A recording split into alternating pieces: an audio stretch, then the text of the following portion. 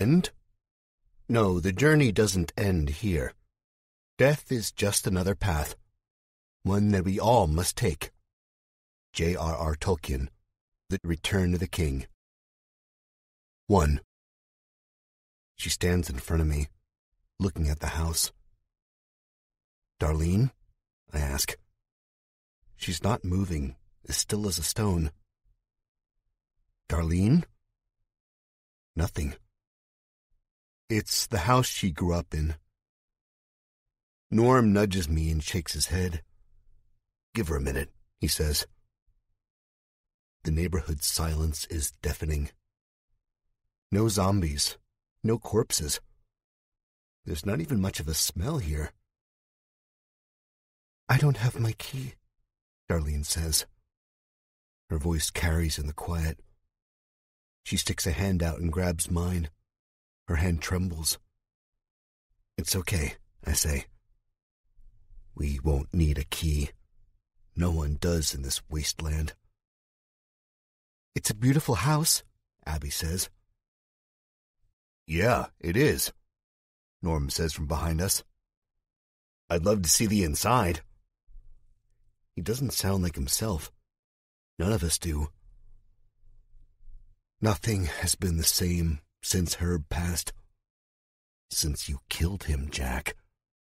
I've been teetering on the edge of depression. I can feel its claws in my back, trying to pull me down. But I can't let it. God, I miss him. I wish he was here with us. Darlene takes 2 steps toward the porch and stops. We all watch, holding our breath. She turns and sits on the bottom of the stairs, puts her head in her hands, and starts crying softly. It's okay, I say. We shouldn't have come here, she says. We shouldn't have come here at all.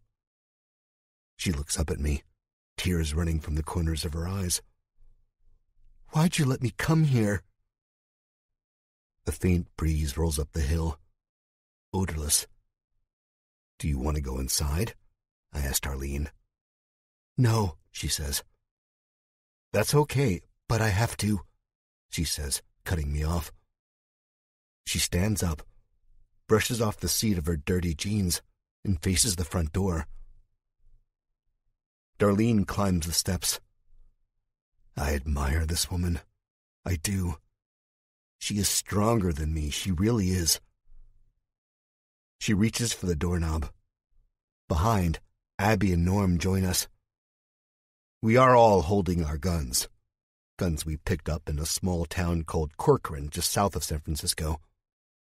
Everyone is holding them except Darlene, and normally I'd chastise her for such a slip-up, but I don't right now. We are here for her. We won't let anything bad happen. She turns the knob. The quiet gets heavier. The door is not locked. It opens with a click and a creak. We step inside. 2. The house has a smell. One that is all too familiar. It's death. It's hot roadkill. It's dust and decay. It's fear. Our fear.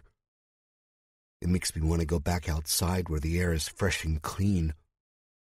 Darlene doesn't seem to notice. She stands in the foyer looking at the long, dark hallway. It takes a moment for my eyes to adjust, but when they do, I see what Darlene stares at. Norm closes the door behind us. I turn around fast and shake my head. He nods and opens it again, the dying sunlight drifting in, lighting up the golden lacquered floors. We might need an easy escape. The house is as quiet as the city, but you never know. I like it when my brother and I are on the same page. Darlene moves forward. She moves like a woman who is very drunk, not on alcohol, but on nostalgia. She picks up a picture frame from the table running the length of the hall. The silver frame glimmers in the light. Her other hand, which should be filled with a gun, comes up to her mouth. She squeezes her eyes shut and fresh tears spill down her cheeks. I walk forward, ready to embrace her. The picture I see is black and white. A wedding photo. The woman is thin but curvy, a full head of 80s-style blonde hair. Darlene's mother. She looks like Darlene stuck in a different era. The man in his tuxedo has thinning hair but a full smile. These are people whose love oozes through the decades. The man's eyes are the same as Darlene's, a striking green. Next to where the frame was are more pictures. Darlene in high school, Darlene as a baby, her sister in a softball uniform, Dad and Darlene the night of a school dance. I'm smiling, but it hurts to see this. Out of the corner of my eyes, which are tearing up, I see Norm and Abby split and peek into the various rooms branching off from the foyer. I pull the picture out from Darlene's hand and I hug her tight. She sobs silently into my shoulder. Then we part and she says, "I have to keep going." I don't know what she means at first. I think she means in general because it's a sentiment I've said many times before. We always have to keep going. The world is dead, but we aren't. Except that's not what Darlene means. She means she has to keep going through the house. She has to keep torturing herself with this horrible thing called closure. I reach out and grab her gently by the waist to pull her close to me and tell her it's all right. She doesn't have to keep going. Her parents and her younger sister are in a better place. But I don't because she's already storming through the hall, footsteps muted on the rug. I go after her. But as so often in my life, I'm not smooth. I nudge the table. The wood wobbles and two of the framed pictures fall over. One of them shatters and the sound is enormous and the house is quiet. Norm and Abby are back in the foyer watching this unfold with large round eyes. "Shit," I say. "Good going, Jack," Norm says. Abby shakes her head. Darlene hasn't noticed. She disappears behind the corner at the end of the hall. I bend down to start picking up the large pieces of glass, and just as I do, I hear something. It's not a human sound.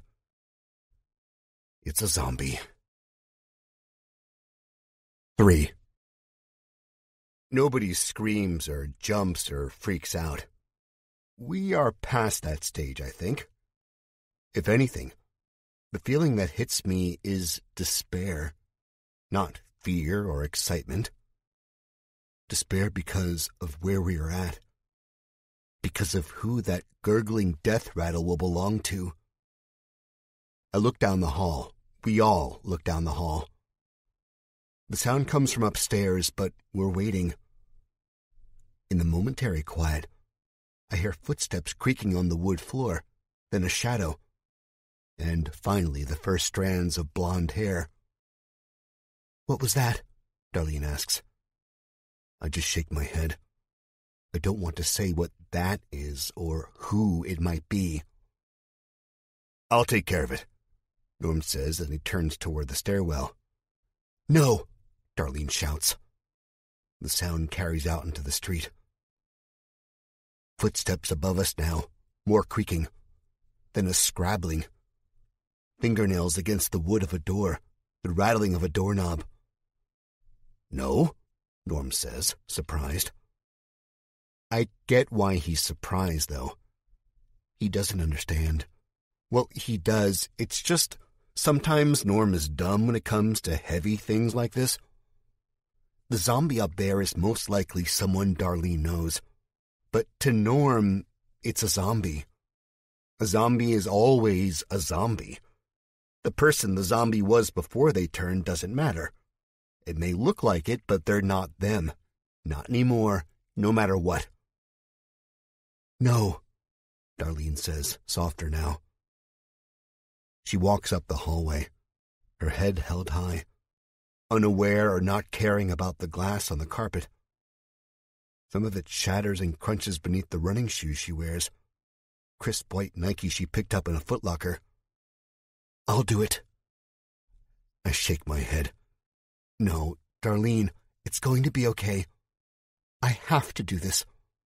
If it's Carmen or Mom or Dad, I have to do it. I can't let them be like that. I see the determination on her face.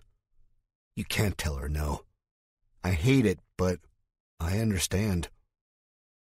She walks right past me, reaching into her belt to pull the .22 free. The chrome glitters, waning sunlight catching off the muzzle with her shaking hand. She shoulders past Abby and Norm, not saying a word. Meanwhile, the scrabbling gets louder, and the death rattles follow. 4. I stand there with this surprised look on my face. Abby and Norm do the same, except Norm looks more offended than anything. I'm not aware of the smell anymore. I'm used to it. What are you waiting for? Abby asks. What? I say. You're not going to let her do this on her own. You're her fiancé, for Christ's sake, Abby says. She's right. This is when I move. I kick into gear and run after Darlene. When I get to the steps, she's gone, disappeared into the dark shadows. I hear her walking. Mom, she says. Dad? Carmen? Darlene, I shout. My blood pumps fast. This is almost as bad as running from the zombies. Hell, it might be worse. I'm running to the zombies. That doesn't happen too often, if at all. Darlene stops at the end of the upstairs. There's a mirror on the wall. I see myself coming at her, the pained look on my face. I look horrible. Too skinny, too dirty, too stressed. She reaches out to grab the doorknob. On the left and right are 2 more doors. One of the doors says Darlene in rhinestones glued to the wood. The other one says Carmen. The door where the noise seems to be coming from is a bathroom.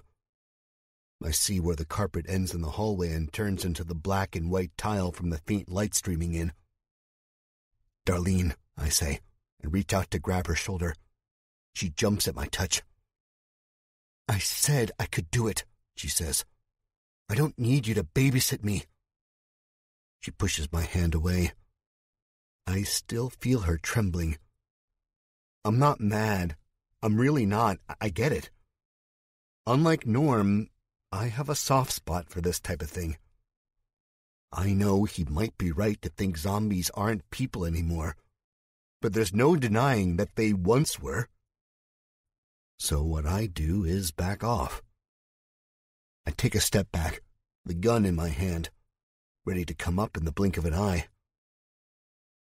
Darlene reaches for the doorknob, fingers trembling, gun in her right hand. She doesn't open the door immediately. She pauses and just stares at the wood, a look of longing on her face. The zombie behind the door growls louder. Something else, too. The sound of bones hitting a porcelain sink, the toilet rocking back and forth, clunky footsteps. Darlene, I say. But she doesn't answer. She throws the door open and backs up, her gun raised. 5. The zombie spills out and Darlene almost trips over her own feet. The gun falters, ultimately drops. It's times like these where I'll occasionally freeze up. Right now, I don't. I raise the gun and prepare to end this zombie's suffering. It reaches out to us. I expect it to keep coming, but it doesn't. I see a gleam of metal, hear the twang of a rope. It's tethered to the bathtub, not going anywhere. Thank God. Still, it's dangerous. I can't. Darlene screams, "Dad! Dad!" Dad? God, I didn't even recognize him. Now I can't pull the trigger. Footsteps thunder up the stairs. Abby yells our name. Norm says nothing. The zombie turns to me, realizing Darlene is out of reach. Arms outstretched, dried blood on his face, eyes two glittering gold coins. He swipes at me, gets nothing but air. I hear a twang and the metal rings that hold the rope clinking together. He's like a mad dog on a leash. The zombie gnashes its teeth. His gums are lined with dripping black sludge and the teeth are decayed. One good bump from all falling out. Under the man's pallid flesh are rivers of black veins like inverted spiderwebs. He wears a t-shirt that says Warriors Nation on it. Bits of black sludge have dribbled down from his mouth and stained the golden basketball logo. His pants are jeans that are shredded near the thigh. His shoes are gone. He has one white sock on his left foot. Around his waist is a belt like something a weightlifter would wear during a particularly heavy squat. It's padlocked on. He's not going anywhere. Ropes dangle from his wrists as if his hands were tied at one point, but they weren't tied with any concerted effort. This is Darlene's dad, and I can't believe it. And I can't even begin to imagine what's going through Darlene's mind. Now I realize there's an envelope hanging from her father's shirt. It looks like it is stapled on. "What the fuck?" Norm whispers behind me. "Who would tie up a A slap cuts him off. Abby reminds Norm that sometimes he needs to keep his big fat mouth shut. On the envelope, written in bold letters, is, "For Darlene or to whom it may concern." Darlene gets on her knees, much too close to the zombie. She snatches the envelope and backs away, staring at her father in horror. I give him a push with my forearm.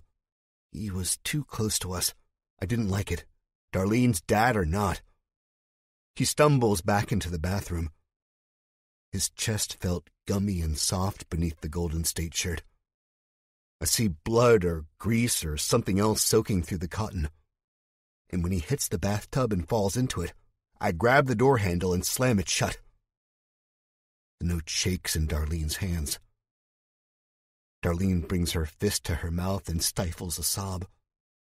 A tear drops from her eyes and lands on the paper. The moisture absorbs instantly. Behind me, I hear the rope untangling and landing on the bathroom tile with a thump. Then the footsteps and the hands beating against the door, more frantic now. The concept of food has jolted Darlene's father into some sort of semi-awareness, and that scares me more than anything else. Hungry zombies suck, but hungry zombies who you have some sort of connection to are the worst. "What does it say?" I ask, looking at Darlene and the note. She looks up at me and drops the paper. Abby picks it up. Norm watches all of this with an eyebrow arched. Abby's lips move silently as she reads what's written on it.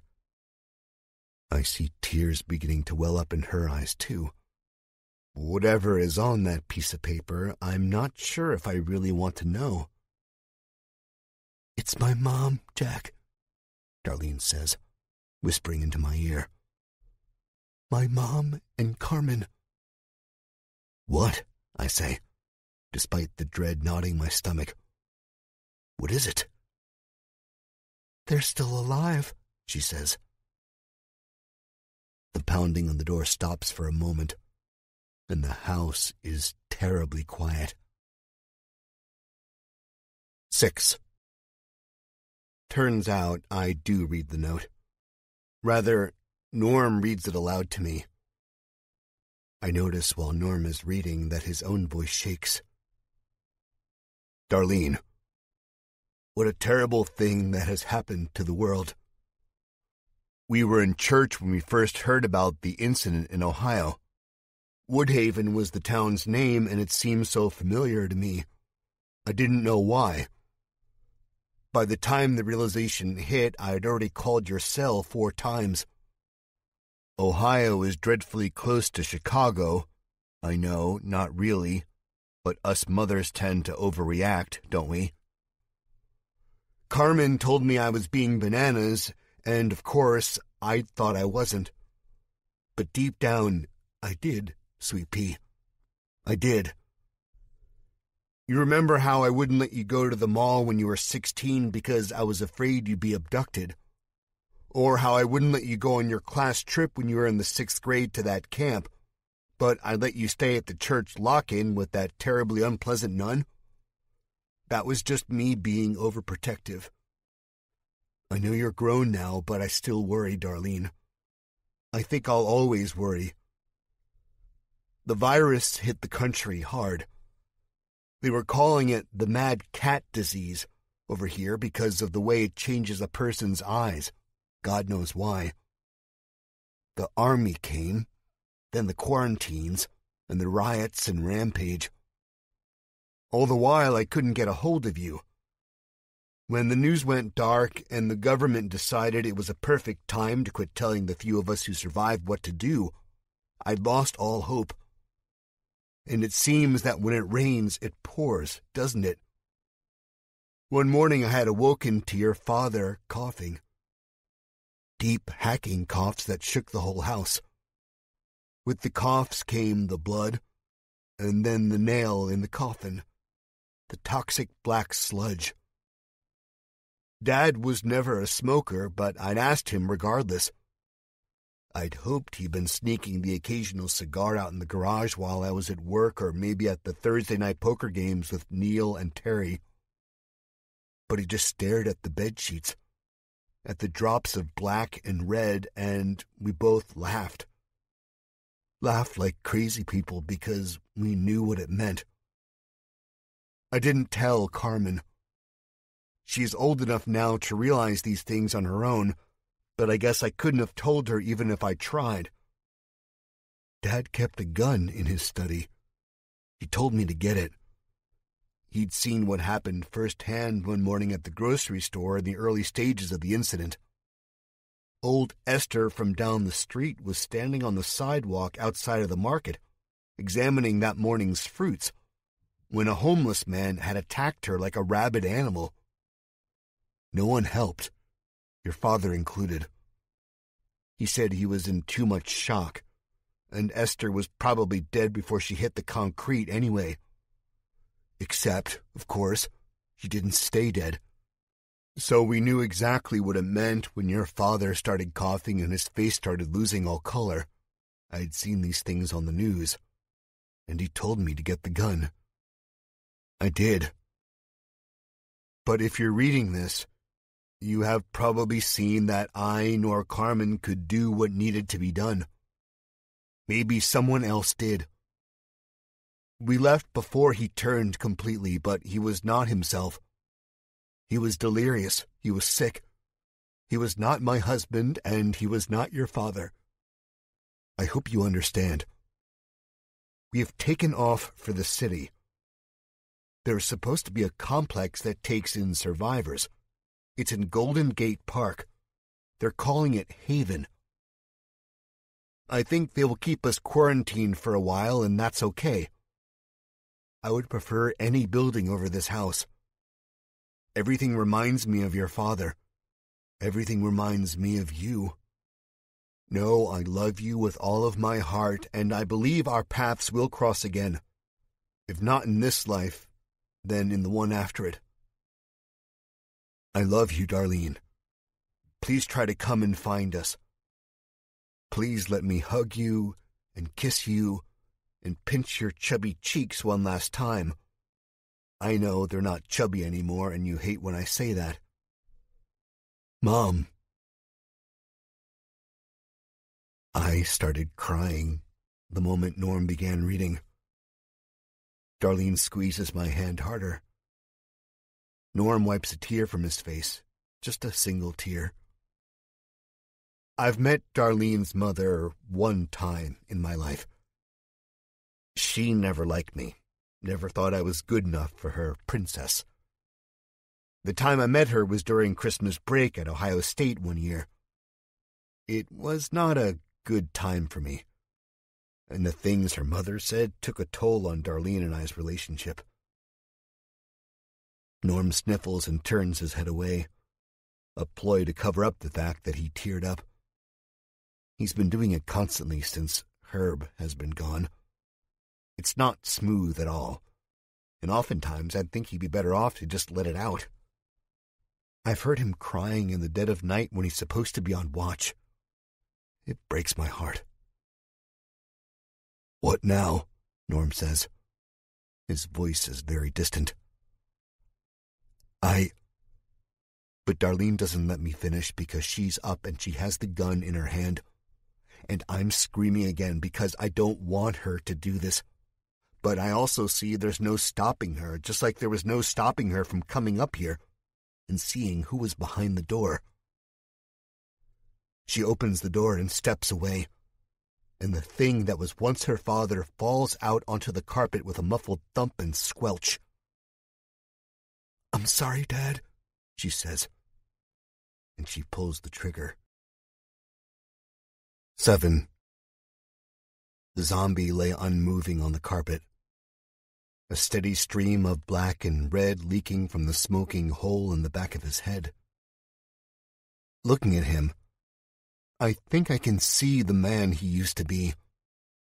The man I remember sharing deep conversation with late at night when everyone was asleep, and Christmas specials played on the flat-screen television hung over the fireplace as the snow drifted past down the window panes.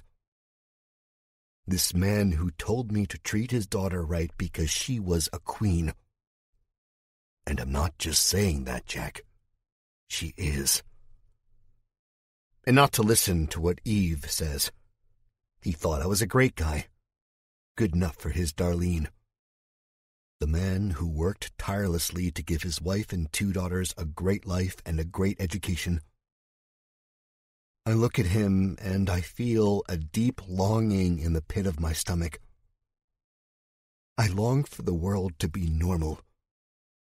I long for a world where I don't have to see my beautiful queen of a fiancé kill her zombified father.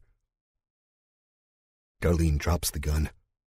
She's breathing hard and fast. Abby and Norm stare with their jaws hanging open. I feel numb. I don't know what to do, what to say. I thought I'd seen it all, done it all. I guess not.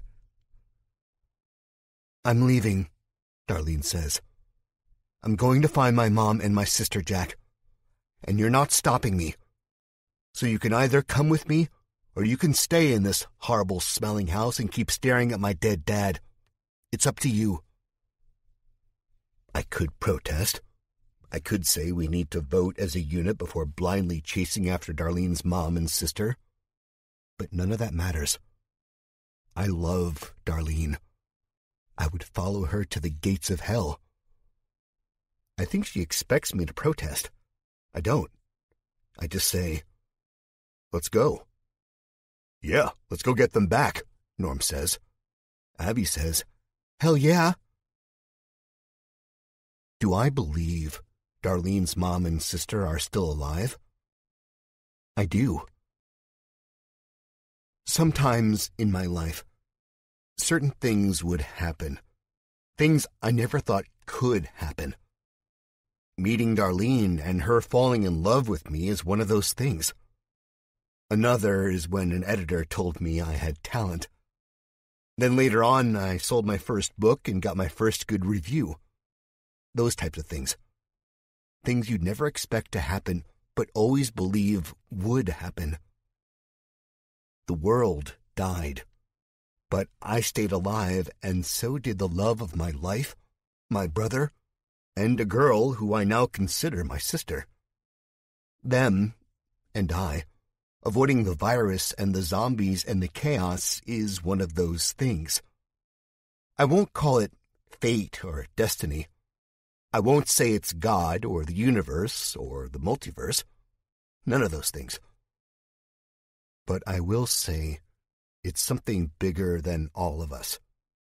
Something working behind the scenes in all of our lives, guiding us in the right direction, nudging us along the path we're meant to be on. I think if I can meet a beautiful, kind, wonderful, and caring woman like Darlene, and we can fall in love with each other and be all right when the dead rise, and my books can sell, and I can gain a following and meet all kinds of new and interesting people who seem to care for me, and I can make my brother, who hated my guts once upon a time, love me and have my back, then I think Darlene's family is going to be okay. I think her mom and sister will have survived and changed because we all had to change when the zombies replaced our loved ones, our family, and friends. That is the way of the world. But mostly, I think they will be all right because of the invisible force acting behind the curtain of the very fabric of the universe. I think that force will help us. I think that force is on our side. You guys really mean it? Darlene asks, looking like she's close to tears again. Yeah. Let's go get them, I say. 8. Well, where do we start? Norm asks. We are in the car now. Abby rustles in the front seat and turns around to look at us. The engine idles. We sit on the steep hill with Darlene's old childhood home a few doors down from us.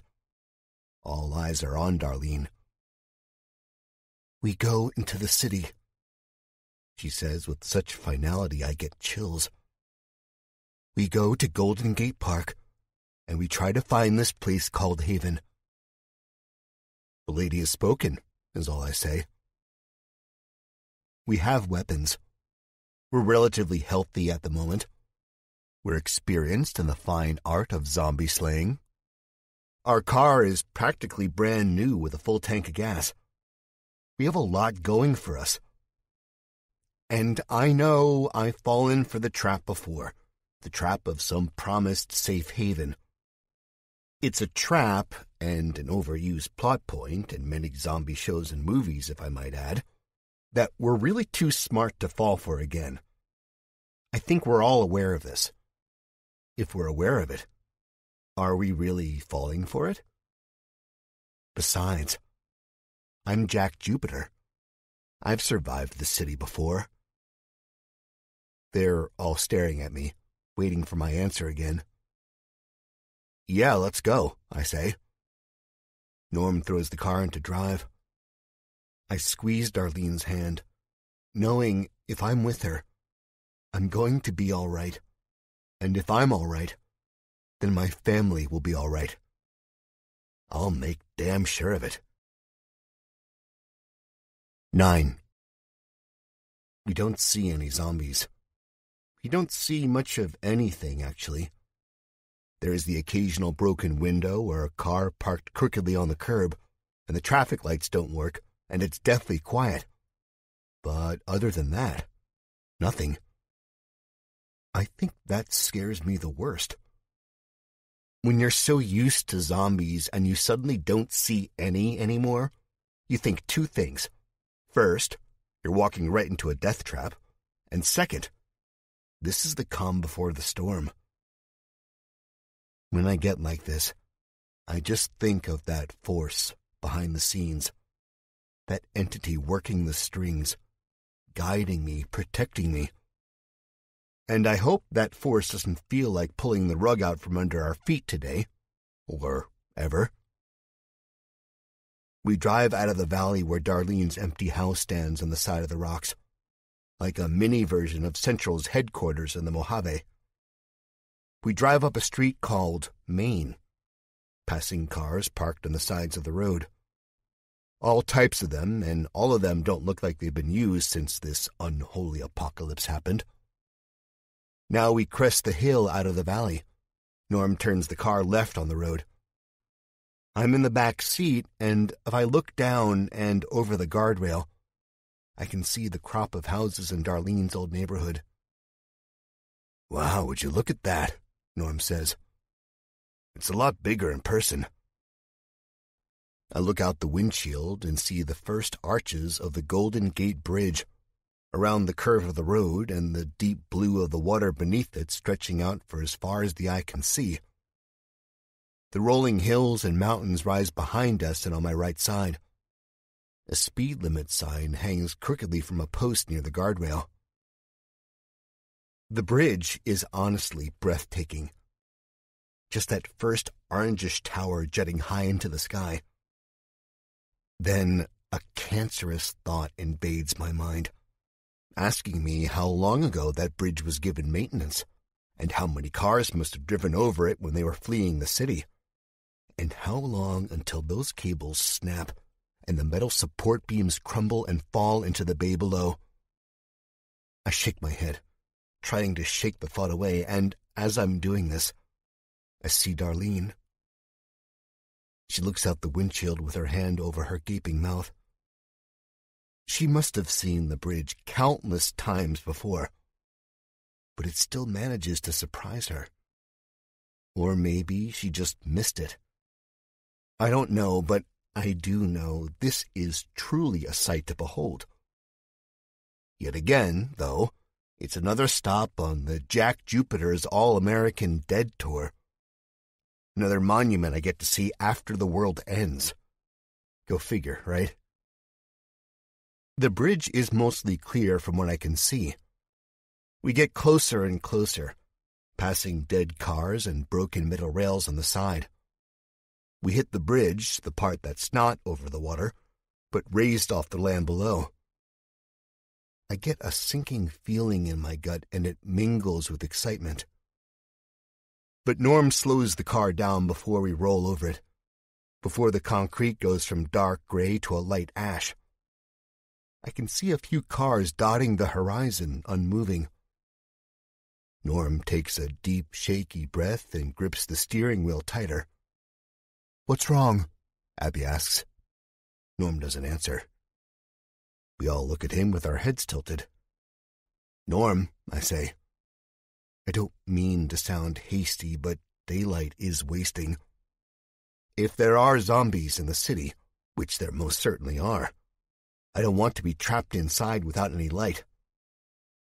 Abby laughs and quickly covers her mouth. "Shut up," Norm says. He gives her a playful punch on the arm. "I'm sorry," Abby says, shaking her head. "It's just, I never thought Norm Jupiter would be scared." "Aren't you scared?" Norm asks. "Yeah, I am," Abby answers. "Me too," I chime in. "Yep," Darlene says, finally pulling her hand away from her mouth. "Well, that's all fine and good for you babies. But I've seen war, man. I'm not supposed to be scared," Norm says. "I read somewhere that the Golden Gate Bridge goes over the water for like 4,000 feet. That's a lot of feet where something can go wrong. And Jack's with us, and whenever Jack's with us, no offense, little bro, something always goes wrong." Abby nods. "That's true, actually." Then she adds, "No offense." "None taken," I say. It is true. "I guess I'll get out and walk from here. I'll meet you at the park in, I don't know, a week." I make like I'm checking a watch on my wrist, and I haven't worn a watch in about 5 years. "It wouldn't take you a week to walk to the park," Darlene says, sounding honestly surprised. "Maybe if you crawled. But you're not getting out, Jack. I won't let you." I laugh. "I'm kidding." "I'm not," Norm says. "Get the hell out." Abby punches him. "Ow," he says. "We're all scared," Abby says. "Man up, Norm." "Yeah, it's normal to be scared," I say. "Especially these days." He sighs loudly. "I hate it, that's all. It makes me feel like I'm back in Iraq." "Wow, you're really letting it all out there," Abby says. "I'm impressed." I used to tell Herb these things. I don't know if he ever listened or anything. I mean, I'm always scared, you know? The zombies scared the fuck out of me. And then there's the madmen, and... Norm says. And what? Darlene asks, leaning forward. I lean with her. We are shoulder to shoulder, our eyes bugged out at Norm, waiting for a response. He shakes his head and rolls his eyes. It's nothing, really. Spill it, Abby shouts. Yeah, spill it, I say. And Abby and I both punch him at almost exactly the same time. He jolts backward, knocking his shoulder against the door and steering wheel. Quit with the hitting, Christ, he says. We'll stop if you tell us, Abby says. Fine. It's just that I care about you guys, okay? Jesus, are you happy now? I love you guys because you're my family, and if something happened to you like what happened to Herb, then I think I'd die. Wow, I can't even speak. I'm floored. My older brother, the man who used to torture me and who practically destroyed my mom when he left for the army, is bearing his soul to the three of us. Oh, Norm, that's beautiful, Darlene says. I feel the same way. Abby makes a sound like she's about to throw up. Then she smiles. Just kidding. I love you too, man. I'm afraid if I speak, I might start crying. I reach forward and grip Norm on the shoulder, the same shoulder I'd punched just 30 seconds ago.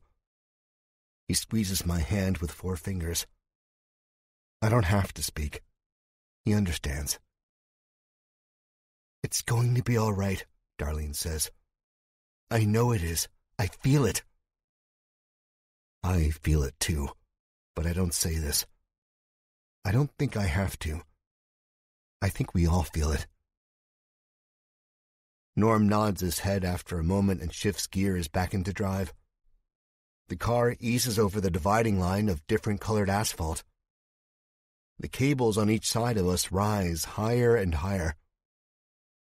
I get the sensation of slowly going up that first big hill on a roller coaster as my eyes follow the orange metal to the first tower. In my head, I hear that click, click, click of a roller coaster car being pulled up, defying gravity. My throat tightens. We drive in silence, all of us in awe of this wonder of the dead world. 10. It's hazy out, so we didn't see it until it was almost too late. The large gaping hole in the road that leads to the water below, who knows how many feet up. Norm slams on the brakes. The tires screech like a dying animal. My throat, which has been slowly tightening and choking me out, closes so fast I can't even scream. Darlene does, though, and she grips my thigh hard enough for me to feel her nails through the material of my jeans. For a second, a vision of the car not stopping in time flashes into my head. I see the blue water rising up to meet us, hear the raking of the metal wires poking from the blown concrete scraping the sides of the car. I smell the ocean. Sharks circle below, waiting for us to drop into their gullets. Fuck, fuck, fuck, Norm says. His foot bangs on the pedal loud enough for me to hear it over the wailing tires. Abby has her hand out in front of her, bracing herself on the glove box. My eyesight blacks out for a moment because I hit Norm's seat in front of me. Still, I feel Darlene's sweaty hand in my own. Then the car stops, inches from the hole in the road. It's not a small hole either. I see that now. It's a square about 30 feet by 30 feet. Norm looks over his shoulder at us. There's pain in my ribs and thigh, both of which are wounds that will never heal properly, I think. Everyone okay? Norm asks, his eyes wide. Yeah, Darlene says. I wince and say, could be better. Ab? Norm asks. Sometimes I think you really do want to kill us, Norm, Abby says. Then silence, followed shortly by laughter. Uneasy laughter of a group of people who have seen too much in too little of a time. No way we're making it across from that, Norm says. Unless... No, Abby says firmly. Don't even think about it. What? Norm says, both hands up as if to say he's innocent. I can make the jump, just need enough speed. That's like 50 feet, Abby says. I'm kidding, Norm says. I don't think he is. I get out of the car. The air is cool up here, but it's heavy, too, weighing down on my lungs. I smell the salt, taste it. The haze which seemed to shroud the bridge dissipates right before my eyes. Darlene is next to get out. She shields her eyes from the waning sunlight. Somewhere in the sky, a gull cries. Norm and Abby follow. I inch closer to the hole, noting the scorch marks around the concrete. Across the way, where the bridge takes its last stretch into San Francisco and the cables start rising high again to meet the second tower, I see the gleam of bullet casings. It's as if some great battle was fought here. My eyes keep scanning. I'm not surprised when I see a dark stain in the concrete not far from either the bullet casings or the crater. It's blood. It's always blood. We were truly dumb if we thought this city would be untouched by the end. Now that we are closer and the haze is clearing, I see the skyline, and it's not healthy. It's as diseased as the plague that destroyed the world. I don't feel anything looking at it besides embarrassment. Embarrassment of the fact I'd honestly believed the zombies hadn't ravaged the Bay Area. Skyscrapers look crooked. Some of them look incomplete, as if they are still under construction, but I know the truth is that they were destroyed. If not by the zombies, then by the warring people. Blackened husks of concrete. Facades that look like a mouthful of missing teeth. Still, everything is so quiet, so calm. I start to shake. Darlene walks up next to me and loops her arm through mine. She must feel me shaking. This embarrasses me even more. She points to a building in the downtown area. It's one of the tallest, but that's not saying much considering some of the structures were blown a few stories short. My dad worked in that one. He had the nicest office. He let me visit him sometimes, and I got to sit in this big, comfy wingback chair and eat candy. His secretary would even play Go Fish with me when Dad had to go to a meeting or take an important phone call. He did that a lot. She turns away from the skyline and looks at the car. I put my arm around her. It hurts. I know it does. I can't even imagine. But I don't think she needs to hear this right now. So instead, I say, "We're going to find your mom. I promise, Darlene." She looks up at me with wet eyes. She's still smiling. "Well, we can walk from here," Norm says. Abby shrugs. "I don't mind. We've been in that smelly car forever." It doesn't smell like anything bad. It has that new car smell, and Abby told us she's never been fond of it, so she rolled her window down for most of our trip out of the Mojave, and instead of the new car smell, we got that rotten smell of the dead. It's okay, I guess. I hardly notice it anymore. "I need to stretch my legs," Abby says. "We can find another car in the city." I eye her wearily. Sure, there will be a ton of cars, many of them sitting for the better part of a year. What are the odds that they work? Probably not good.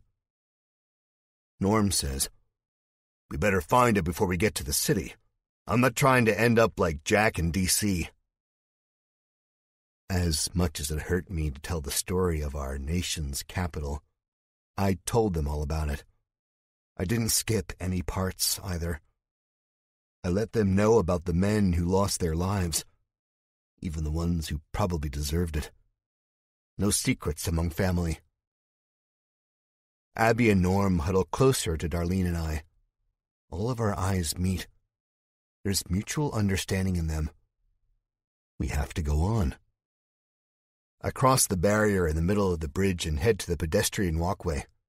It looks safer on this side. I help Darlene over. Norm vaults it like an Olympian, and Abby is slow-going, apprehensive. We walk on. There are more bloodstains in the concrete up ahead. The wind blows harshly, and I hear the support beams of the bridge twang and creak and groan, as if it were a living creature. It causes my heart to speed up, and the grip I have on Darlene's hand to squeeze tighter. I used to love the park, Darlene says. It's good to hear her voice, though. I think it'd be good to hear anything besides the wind and the water and that creaking coming from the bridge. I'm excited to see it, I say, only talking to keep my mind off the certain death below. I grip the handrail hard and slide my hand along, wiping the metal clean. Norm has his gun out. He watches with his head on a swivel. There was this train you could ride around the park. I haven't seen it in years. It's probably a lot smaller now that I'm grown, Darlene says. That sounds cool. I wonder if it still works, Abby says. I think she's just being polite.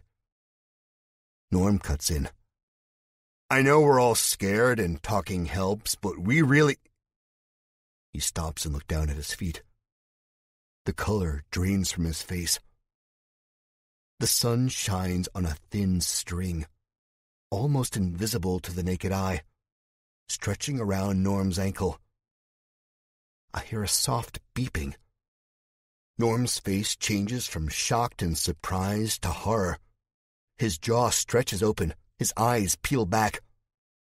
I'm frozen to the spot. We all are. Run, Norm says. And he moves faster than I've ever seen him move. 11. Abby has the good grace to turn around and start running. I hear her feet slapping the concrete, but I don't hear it for long because Norm comes at Darlene like he's about to wrap us up in a hug that would rival one of Herb's bear hugs. Then I don't hear anything besides the explosion. I don't think much of anything either. The concrete scrapes my elbows and tears the back of my jeans open. The air grows 100 degrees hotter. Something snaps and groans so loud I'm able to hear it over the ringing in my ears. I scream. I don't hear that, though. Then all is quiet for the moment. Norm breathes fast on top of Darlene and I. I can't see. It's like I've been in the dark for years and I've just now crawled out into the sunlight for the first time. Everything is whitewashed. You okay? Norm wheezes. He uses my chest to push himself up and the breath that's mostly been knocked out of my lungs is gone. The air tastes like fire and smells like something melting. It takes a moment for the world to come back into focus, but when it does, I turn to Darlene and look at her. She's curled into a ball. There's a black scorch mark on her face. Some of her hair smokes and fizzles. I should have seen that, Norm is saying. Darlene says, I'm okay. I'm okay. Abby sits a few feet behind us. I should have seen that too, I say. Where else would that crater a ways back have come from? We fell into a trap. Norm set off explosives by walking through a tripwire. I get up and help Darlene. Now there's a new crater in the bridge. Water plops and splashes below from the falling rock. The bridge's suspension sways alarmingly. We have to get off this thing, I say. Norm dusts himself off. He turns around and a deep slash has gone down his back. The clothing rippled and burned. I reach out and touch him. He winces. Yeah, I'm gonna be feeling that one for a while. Could be worse, I say. Darlene moans and rolls her head back and forth. A loud pop comes from her spine. Abby approaches, black soot under her eyes. Maybe we should go back, Abby says. Regroup. No, I say. Maybe we can find a different way into the city, Darlene says. Abby shrugs. Could be more traps up ahead. Norm winces again, flexing his arm, which I now see is a bright reddish-pink color, like a deep sunburn, and the sight of it makes me a tad squeamish. No, Jack's right. We gotta keep going. If there's traps here, there's gonna be traps everywhere else. Longer we dilly-dally up here, the closer sundown gets. Besides, whoever set these traps, if they're still around, would have heard that explosion. It's so quiet they probably heard it in China, Abby says. I nod. And we're close, Norm says. Might get worse, Abby says. Like in one of those action movies, Indiana Jones or something? Each trap revs up in intensity until Indy's about one blow dart away from death? But he always survives, doesn't he? I say, giving Abby a wink. She rolls her eyes in her patented Abby Cage way. That's the movies, she says. Hey, I think we've survived a hell of a lot more than Indiana Jones has, I say. A few explosions are nothing to us now, right? Darlene nods. Norm stares at me with a burning intensity, a slight smile on his face. I'm trying to rally the troops. Yeah, we can go back and regroup. We can go hide like chickens during a thunderstorm. But we're better than that, aren't we? We're together and we're strong. We keep going. Yes, Darlene says. She reaches out a dirty hand and takes mine. She's proud of me, and I love it when she's proud of me. You guys are right, Abby says. She walks past us toward the gaping hole in the walkway. She doesn't hesitate when she comes up to it. She takes the handrail in her good hand and wraps her other arm through it. Then she jumps up onto the metal beam, which bounces under her weight and sends a coldness throughout my whole body. It looks like it's going to give, but it doesn't. In a few quick lateral strides, Abby is on the other side. She's very careful when she lets go of the bar. She is looking at the walkway, strewn with rubble and chunks of concrete, for another tripwire. We all stare at her with our mouths hanging open. Well, damn, Norm says, breaking the silence. Abby stares back over the chasm, her arms crossed. That was pretty impressive, Ab. Why? Because I don't have a left hand or because I'm a girl, she says. Norm chuckles. It's amazing he can after almost getting blown to hell a few minutes ago. Sometimes I really admire the bastard. A little of both, I guess, he says. Anything you can do, I can do better, Norm, Abby says and looks at Darlene and me. You guys coming? I feel a little apprehensive, and I have both of my hands. No way I could do what Abby just did. She must have been a gymnast in another life. Darlene doesn't wait for me. She just goes. Not scared, determined. She gets over almost as easily as Abby did. Now it's my turn. I take hold of the handrail and lift up from the concrete. The bar gives beneath my weight more than it did when Abby and Darlene went. A dull vibration runs through my hands and is sent down my body.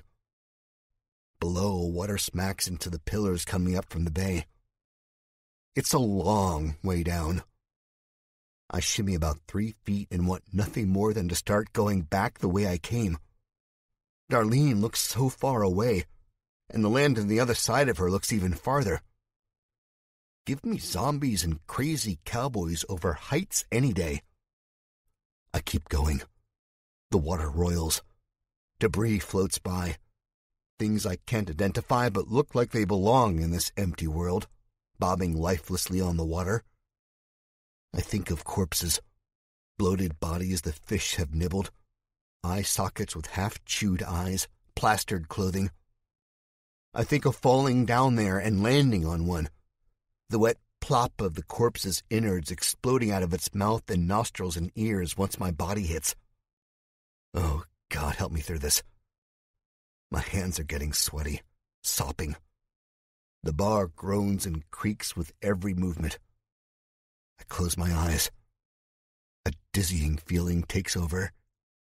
I feel the bar slipping out from beneath my grip. I'm going to fall, and there's no safety net below me. I'm going to land on the millions of corpses that once walked the downtown area of San Francisco, that once sat behind BMWs and Fords that traveled over the Golden Gate Bridge. I'm going... A hand grabs me, and my eyes shoot open. It's Abby. "Come on," she says. I'm honestly surprised when I see I only have a few feet left to cross before I reach the safety of pedestrian walkway. That thought alone is enough to spur me the rest of the way. With Abby's guidance, of course. As I hop off and my heels plant on the scorched concrete, I want nothing more than to bend down and start kissing the ground. I don't do it, that would just be embarrassing, but the feeling is still there. "Took you long enough," Darlene says and winks. "Don't move, you guys," Norm says. "There might be other setups. Wait for me." He makes his way across the gap as nimbly as Darlene or Abby. The beams and metal rods barely make any noise as he travels over to us. On the other side of this hole, and at the edge of a different hole, is the black car taken from Central. It sits there, looking very lonely and very out of place. Norm climbs over the jagged handrail on our right and back onto the road. He picks up a few chunks of concrete in his hand, looks down the rest of the bridge, which is probably less than a quarter mile, and he rolls a large chunk out in front of him like a professional bowler. The chunk, not even close to the size of a bowling ball, cartwheels down the road. It looks like it's going to travel forever, bouncing right into the heart of San Francisco, but it doesn't. It just stops, drops dead. Twang! Thank God the rock wasn't big enough to set off the trap. Norm knows what he's doing. I trust him. In the waning sunlight, a hair-thin wire wobbles, catching the glare in shimmering waves. "We're good until we hit that spot," Norm says. Clever bastards. "Wow," I say, looking at my brother in awe. What the hell would we do without him? 12. We step over this trap easily enough, and Norm rolls another chunk of rock. It hits a wire much too close for comfort, about 12 feet in front of the other one. It'd probably be easier to take a peek under the bridge and see where the explosives are strapped at this point, but we keep going. We reach the end of the bridge, the dead city beyond us. I feel my heart swell with anticipation and fear. But I think, time to kick some ass. 13. The walk into the city is an arduous one. We talk quietly from time to time, but otherwise we are focused. The sun is almost gone now, barely a dusky orange in the darkness. Still, with the faint light, I see Darlene's engagement ring glitter. Somehow she's kept it. I got it back when I didn't have much money. And, before the world ended. Darlene deserves the biggest diamond I could get her. Unfortunately, the biggest diamond I could afford was not very big at all. Somewhere in my head, the voice of Darlene's mom says, "You're not good enough for her, Jack." Yes, I am. Darlene walks with a purpose. We all do. She is hell-bent on seeing her mom and sister one last time. I pick up the pace and walk next to her. Abby and Norm walk side by side a few feet behind. We are always on the lookout for cars, but every single one we've tried has been dead. The stretch of highway we walk seems like it goes on forever. We are on a curve.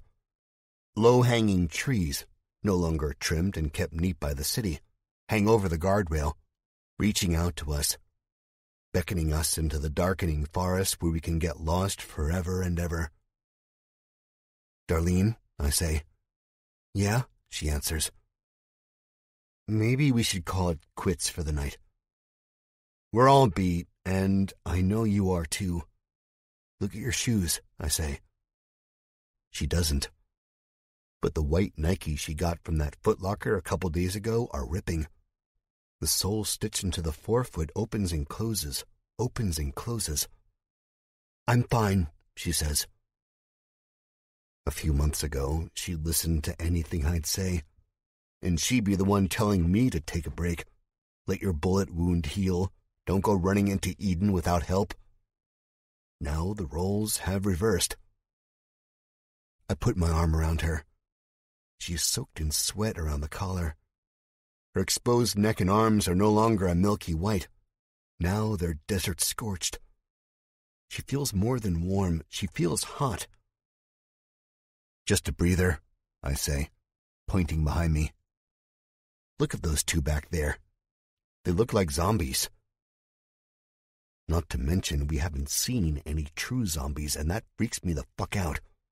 Not to mention the pistols and limited ammo we have on us is all we have on us, and we are most likely heading into an undead war zone.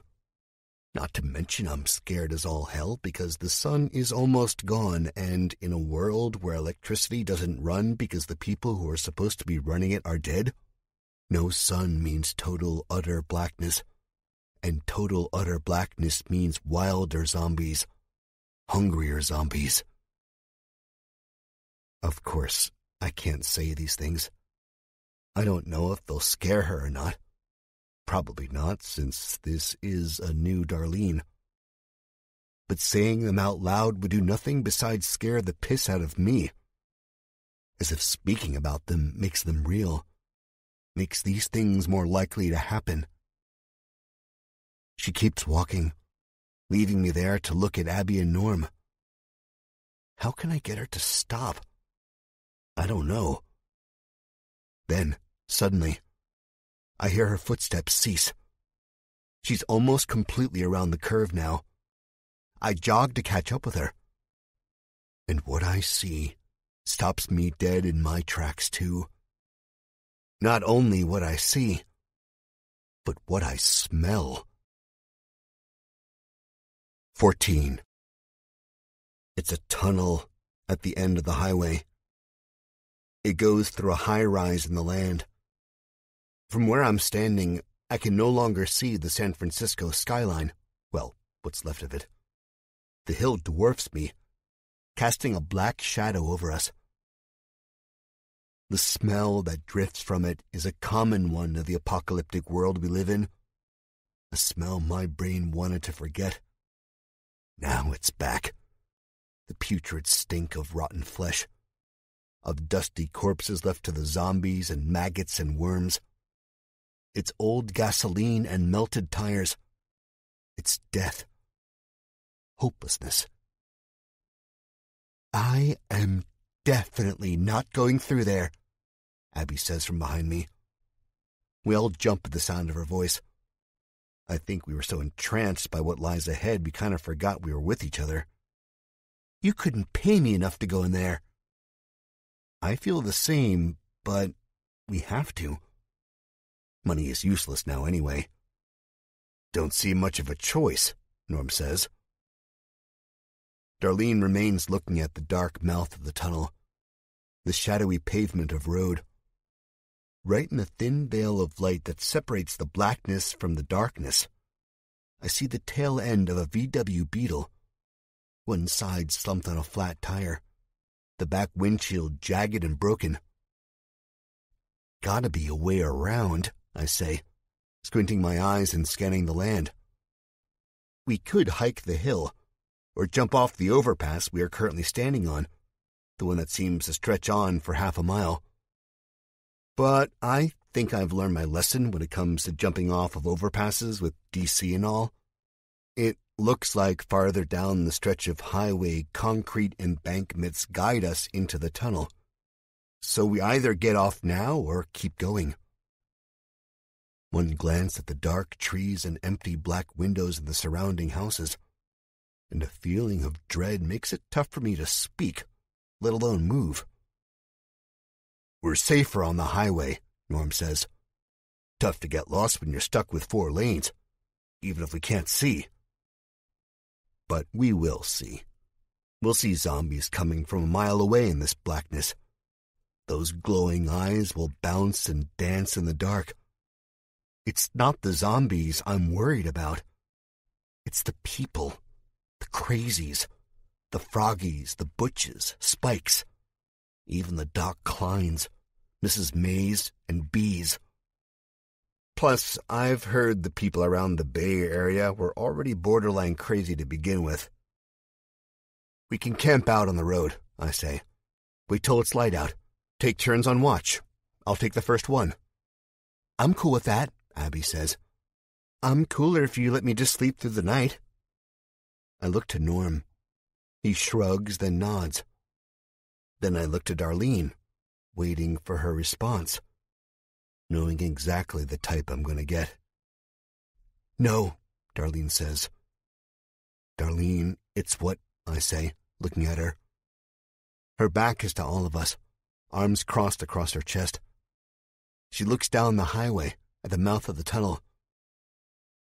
No, she says again, this time with even more finality, if that's possible. My mom and sister are out there. Who knows how long they've been gone or where the hell they really are.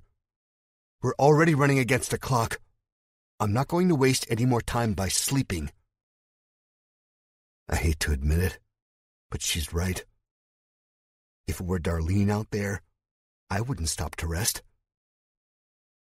If I were to guess the time it would be in the old world where time actually mattered, I'd guess it was close to 9 p.m. Now that's not very late, but I'm always tired. There's never downtime, never a chance to just rest easily without an eye open. Because there's always the dead to worry about, or the freaks and the villains who've tormented us since the world ended. Still, some sleep is better than no sleep. It'd be dumb to travel into the city without rest.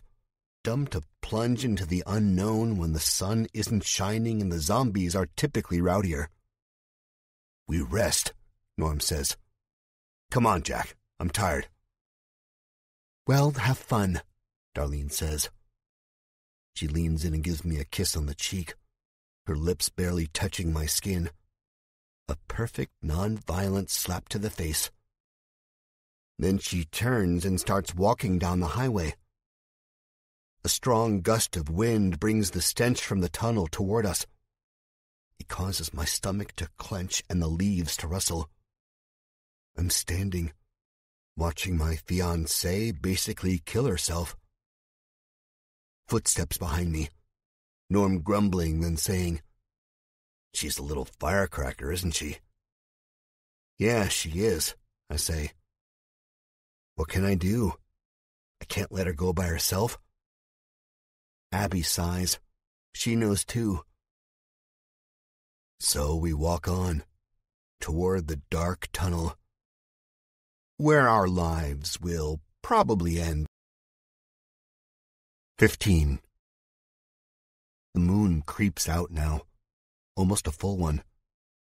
In the pale light, I can see Darlene's face work into a smile.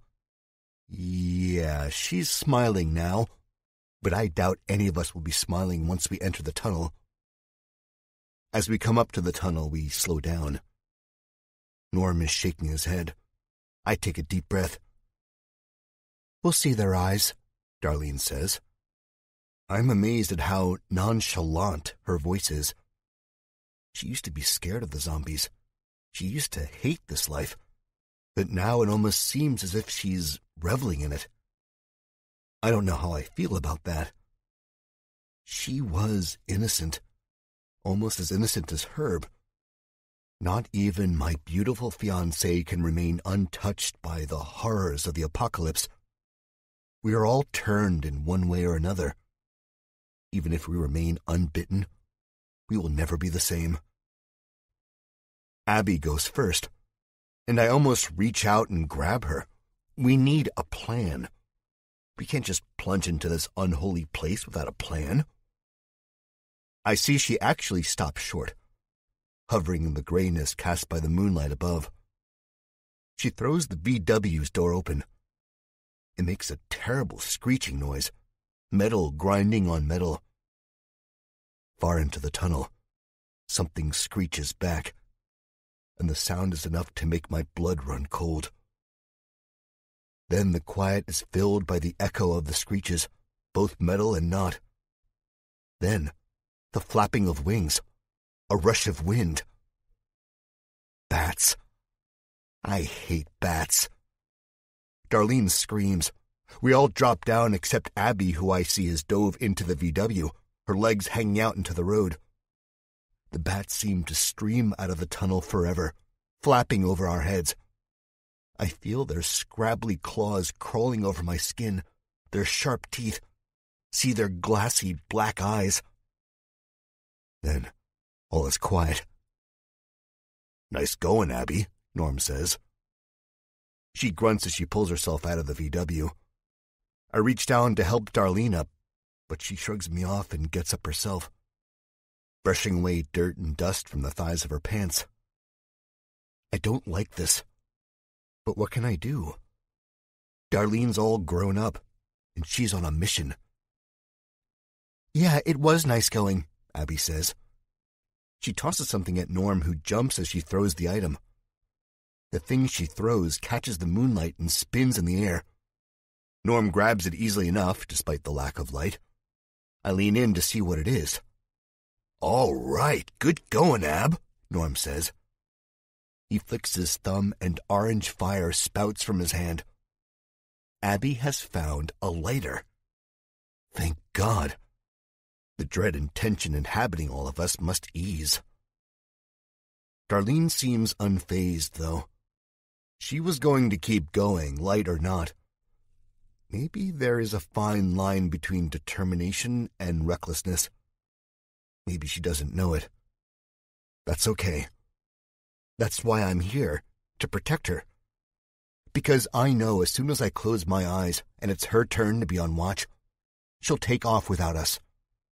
I saw that determination. I saw that recklessness. The lighter is one of those square metal jobs. Nothing like a plastic bic you have to hold the button down to keep lit. Norm flips it closed, and the darkness smothers us. He flips it open, sparks a light, and the darkness leaves. We all turn our heads toward the dimly lit tunnel. There are rows of cars, some parked crookedly, some not. But scattered among these cars, resting on their tires or over their hoods, are half-eaten corpses. And a lot of blood. 16. I feel like the Tin Man in The Wizard of Oz.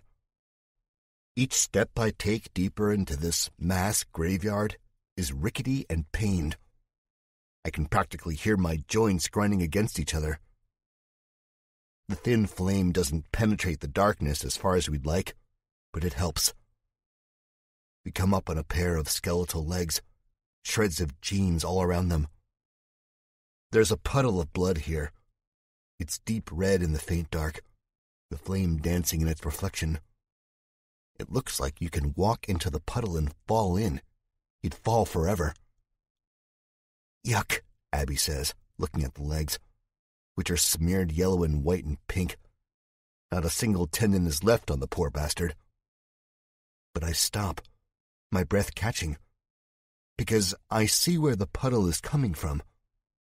It's coming from the rest of the body, which looks mostly intact.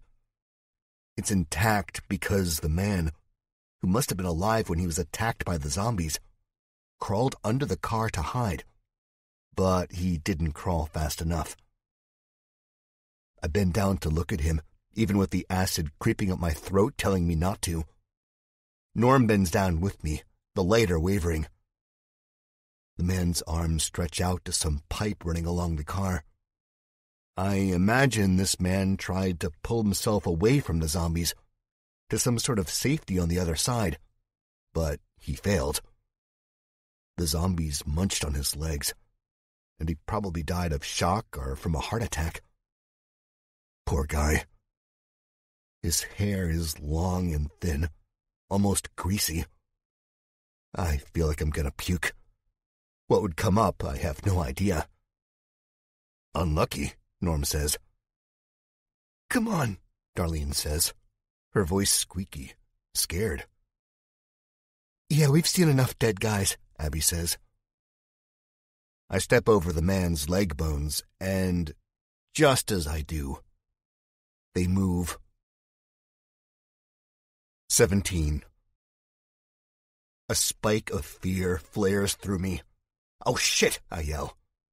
Darlene screeches. The zombie groans beneath the car. There's a squelching noise as he maneuvers in his blood puddle.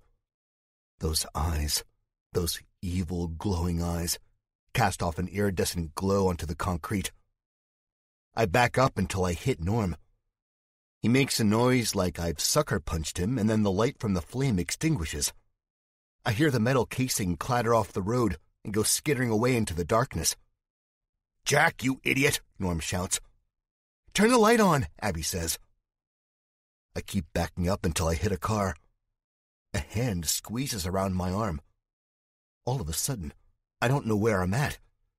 The only thing directing me is the zombie's eyes and the faint moonlight at the far end of the tunnel. The zombie makes a death rattle. Nails claw on the road, filling our ears with a grating noise. My heartbeat races. Blood pressure rises. Darlene, I say. Here, she says to my left. I reach out until I find her arm. She doesn't sound worried at all. That makes me nervous for some reason. Maybe because she might end up doing something stupid. I can't find the lighter, Norm says. Let's go, I say. Let's just keep moving. And run into a wall of these bastards without any light? Abby says. Then she clucks her tongue. No thanks. Suddenly, Darlene is out of my grip. The metal click of a weapon drowns out the scrabbling and the groans and the wet movements from the dead man crawling toward us. Those haunted eyes float closer and closer. How about we make our own light? Darlene says. What? I start to say, but I'm cut off by the sudden thunderclap of her pistol. Inside of the tunnel, the noise is tremendous. It bounces off of the brick walls and the concrete. In the brief flash from the gun's muzzle, I'm able to see the zombie's twisted features. His face looks as if it is melting off of the bone. Melted like an ice cream sundae left out in the August sunshine. Then, as my brain registers the sound of the weapon, my eyes close. When I open them, the zombie's eyes are gone and Norm is shouting about how dumb that was. He could have hit one of us, Norm says. Holy shit, Darlene. Jack's supposed to be the stupid one in your relationship. Sorry, she says curtly. Her voice is almost chilling. Sorry? Norm says. Sorry? Really, that's all you have to say? Norm, Abby says. Yeah, sorry, Darlene says. There was a chance I could have shot one of you guys, but there was a bigger chance that zombie was going to get us, or lead us into a situation that we can't get out of.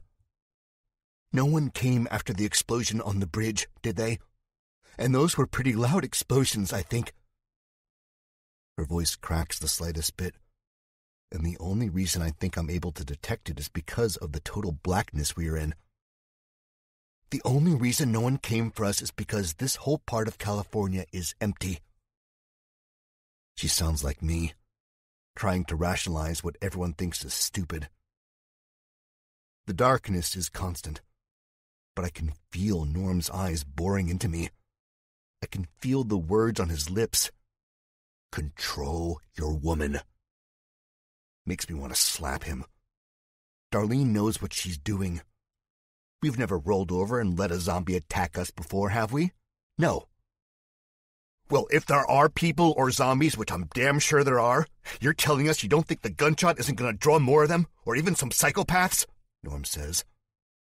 He's yelling so loud and fast, his spit sprays me in a fine mist. Darlene makes a choking sound, as if she's about to blow up. I have to defuse the situation before it gets even more out of hand. I finally find my voice. It's quite a wake-up call being spit on by your hot-headed older brother, I guess. I say, Norm, if you don't shut your big trap, every zombie in the Bay Area is going to be coming for us. He does, for the moment. Chill out, Norm, Abby says. Darlene was just trying to help. Can't fault her for that. We weren't in immediate danger, if you hadn't noticed, Norm says. Felt like we were, I think, shivering. Aloud, I say, yet. We weren't in any danger yet. What's done is done, man. No sense in getting upset over spilled brains. No one laughs. They usually don't laugh at my jokes, so I can't say I'm surprised. Still, I use my same old spiel when no one laughs. Anyone? Seriously, nothing? Keep moving, Norm says. He barrels into me, doesn't apologize. It's all right. Let him vent in his own way.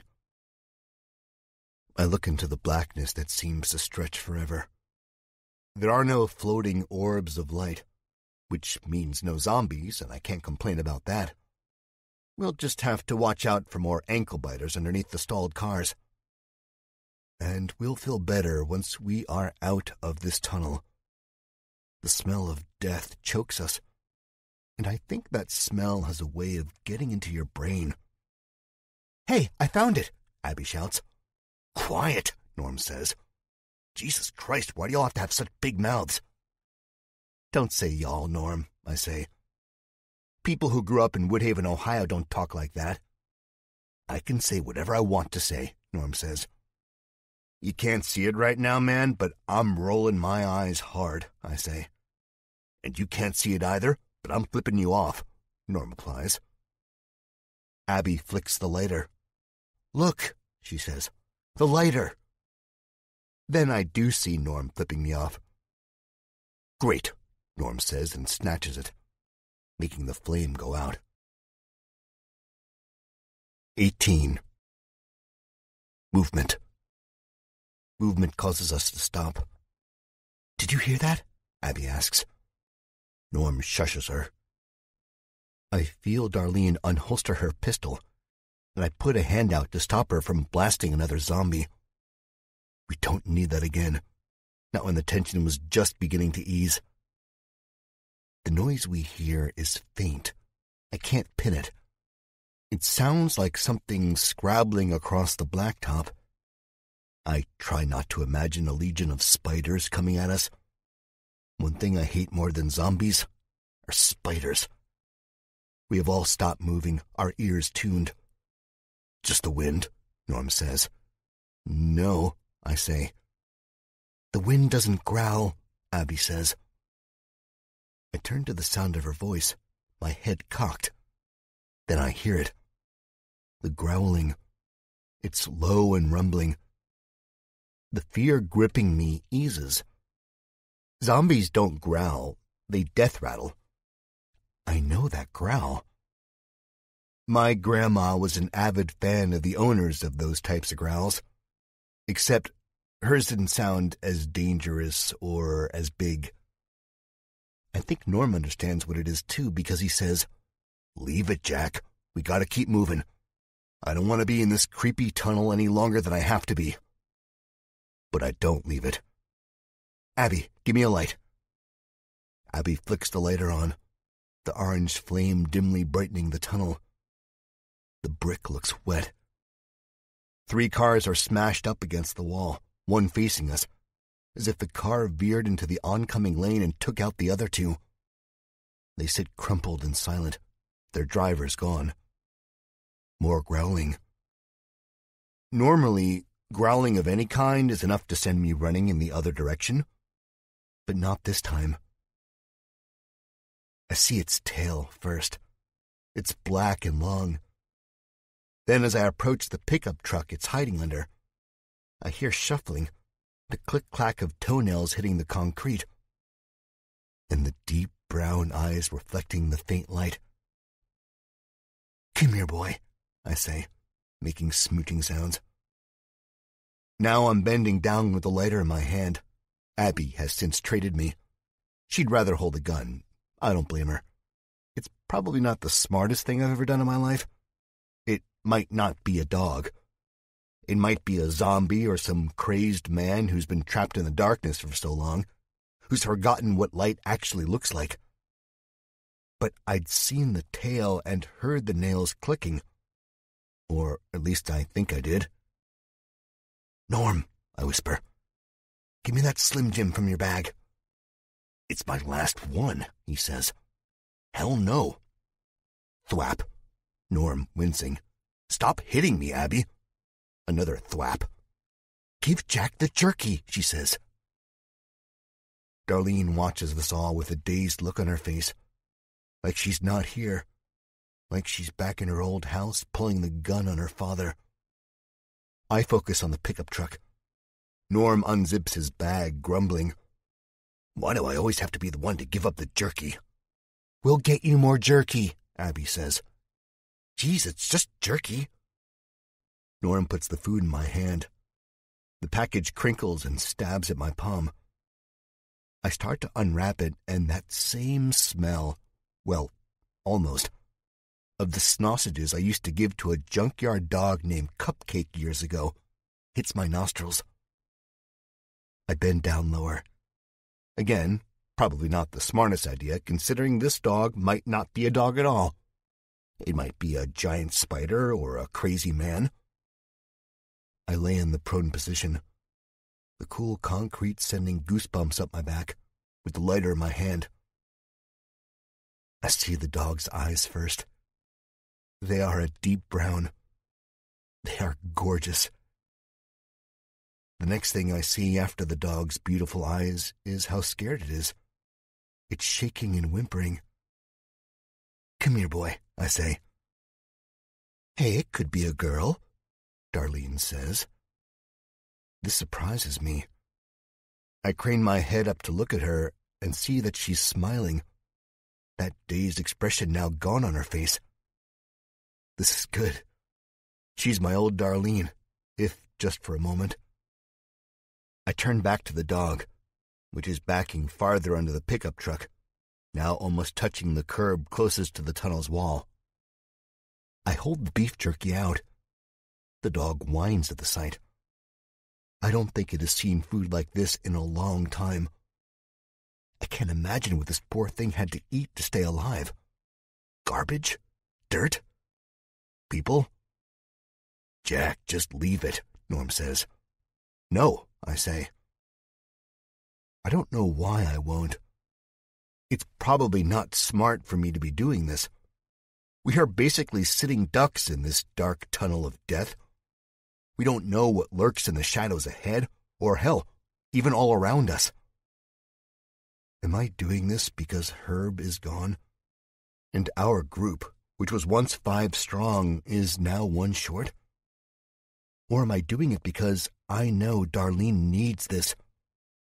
She needs another companion that can't piss her off like I do sometimes. I don't know. But I'm doing it. The dog eyes the beef jerky with hunger. Its nose twitches at the sharp scent of the snack, a nose which is devoid of all moisture. "Come on, Jack, just leave it," Norm says. The lighter is getting unbearably hot in my hand.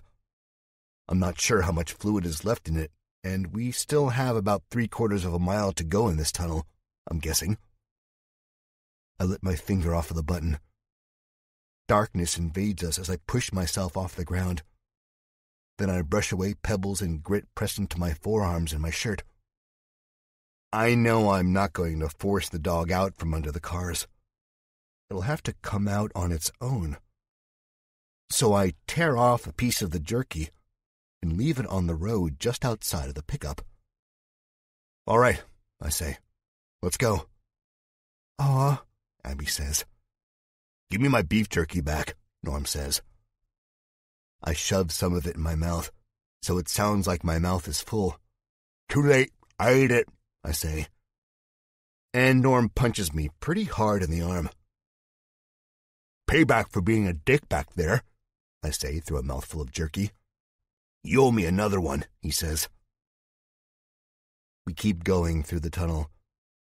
I slow down at spaces of about 20 or 30 feet and tear off another piece, leaving it on the ground like a trail of breadcrumbs in some fairy tale. 19. We come out of the other side all in one piece. All of our faces, including mine, I'm sure, look ghostly in the moonlight. Out of the tunnel, the same concrete embankments surround us. There are few cars out here. That unsettles me. I feel like there should be more than just a few.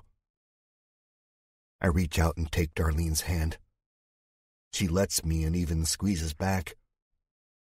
That makes me feel a little better. Norm stands in front of us, his hands on his hips, looking out on the stretch of dark road. No way we're going to make it into the city before sunup. That's got to be 10 miles. It's probably not, but we're all tired. I get it. You're right, Darlene says. This surprises me even more. Darlene agreeing with Norm is almost as unlikely as the dead rising and taking over the world. We can rest up ahead, I think. I'm tired. It'll be good to rest. I wonder what changed her mind. Was it the weight of all this? Was it what happened back in the tunnel? I don't know, but I'm glad. We need a break. Norm looks at her with narrowed eyes as if he's waiting for a catch. Darlene never gives him one. She just smiles wanly and looks back. I'm sorry, she says. She lets go of my hand and walks over to the divider in the middle of the road, leaning up against it, folding her arms and looking down at her dirty white Nikes. I'm just not in my right mind right now. You know, with my dad, and the fact that my mom and sister are probably zombies, roaming around the same city they used to walk when they were normal.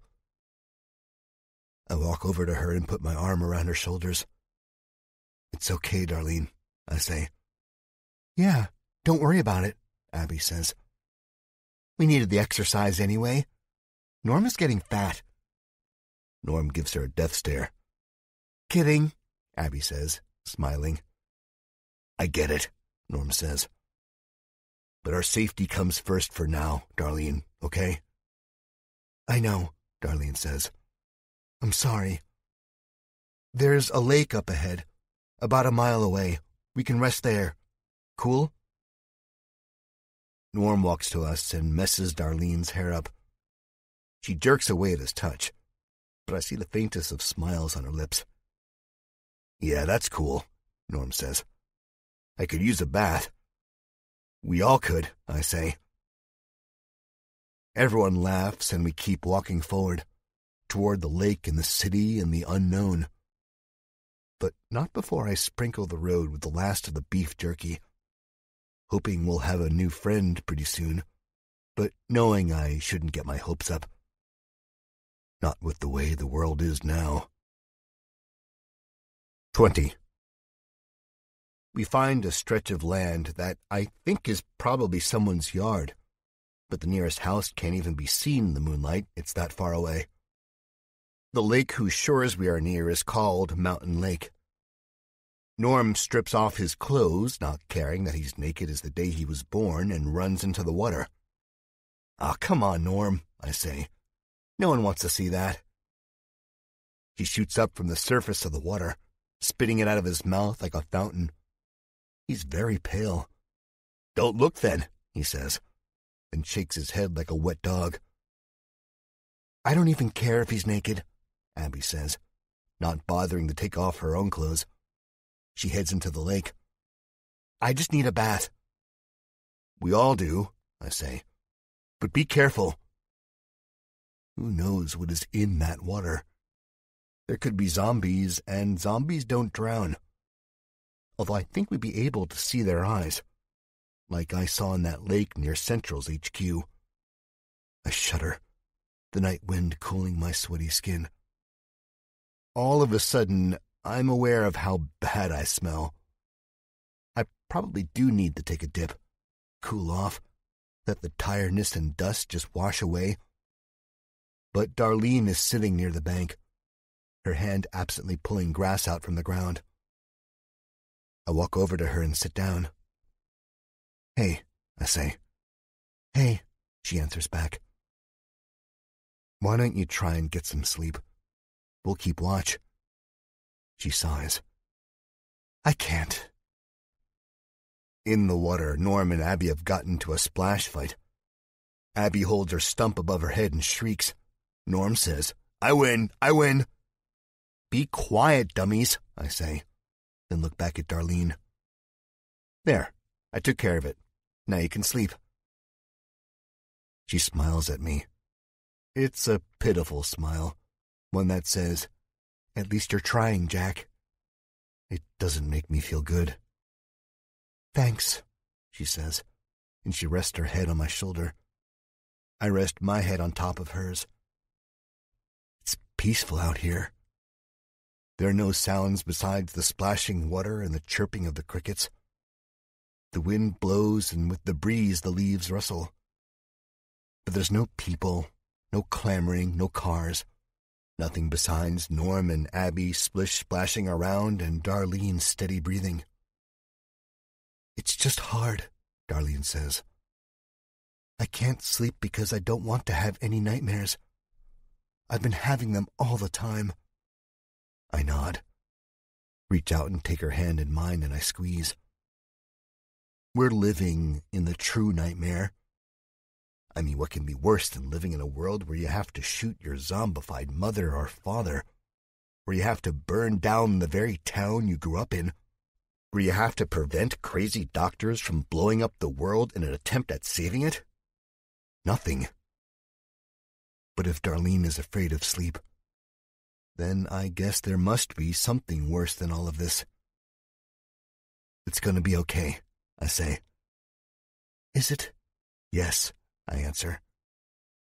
So far it's been a cakewalk since we left her house, considering the stuff we usually go through. Darlene smiles, and this time it seems genuine. I lean over and kiss her on the corner of that smile, inhaling her sweet, sweaty scent, feeling her warmth. "Thank you, Jack," she says and puts her head back on my shoulder. "We're going to find your mom and sister. I'm excited, too." "You are?" she asks. I nod and look onto the water. The clouds overhead have moved because the white moonlight glimmers off of the surface. Norm and Abby have taken their splashing fight out farther. Then I look back at Darlene. "Yeah, I am excited. Know why?" She shakes her head, but she takes my hand again like she knows I'm about to say something sweet. And she's not wrong. I totally am. "I'm excited because your mom and Carmen can come to our wedding." She's quiet after I say this. Really quiet. I don't even know if she's breathing. Then, to let me know she's all right, she blinks, and a slow tear rolls down her cheek. I smile now. This isn't a tear of sadness. This is the same tear I got when she came home from work on our 5-year anniversary and I had baked her a pizza in the shape of a heart. I'd also set up our small kitchen table in the living room while her favorite movie 16 Candles played on our television, and candlelight waved lazily all around us. It was quite romantic, if I do say so myself. She smiles, and the tear traces the curve of her lips. "You always make me feel better, Jack." She throws her arms around me and hugs me tight. Hugs me as if I've come back from the grave. In a sense, I guess I have. How many times have I beat death? A lot. Way more than I should be able to. But again, I think there's another force out there that has a hand in whether I live or die. And that force is mostly on my side. I really don't know what Darlene begins to say, but rustling from behind us cuts her off. Instantly, I'm hit with a spike of adrenaline. I'm up off of the bank, crouched with my pistol in my hand, scanning the darkness for any signs of glowing eyes. Nothing. My heart pumps. Darlene gets up too. She's not as quick, but she's much quicker than she was 6 months ago. How much quicker than she was a few weeks ago. "Jack," Norm says from the water. "Quiet," I hiss, not bothering to turn around. The cloud covers the moon again. We are almost in total blackness. I can't even see the shine on my gun. Rustling again. I stop breathing, keep scanning. Behind me, water sloshes as Norm and Abby pull themselves out of the lake. Not long after, a dripping Norm is by my side, his gun in his hand. "What is it?" Darlene asks. Her voice is barely a whisper. "I don't know," I say. "Split up," Norm says, and I'm dimly aware that he's still naked. He points left and looks at me, then points at himself and motions right. Abby comes up behind us, her hair plastered to her face. I notice she has her shirt wrapped around her arm stump, probably to keep it as dry as possible. There's no other sounds now, and I don't like this at all. The lack of noise makes me think whatever's out there is watching us, waiting for the perfect moment to strike. We are sitting ducks. This is what we get for trying to have some fun. "I'd feel better if you put your clothes back on, Norm," Abby says. He shakes his head in return as if to say we're in mortal danger here, whether he's hanging brain or not doesn't matter. But if I were Norm, I wouldn't want to die naked. I start moving left, following the direct line of where Norm's finger once was. As I'm moving, I keep one eye on Darlene. I push through the weeds, the low bushes. My shoes crunch the dead grass. I stop when I hear movement again. Norm is off to my right. Abby is near Darlene, where I started moving from. The grass is higher over here, and the grass is moving, and it's moving fast. Whatever comes for me is coming in hot. I raise my gun and think to whatever entity is watching over us. Please let me get through this. 21. What comes jumping out of the bushes makes me shudder, stumble backward and fall over, the gun spilling out from my hand and getting lost in the tall grass. But it doesn't make me shudder in fear. I'm shuddering with laughter. It's the dog. The cloud overhead moves, and the moon seems so bright, like it might as well be daytime. And again, that thought of some higher power watching over us, guiding us, and aligning the stars of my destiny comes to mind. Because the dog sitting on its haunches staring at me is more than a mere dog. And no, it's not a zombie dog either. It's Cupcake reincarnated. A junkyard black lab I used to take care of years ago. It has the same white spot on its breast, those same glittering caramel-colored eyes. The dog stares at me with a questioning look. It tilts his head as I bray out laughter. "Jack! Jack!" Darlene shouts. More rustling. Abby and Darlene find me sitting there in the weeds and bramble, a big stupid grin on my face. I'm breathless because I'm laughing so hard. For a moment, I thought I was dead. I thought some mutant zombie straight from the Dead Slayer was going to rip my throat out.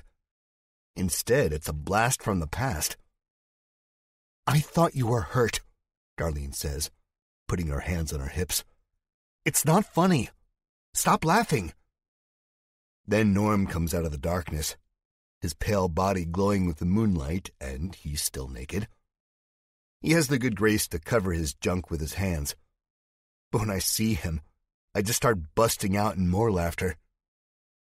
The three of them exchange a worried glance. Maybe they think I've cracked. Finally split my wig, old Jackie Jupiter. Lost it. No, I'm fine. I swear it. Once I gain control of myself, I push myself up. The dog doesn't move at all.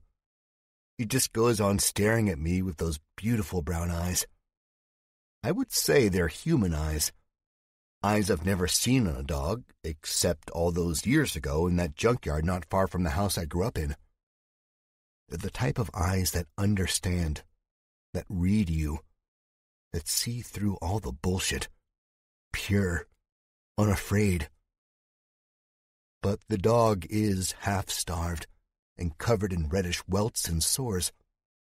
I can see its ribs poking through its skin. "Well, now that we know you haven't completely lost your mind, Jack," Norm says, "it's good to see you can still make friends." I walk over to the dog, searching my back pocket for the rest of Norm's beef jerky. There's none left. Nothing except for the wrapper. The dog hears the crinkling of the package. Its floppy ears perk up. The thick tail, the only part of the dog's body that hasn't suffered from the lesions, wags fervently, brushing the grass back and forth. "Come here," I say. The dog eyes me wearily, almost as if I'm an enemy. But the hunger and the curiosity wins out, much like a zombie in its own way, and the dog walks closer to me with its tail between its legs. I hold the jerky wrapper close to it so it knows I'm the one. I'm its friend. The dog's nose twitches. "You asshole," Norm says. "You were holding out on me." The dog looks over to Norm, fear in its eyes. Norm's voice is harsh, almost grating. "Quiet," I hiss, then hold the wrapper out farther. Sniff, sniff, sniff. "That's it," I say. The dog stops short, sits on its haunches, and then does something that almost floors me right there and then. It's nothing special, really. It's just that junkyard lab used to do the same thing when it came to treats. The dog sticks one arm up in the air and brings it down about breast level, as if it wants to shake my hand upon meeting me for the first time. "Aww," Darlene and Abby say simultaneously. I'd say aw, too, if I wasn't so focused on not scaring the dog. I take the dog's paw. It's rough and caked with mud and God knows what else. The nails are long and jagged, chipped in places, the fur matted. But as the paw fills my palm, something else happens. I hear it, but I feel it more than anything. It's a click. Two gears grinding together to keep the machine of life going. The last piece of a puzzle snapped into place. Destiny. If I was lucky enough to pick out a dog on my own when I was younger, I imagine this is the same feeling I'd get once my eyes met the dogs I was supposed to take home. It's one of those things you just know is right. Then gently, not like a starving dog at all, it takes the beef jerky wrapper out of my other hand, leaving only the faintest trace of drool on my flesh that shines in the moonlight. It licks whatever's left in the tubular packaging. Another awe from the girls. A big grin on my face. The slow but oh-so-fast beat of my heart, signifying love. The dog continues licking, sniffing. I lean forward and start scratching it behind the ear. Its tail wags. "Jesus, you really know how to pick friends," Norm says. I don't reply. I keep petting the dog with a smile on my face. Norm says, "You owe me beef jerky, Jack. I'm not going to forget either. Don't think I will." And he walks off back to where his dry clothes are on the lake's bank. The dog lays down on its side and lets me rub its belly. A quick glance shows this dog is, in fact, a male, not neutered. Darlene and Abby kneel down next to me. They scratch the dog's belly, too. "He's such a cute boy," Darlene says. "Aren't you? Aren't you?" She does it in a sickening sweet voice, but I look at her and say, "Yeah, I am." She rolls her eyes. "Could use a bath, though," Abby says. "Let's throw him in the lake." The dog tilts his head up at us. It's almost like he understood what Abby said. "She was just kidding, boy," I say. The dog lays his head back down and lets us continue scratching him. "What are you going to name him?" Darlene asks me. I look to the dog, right at his deep brown eyes. For a second, I'm transported back in time, back to that span of summer where I had a friend, a true friend. And I smile so wide, I think the corners of my mouth are going to join and the top of my head is going to fall off. "Easy," I say. The girls look at me like I'm crazy. Abby mouths, "Easy?" I chuckle. "Cupcake." The dog barks happily, starts kicking his hind leg. We must be hitting a ticklish spot. "Cupcake?" Abby says. "You see the beanbag on this pup, right, Jack? You know it's a he?" "I know," I say. "But I like that name. I've always liked that name." "Well, you found him," Darlene says, getting up. "I think you can name him whatever you want, even if it's a girly name." I look down at the dog. "You like the name, don't you, boy?" The dog barks in answer. It's a happy bark, if that makes sense. "Then Cupcake it is." He pushes himself up off the ground, tail wagging, tilts his head back at the moon and howls. But I don't think it's directed at the moon. I think it's directed at whatever's up there watching over us. 22. Turns out Cupcake wanted to jump into the lake after all. Once we were settled around the edge of the bank and Abby and Norm's hair was dry, I decided it would be the perfect time to rinse off. I mean, I did smell pretty rank. The dog came to the edge of the bank and watched. I let the cool water wash over me. It felt pretty nice, aside from the stinging I got from the wound on my thigh, which is close to healing already. I looked at the dog and said, "Come on then," not expecting him to listen. But he did. He got a running start and jumped right in, practically on top of me. Darlene broke out in laughter. It's the most I've heard her laugh since before the zombies came. I laughed too. Still am as I sit by the fire with my family. The flames burn low, giving off enough heat to warm us. I'm shirtless. The night air is cool. I used my shirt to dry Cupcake off. He looks better already. There was so much gunk caked in his eyes, I was surprised the poor dog could even open them. He rests his head on my thighs and starts wagging his tail whenever I look at him. Darlene is on my left, leaning her head on my shoulder. Norm lays on the ground with his pants rolled up in a makeshift pillow, looking at the stars. Abby is sitting across from us, her arms wrapped around her knees. "I wish I had a smoke," Norm says. "You don't smoke," I say. "I don't care," Norm says. "Then why the heck do you want a cigarette?" Abby asks. Norm doesn't turn his head toward us as he answers. I see the corners of his mouth curl up into a sly smile. "Because," he says, "this is the first perfect night we've had in a long time. And I think the only thing that can make it better is a smoke. You know, like how they do it in the movies after a nice meal or good sex," Norm says. Darlene snorts. Abby shakes her head. "What?" Norm says accusingly. He turns toward us. "Nothing," Darlene says. "No what?" Norm says. Perfect for you, she says. That's all.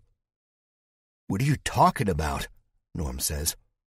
We traveled far today. Barely any zombies. No crazy bastards, no...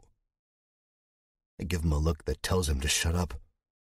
Oh, right, he says, his eyes going distant.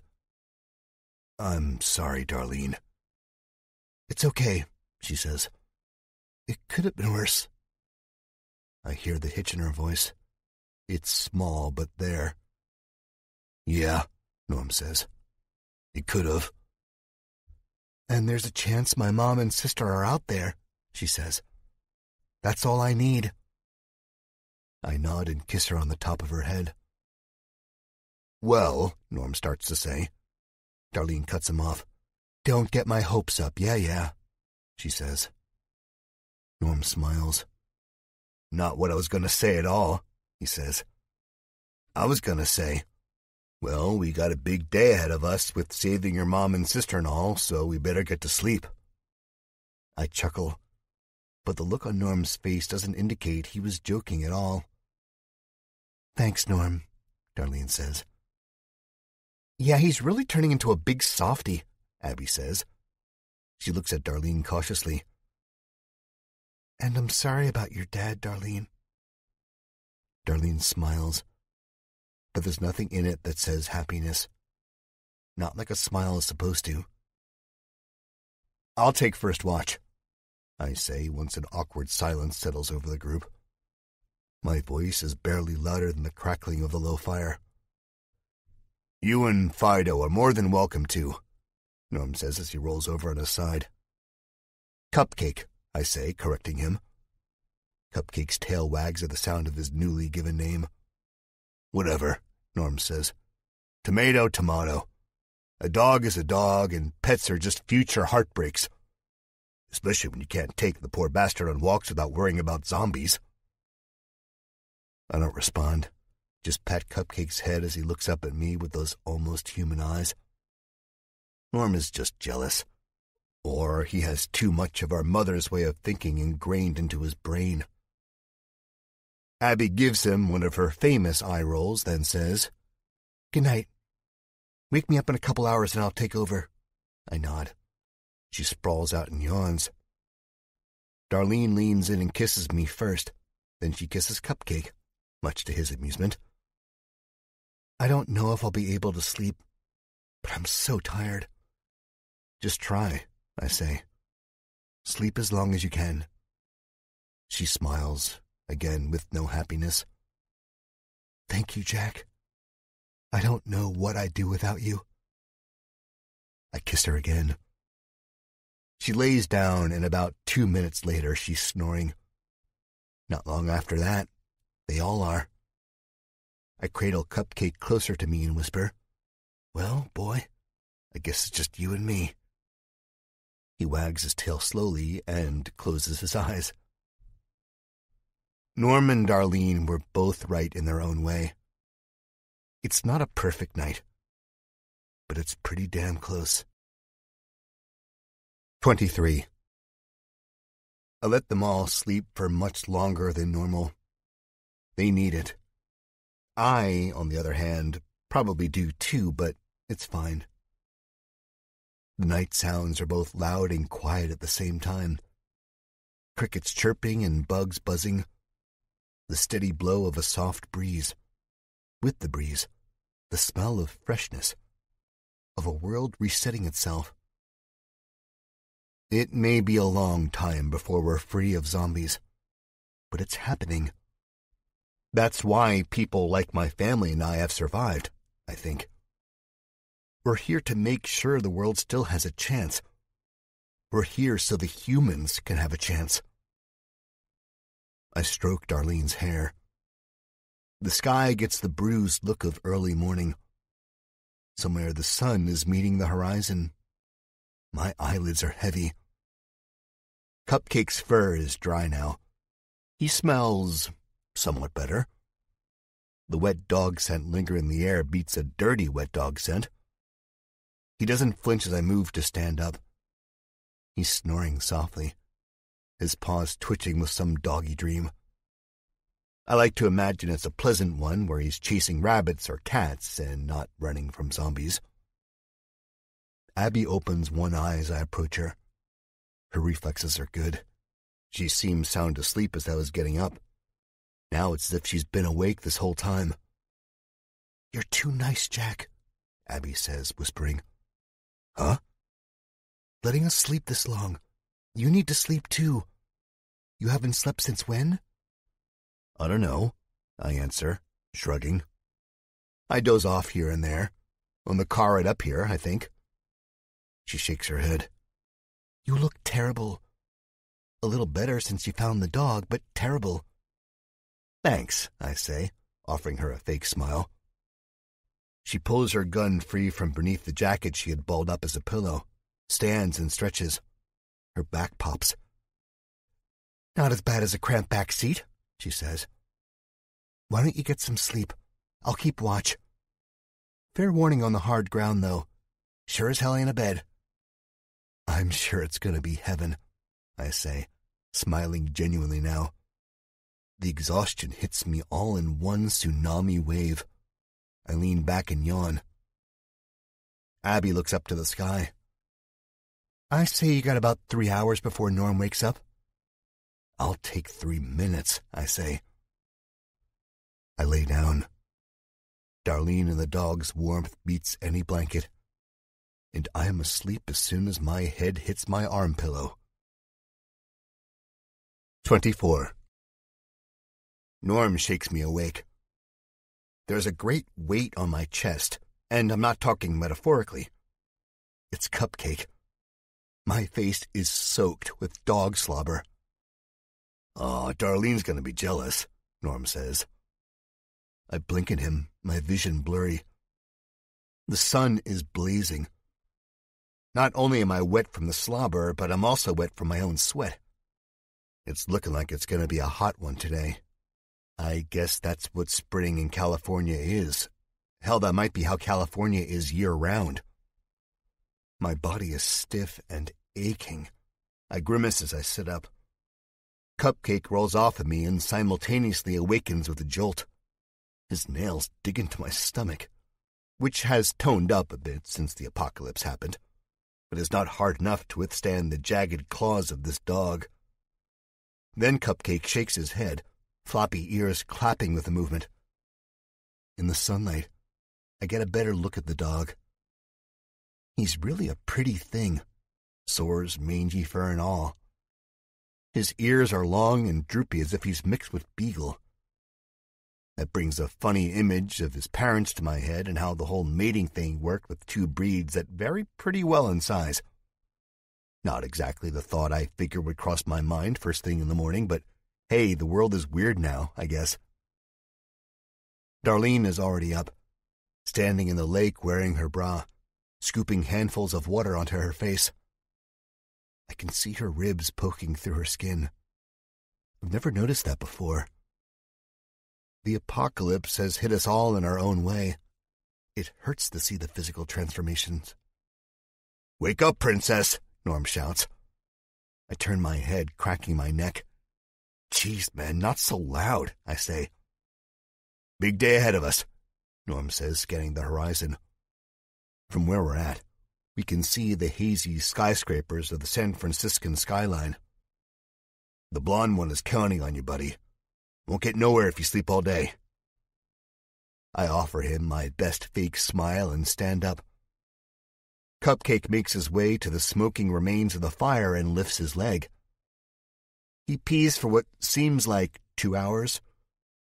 Another thing I didn't think I'd see first thing in the morning. Norm laughs. "Too bad you didn't save it for the zombies, pup." Cupcake looks at him with an ear perked up. "Yeah, that's right, Pooch, I'm talking to you. Zombies. We piss on those bastards, don't we?" Norm says. Cupcake barks approval, or at least that's what it sounds like.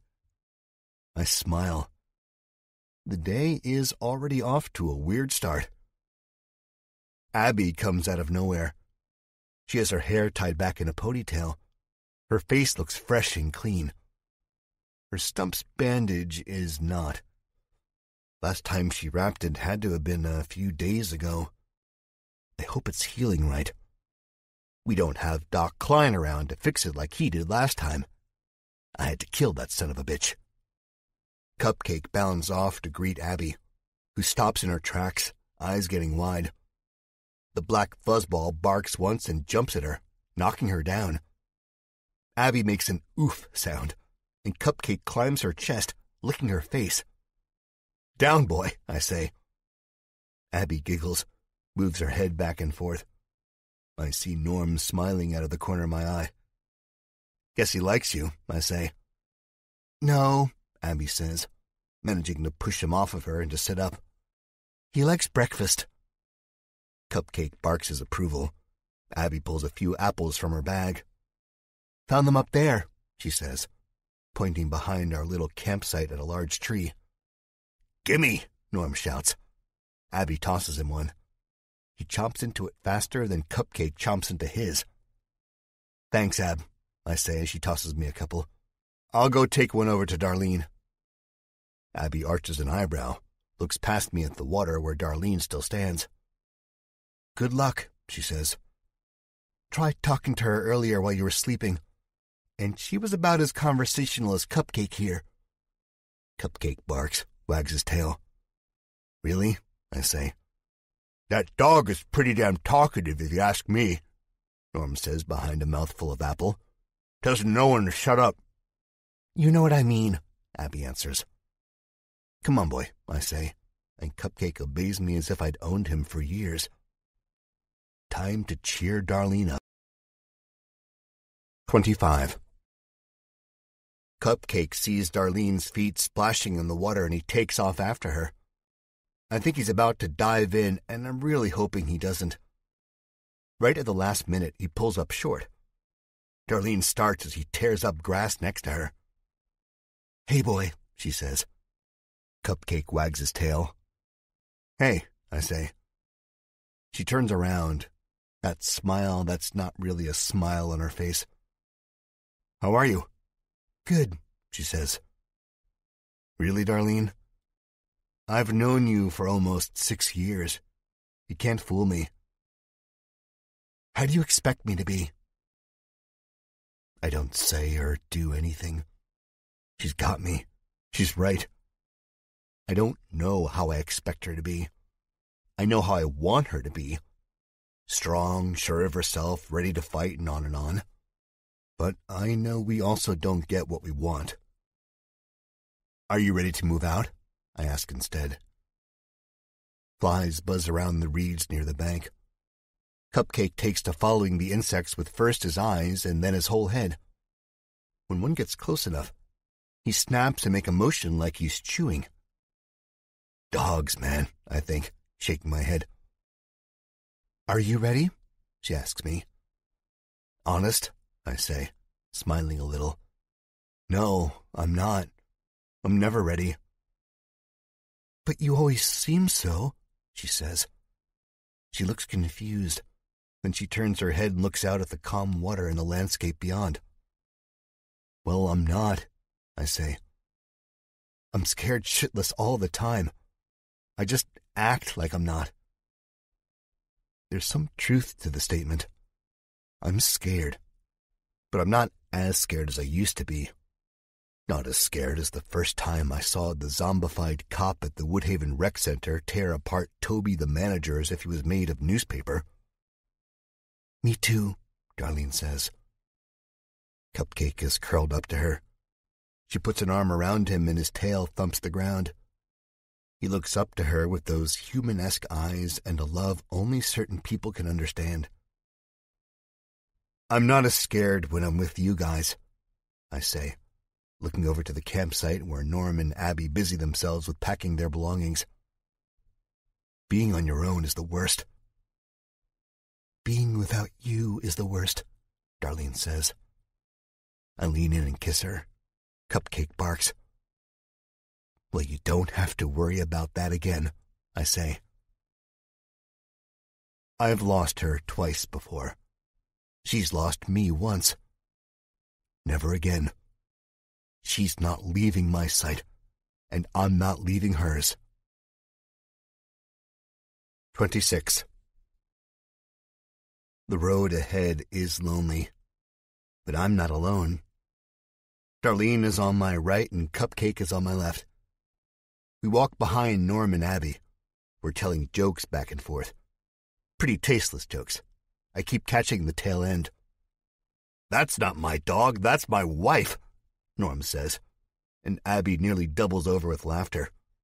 I can only shake my head. We walk for nearly an hour before we see any sign of life or death.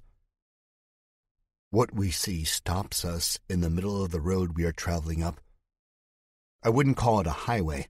It's too narrow for it to be that. But it's certainly not a residential street despite the neighborhoods and houses branching off its sides. Cupcake growls, low and throaty. It's almost vicious. The laughter coming from Abby and Norm is cut off abruptly. I feel my pulse quicken and my blood pressure spike. Darlene's hand in mine squeezes tighter. "What is it?" she asks. It's a car. A shit-brown Mercury. I can see the flakes of rust under the bottom from where I stand. The only thing different from all the other cars we've normally seen in this dead world is the fact that this car is running and it's blasting the radio. But the car isn't moving. Norm looks back at me, his hand instantly going to the holster on his hip. Mine does the same. I free my pistol, liking how the weight of the weapon feels in my hand. Abby is next, but Darlene doesn't draw hers. She's leaning forward, trying to pick up what's coming from the stereo. I can't make it out, not from here. The wind is blowing, but not in our direction. It's taking the sound elsewhere. I'll tell you, it's not music. It's talking, like a radio talk show. This is weird, too weird. I get the sudden urge to turn around and make a run for it. That whisper of doubt speaks in my head, telling me to get out before it's too late, before I lose one of them again. I drown it out. I drown it out with a different voice, one much braver and adept at handling odd occurrences in the apocalypse. "Off the road," I say. Norm jumps at the sound of my voice, but he gets the idea. I drag Darlene over to the sidewalk, where we hunker down next to a dented post office box. Cupcake follows at our heels, his eyes weary, ears perked at the Mercury. He's a smart dog.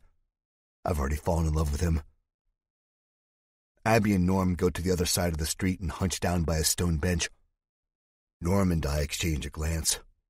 We both know what we have to do, and it's not make a run for it. It's wait, listen, watch. Someone is driving around this ghost town, but for what reason I have no idea. Do I even want to find out? 27. About 15 minutes go by before Norm starts getting antsy. It's funny, really. The dog can stay still, and a 30-something Norman Jupiter can't. He stands up, and I don't feel any fear because nothing's happened.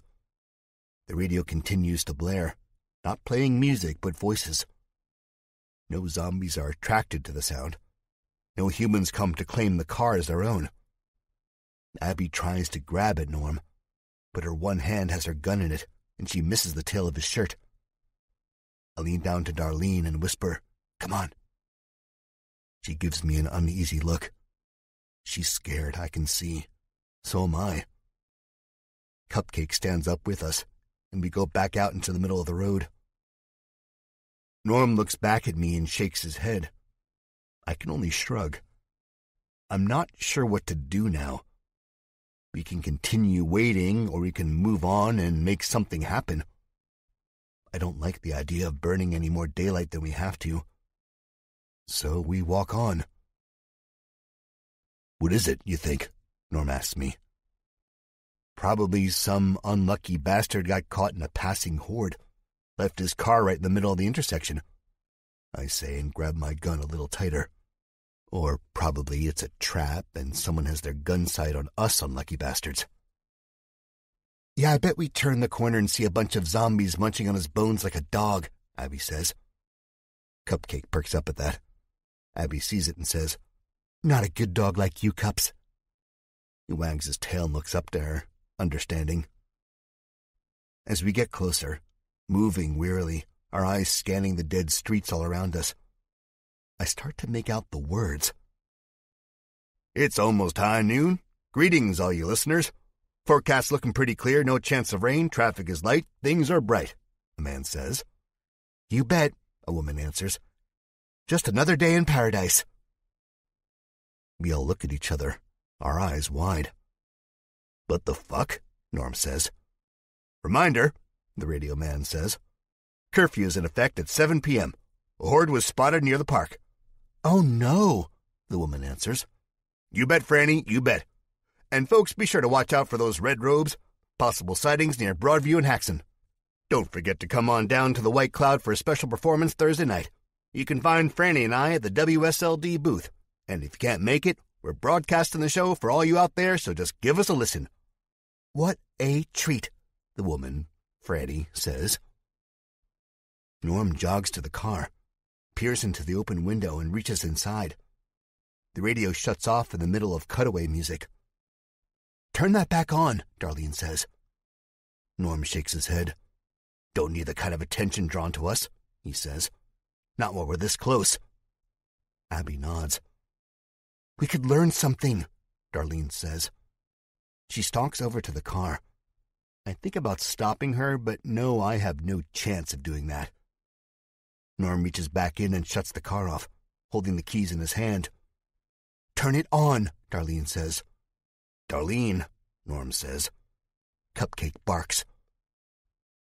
Norm looks at Darlene like a parent about to give a lecture. Of course, our mom wasn't much for lectures. She went straight for the belt or the wooden spoon. Unless one of her boyfriends was around, then she'd pass the punishment off on him. He'd usually take the responsibility gladly. Norm looks at me, expecting me to help him out. Cupcake barks again. I see him out of the corner of my eye. Darlene goes for the keys. Norm says, Hey! Abby says, Cut it out! Norm holds the keys above his head so Darlene can't reach. She's clawing at his arm. Norm, quit being a jackass, I say. Abby chuckles. Might as well tell him to quit breathing. Cupcake continues barking, and I turn to tell him to be quiet. And as I do, I see he's not barking at the kerfuffle going on between Norm and Darlene, but at the group of shambling corpses coming up a residential street to our left. They move with a slow and lazy speed that screams power. Their bloody faces shine in the sunlight. Arms dangle as if they're broken, unable to move. I'm reminded of a dead man swinging from a noose. Lifeless, terrifying. Guys, I say. Cupcake continues barking. This isn't a time to panic. I kneel down and scratch him behind the ears. It doesn't stop him. I feel his body convulse with each ear-pounding rough. They don't pay me any attention, so I move. I walk over to Norm as fast as I can without running. Not the time to panic. Not yet. I snatch the keys out of Norm's hands. Hey, he says. Get in, I say, opening the door to the shit-brown Mercury. Cupcake is the first one to listen. What? Abby says. Then sees what's coming for us. Terror doesn't show on her features. Neither does it show on Darlene or Norm's. What does show is cool, calm understanding. They know what we have to do. They know we can't fight. They know we have to run. These are the looks of a group of people who have been stuck in the war much too long. People who understand the large chasm that separates life and death. Who understand there's a space between these two states of being, but there's no in between. You're either dead or you're alive. We file into the Mercury. I stick the key into the ignition. The engine grumbles to life. It's not a nice car by any means. The inside ceiling is shredded. the material and yellowed foam hanging down in tatters as if a dog had gone ballistic one hot summer's day while trapped inside. But that's not the first thought that comes to my head, is it? No. What does is of a person buried alive, clawing at the casket while their oxygen supply slowly runs out, and with it their life. I guess it's just the way of the world nowadays. Yeah, you could say that. Then again, those dark thoughts have always been present in my head. It was why I got into this writing gig in the first place, wasn't it? Everyone in? I ask, shifting the car into gear. Cupcake barks in reply. You heard the man, Abby says. Darlene is in the passenger seat. I throw it into drive, wholly expecting the engine to cough out on me or for the bottom of the car to drop. Those zombies are close and gaining on us by the second. What chills me is that it's so sunny outside that I can't see their golden eyes. Good, I think. I'm sick of their golden eyes. I'm sick of them all. The muffler must be gone because the noise the car makes as it lurches forward is that of a 747. I mean, everyone in the whole damn world is going to hear us. Maybe we should run, Norm says. And I'm beginning to think it's not a bad idea after all. Luckily, we don't need to get across the country in this bucket of bolts. All we have to do is get away from the dead. And luckily, San Francisco is hilly because we don't need to count on this piece of crap's engine. We can just coast. I shift into neutral and turn the engine off, and the harsh churning changes into a hum. We coast down the hill, the group of zombies coming up to meet us getting smaller and smaller in the rear view. 28. Oh, but the fun is just beginning. I know this by the way Darlene shrieks. I try to cut the wheel at the last possible moment, but I'm not quick enough. The mercury smashes through a barrier of... I try to double take. Don't need to. What we hit is smeared up on the windshield. It's human torsos, bodies, blood. Skulls crack the glass. Metal whines and rumbles. The car gallops over the bodies that go beneath the tires. I slam on the brakes, feeling the slickness of skin and blood beneath the tires. Oh my God, Darlene says when the car stops. Cupcake has launched forward from the back seat. His head is between my knees. Despite all of this, his tail is wagging. I reach over to Darlene and put my hand on her thigh. She looks at me, pale. You okay? I ask. She nods. Everyone else? I ask. Cupcake barks softly. Norm and Abby mumble something akin to, yeah. Norm groans. I'm telling you, little bro, we gotta stop letting you drive. I ignore him and look out the bloody, cracked windshield. The bodies scattered on the brick road in front of us, leaking red onto the dusty pink bricks, are not zombies. All of a sudden, a cloud of horror bursts inside of my head. Did I just drive a shit-brown Mercury into a crowd of living people? Oh my God. I know I've been on the cusp of being a serial killer in light of all the recent events that have gone down since the world ended. And I know it's self-defense. But I'd never stoop this low. None of the bodies, 8, best believe I'm counting, are moving. They're sprawled out on the brick like discarded rag dolls. Arms and legs at broken, jagged angles. Blood on their faces distorting their features. I see a young kid lying next to a woman who, even in death, looks like him. His mother, I'm assuming. This horror bleeds into sadness. I feel sobs building in my chest. But I can't cry. I can't let my family see me cry. Despite all of them aside from Cupcake looking onto the horrific scene with masks of terror on their faces. Then Norm reassures me. I don't know how he knows what I'm thinking. Maybe it's the way I look. Maybe he's beaten me up so much in the past he knows exactly what my pre-sobbing face looks like. I don't know, but damn am I glad for Norm right now. Look at their heads, he says. I see him in the now askew rearview mirror. He points to the middle of his forehead, right between the eyes. I look out the side window, and I don't have to look far to see a corpse.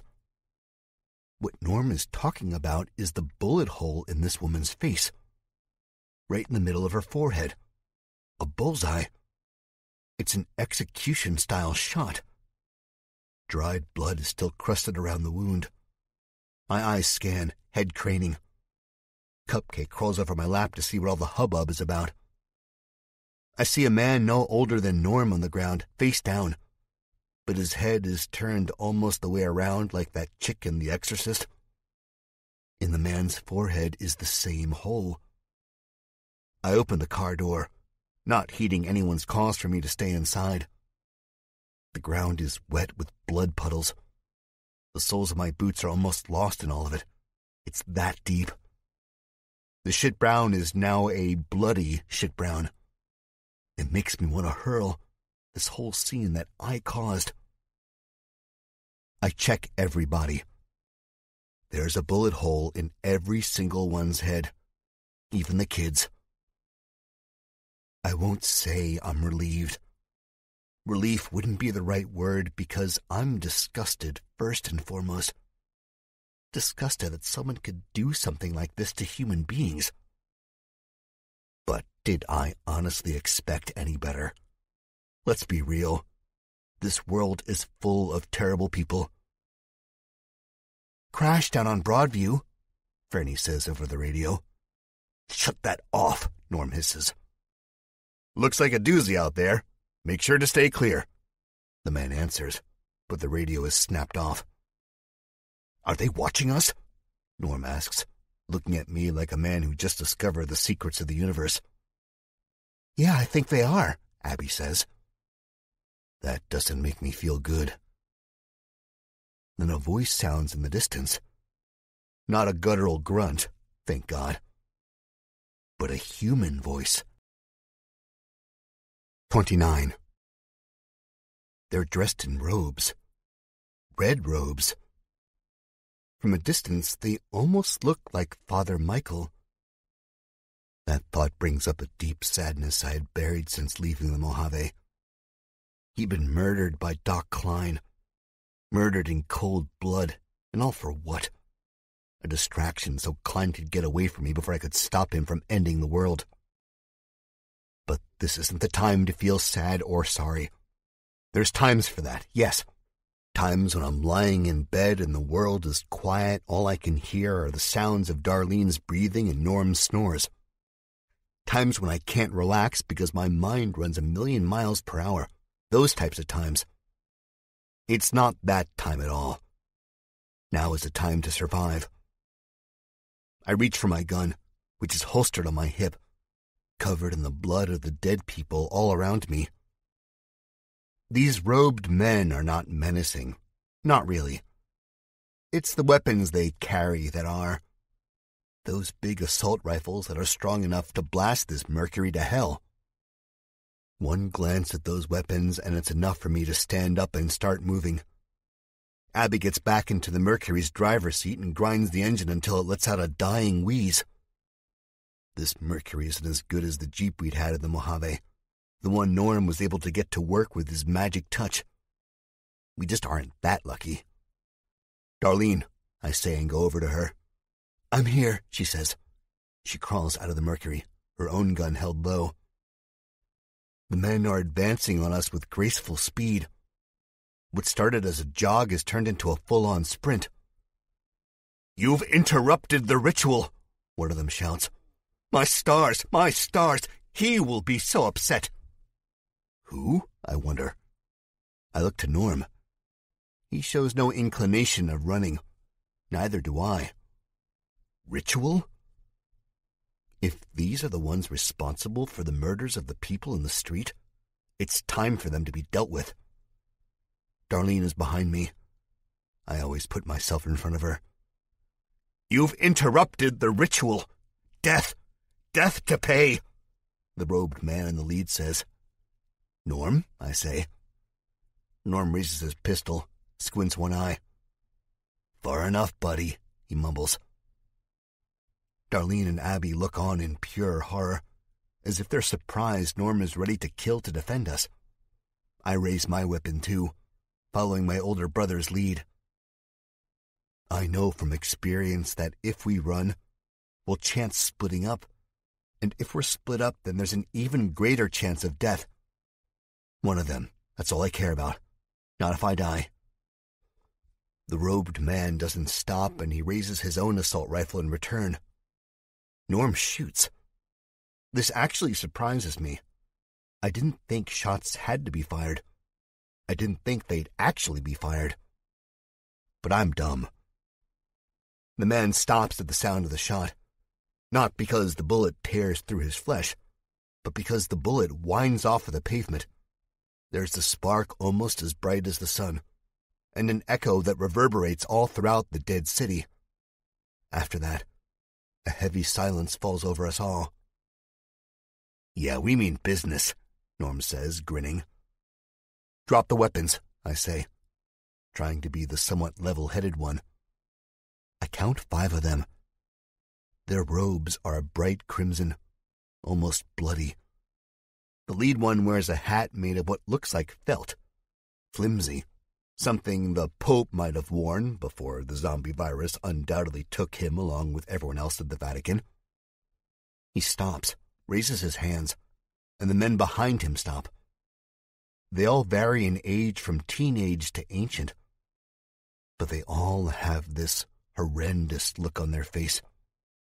A face starved. Starved of something that isn't food. Civilization, maybe. Entertainment, even. It's a sick look, and I wonder if I wear the same mask. If the world has fucked me up so bad I'm not even aware of it, truly aware. Do you understand what you have done? The man says. I don't care, I say. Terrorism!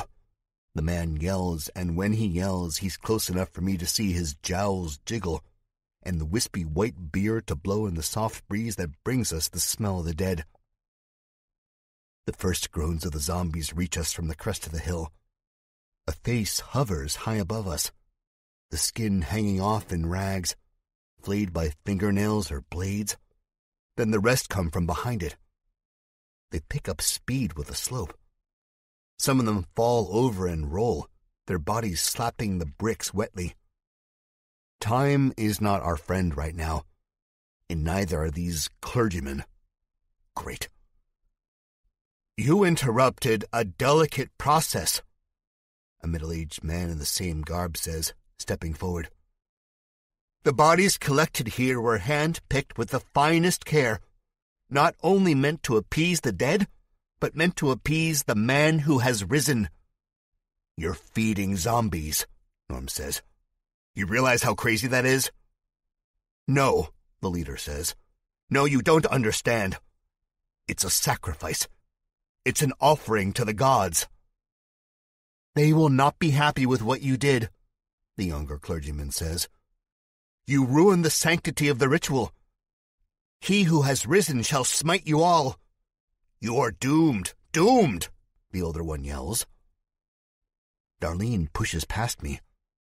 I'm instantly hit with a spike of fear.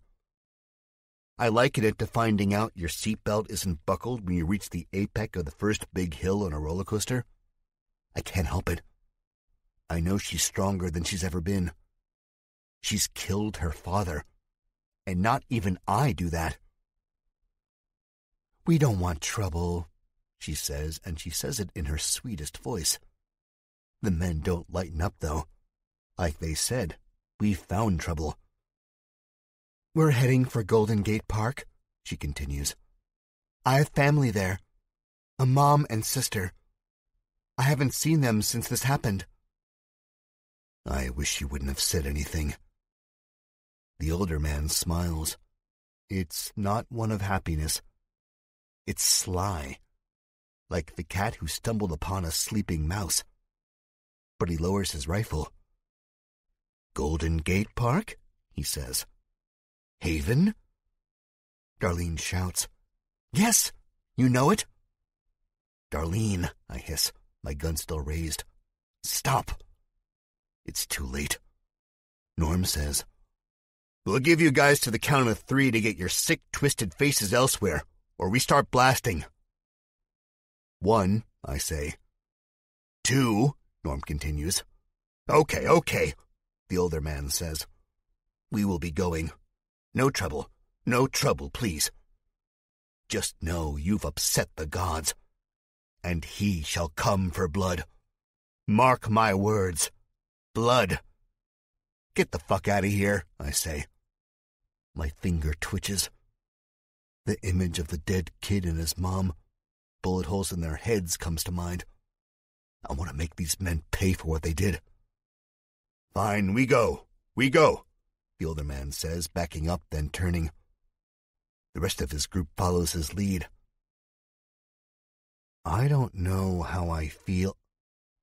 The older man turns back around like lightning, his hand disappearing into his robe. He's fast, too fast. The small pistol explodes out from the darkness.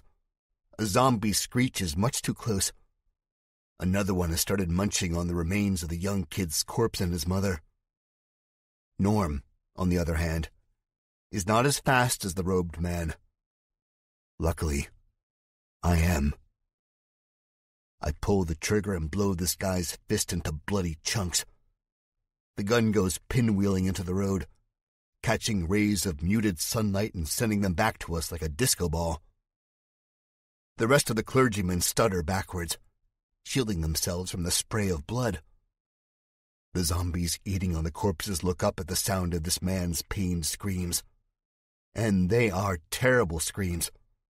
The type of screams that make me feel pity, but only for a second. They are lucky in a way.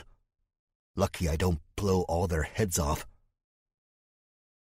Then I think of the kid again, now getting devoured by some undead nightmare. I have to do it. I have to make these men pay. I pull the trigger. The gun jams. Blood bubbles out of the slide. Shit. 30. Firefight. It's a word I know all too well. It's an act I've lived through too many times before. It never gets any easier, especially when I have my fiancée and the rest of my family to worry about. In a last-ditch attempt at saving my ass, I throw the pistol at the guy's face. It hits his head with a meaty clunk, and his pained screams increase to about 1,000 decibels. He brings his bloody, mangled hand up to his temple, and I see the white bone showing through the red, the fingers hanging crookedly like a door off its hinges. Luckily, Norm's gun doesn't jam. He pulls the trigger. A thunderclap fills my ears.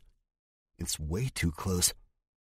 And the guy's head explodes as if it's a watermelon beneath a dropped anvil. That's all we can do before we have to flee. The other men raise their weapons. Cupcake is barking ferociously, the sound almost drowning out the gunfire. I grab Darlene around the waist, my heart beating wildly, and throw her over my shoulder. I dive behind the Mercury as the bullets explode the glass in a flurry of shards, and the metal is punctured by the slugs. It all happened so fast, but it seems so slow. I can feel my blood pumping, the coldness that invades my body. I don't see Norm. I hear him scream out. Abby dives into the back seat just as shots punch the body of the Mercury. Now the zombies are more than interested. They're coming over to us. The sights and sounds of bursting muzzles too much to withstand. Besides, I think they've picked the corpses out in the road clean already. The rest of the group has reached the intersection. Their groans are loud, amplified, louder than the gunshots ringing in my ears, louder than Cupcake's barking. Darlene does more than tremble. She shakes. I hold her close while the bullets rock the shocks of the mercury. I see a hand. I look down. The hand is followed by an arm, then Norm's head. "Shit," he says. I see a little blood sprayed across his face. The gunfire has stopped. I risk a glance over the hood and see the clergymen are posted up behind a corner of a used bookstore. "You hit?" I ask. "Nope," Norm says. "This ain't my blood." Then he grins, and there's murder in that grin. The zombies stream into the middle of the war zone. The men are reloaded and start pumping iron into the zombies. I don't see them get shot as much as I hear them get shot. The splat of brains and the thud of meat hitting the brick road. "We have to go," Norm says. He points to the alleyway. I know he hates the idea of running, but we have no other option. Ammo is sparse and the dead are coming. "No shit," Abby says from inside the car. I nod. "When the shots stop," he says. Abby opens the door of the back passenger side. A bullet rips through the cracked window and glass twinkles down, showering us. A shot smacks the brick, sending rust-colored dust into the air. Cupcake dances backward and yelps, then takes off running. It's the last shot as the quiet weighs down on me. "Go, go," Norm says. I grab Darlene's hand and have to loop my arm around Abby's waist to get her up. We run down the road, parallel with where we are supposed to be going. Then the gunshots start up again. They grow more and more distant as we get farther away. Cupcake is a black speck on the horizon, and he's running fast. Norm is behind him, the rest of us behind Norm. And Cupcake may be a dog, but he's our leader right now. 31. We stop in front of a record store whose plate glass show window was like the jagged maw of some great beast. The shelves are turned over. Bins of vinyl are overturned. Posters on the walls of Bob Dylan, Led Zeppelin, and Jimi Hendrix hang crookedly. Takes me back to a simpler time when the rock and roll was in the air and you didn't have to worry about clergymen with assault rifles or zombies come to get their scheduled dinner. Cupcake stops in the middle of the sidewalk. Flyers, old and weathered looking, that say, "Big Jazz Fest, August 2016, don't miss it," are beneath his paws. He wags his tail. Despite all this, despite being shot at and almost dying, the damn dog wags his tail. We could learn a thing or two from him.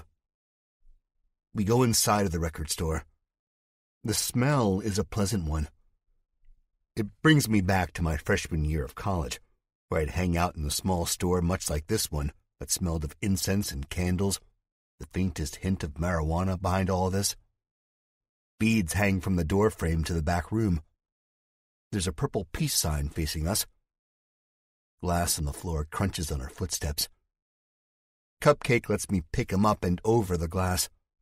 I set him down near the checkout stand, which is riddled with peace pipes and little pot leaf-designed trinkets. Ah, California. "Wait for them to pass," I say. "Who?" Norm asks. "The zombies or the crazy popes?" "Both," I say. "Or we could fight them," Darlene says. She sounds complacent, almost dreamy. I look at her, we all do, with our heads tilted. "Well, we can't just sit here all night," Darlene says. "My mom is out there. You heard the guy. Haven is a real thing." "Maybe," Norm says under his breath. I reach out and punch him on the arm. He sucks in breath through his teeth, the chip one sounding like a whistle. "Wouldn't take what they said at face value." "It is," Darlene says. "I can feel it." "Feel it?" Abby asks, her eyebrow raised. Cupcake breaks away from us and starts sniffing around the various flip CD racks, scattered band T-shirts, and weird, but awesome, sculptures of dragons. "Yeah, feel it," Darlene says. She crosses her arms and leans back on the wall, which isn't wallpapered or painted, but carpeted instead. I don't know how to explain it. I reach out and grip her hand. I know. And I know because I feel it too. That overarching entity that is spurring us forward, guiding us. I know Darlene's mom is alive. I just do. But I don't want to get my hopes up like I got my hopes up about Klein. Getting your hopes up makes losing so much worse. Norm and Abby are looking at her like she's crazy. I'm not. Maybe we are crazy. Maybe it's a soulmate thing. I don't know. She squeezes my hand back and looks at me with a smile. The first groans from the surviving zombies come in through the open window like a hurricane gust of wind. When we hear it, we all freeze up, but only for a split second. This, of course, isn't our first rodeo. We're experienced. And though the zombies can be scary, they're not as bad when we are together. 32. We wait for them to go past. I creep up to the window, much to Cupcake's displeasure. He's growling at me softly, and peek around the corner. Tattered corpses walk like drunks, swaying from side to side. Gunky black blood dribbles in their wake, leaving a Hansel and Gretel bread trail behind. Think it's clear, I whisper, looking to the other side of the street. It's empty save for the downed corpses and crookedly parked cars. Where are the popes? Norm asks. Don't see them, I say. Let's go, Darlene says. I hold my hand up as if to say, chill. Her face is flustered, and there's something in her eyes. I'm not sure what. It's either fear or murder. Bloodlust. She's too cute for this. We'll go in a few more minutes, I say. What if something else happens in those next few minutes? Darlene asks. Like, what if those men come back with more men and guns? Then we kill them, I say. Abby nods. I just want to save my mom, Darlene says. I just want to see Carmen again. I want to hug them. We will, I say. I promise. Time passes as it always does. It's very quiet outside. There's no radio broadcasts, no zombies, and no popes. I don't like it. 33. We leave the record store and take to the street again. The quiet presses down on us like storm clouds above, ready to explode. I feel an electric buzz in the air. I taste the sour tang of blood and death. I'm in the lead. Darlene is behind me. The sun already seems to be going down despite it being the middle of the day. Norm, Abby, and I all have our guns drawn. Cupcake bounds up next to me, ears flapping, tail wagging. We don't talk. No need to risk anyone hearing us. And our footsteps are as quiet as they can be. We lift them off of the road completely, so as not to scrape the concrete with our soles. I see no signs of zombies. No signs of humans either. The city is a big place, and we're just on the outskirts now. I can't imagine the mayhem closer to downtown. Darlene holds my hand while we walk. I don't tell her I love her or anything like that. I don't have to. Cupcake is next to us. See it?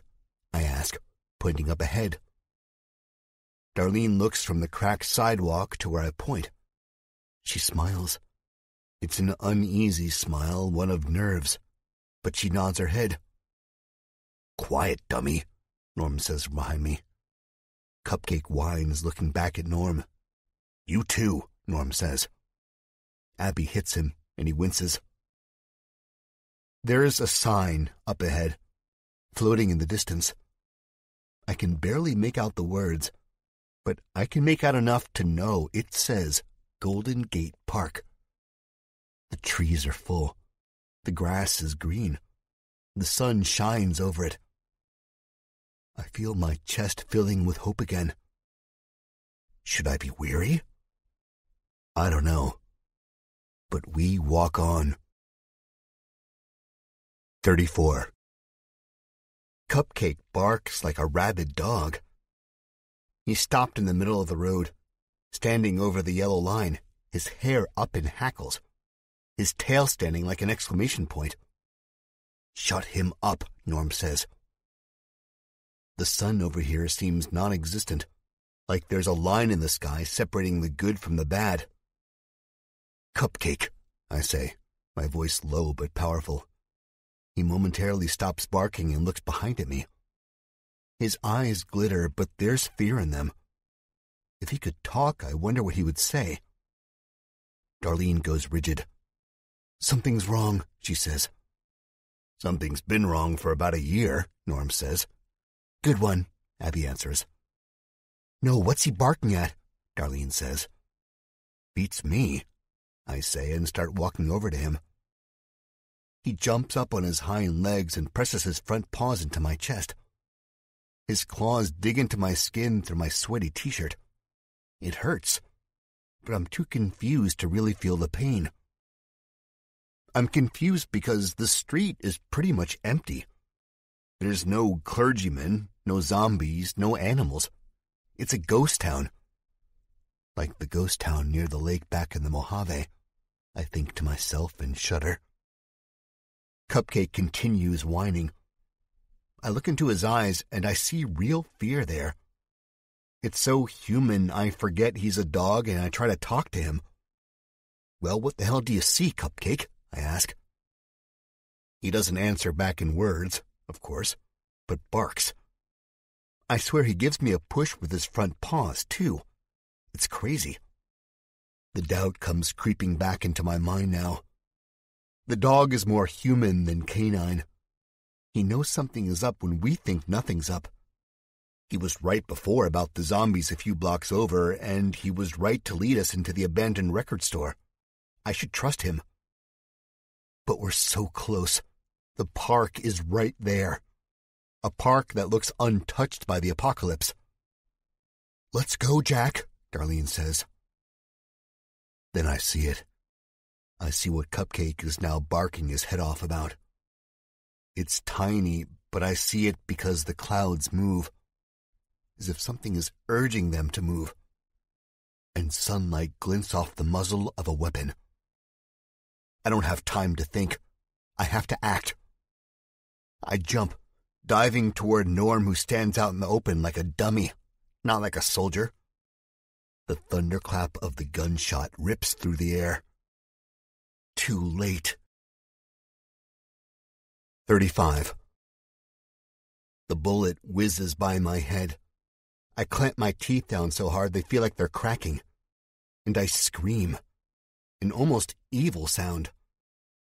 Norm lets out an oof as I barrel into him. We hit the road hard. Norm's head bouncing off of the concrete. And my whole body flaring up in pain because Norm's knee has hit me in the weakest spot of the male anatomy. All breath is driven out of my lungs. A quick glance shows Darlene being held back by Abby in an alley off of the road. Thank God they're smarter than me. Through all of this pain, I reach up and pat Norm's chest. He's dry. No flow of blood. He talks, too. He says, "What the fuck?" Cupcake barks madly again as another gunshot goes off. We're sitting ducks. This is it. But the shot clobbers the concrete, exploding bits of road in every direction. Then another one, and another one. "Drop your weapons," a voice says. It's garbled by the megaphone it speaks from. I'm reminded of Butch Hazard, and for a split second I think he's back from the dead, come to exact revenge on us for killing him and taking Eden down. Norm's face is pale. I see this as I scrabble up and try to grab him. A quick glance behind me shows Cupcake herding Darlene and Abby into the safety of the shadowy alleyway between a nail salon in an Asian diner. "That voice," Norm says, barely a whisper, barely audible. "Come on, Norm," I shout. My hand grabs his shirt and pulls. He shakes me off of him. "That voice," he says again. His eyes are distant, entranced. "Turn back, or we have no choice but to shoot you," the megaphone says again. I get a good listen this time, and I'm 100% sure that it's not Butch Hazard come back from the dead. That'd be silly, right? In a world where the dead walk around and eat the living, that'd be the silliest thing ever. But I have to say, the voice does sound vaguely familiar. It's a male's voice, so it can't be Darlene's mom or her sister. It's a voice I've heard before. That is definitely true. "Jack," Darlene says from the alleyway's mouth. She's shrouded in shadow. I can barely see her expression, but I know there's fear written on her face. Norm sits up. "We will begin the countdown at 15. 14, 13, the voice says. It seems to come from everywhere and nowhere at the same time. "Norm, let's go!" I yell, and I do so at the top of my lungs. We're about to be shot. We're about to die. I'm not even sure where my gun has gone. It vanished from my hand when I tackled my brother. "Tim," Norm says quietly. He looks down at his hands. A flush creeps up his neck, turning his deep tan a blood red. That sounds like Tim. The knock on Norm's head must have also knocked a few screws loose. He's babbling like an idiot. Tim? Tim who? I reach down to grab at him before both of our brains are splattered against the glass window of the shoe store behind us. But he slaps my hand away with enough force to make me wince. It feels like a bee sting. A flare of anger invades me, mainly because Norm is acting so stupid. What can I do, though? Can I just kick him up the road like an empty bottle? No. Norm would beat my ass before he let me do that to him. I consider just running for myself before the countdown, 9, 8, 7, ends. But that is only a passing thought. Nothing serious. I'd die before I left my older brother behind. Before I left any of my family members behind, including Cupcake. "I haven't heard that voice in years," Norm says. "Tim." "What, Norm? Come on, dude," I say. "Jack," Darlene again, waving to me, waving us to the safety behind the Asian food joint in the nail salon, where the ancient garbage of mummified egg rolls and nail polish remover mixes horrendously and wafts toward us like a noxious gas. 3, 2, 1, Norm! 0, the megaphone answers. All I can do is close my eyes and hope they miss. 36. "Tim!" Norm shouts. He springs up so fast you would never think the poor bastard rocked his head against the pavement. "Tim Lancaster!" I feel my knees go weak and watery. It hits me like a semi-truck. Tim Lancaster? Holy shit. I knew I recognized that voice, but it's one I haven't heard for many years. It's not even a name I thought about until Norm told me the terrible tale of how he and our mother had a falling out all those years ago, and he up and left us behind. The tale that revealed to me so much about my brother. How he was in love with this man, who wound up leaving Woodhaven himself to go to art school somewhere in New York, who chose to embrace his sexuality instead of covering it up in the military, where being gay is virtually the 8th deadliest sin. Norm runs up the street, waving his arms. I see his gun drop from his hand and clatter off the concrete. I'm standing behind my older brother as he gets smaller and smaller, disappearing down the slightly hilly landscape. I look to the sign, gleaming in the sun over there, and see no one. Then I look to the alleyway where Darlene, Cupcake, and Abby stand in the darkness, with their eyes wet and fearful, their mouths open. Yes, even the dogs. I shrug at them. I don't know if they see it. They look at me, but they don't seem like they see much of anything. Their eyes are distant, focusing on the sounds more than the sights. Norm's boots stomping the pavement, the crackle of a megaphone but no words, the soft whimpering coming from Cupcake, my own heartbeat pounding in my ears, the electric crackle of certain death in the air. There's no way Tim Lancaster is going to remember Norm after all these years. The gun is going to go off because Norm is just another crazy man running for their safe haven. Sorry, all the spots are full. No more room, amigo. Norm is just another body. He's not a person. But it turns out I'm all wrong. The megaphone crackles to life, and with it comes words.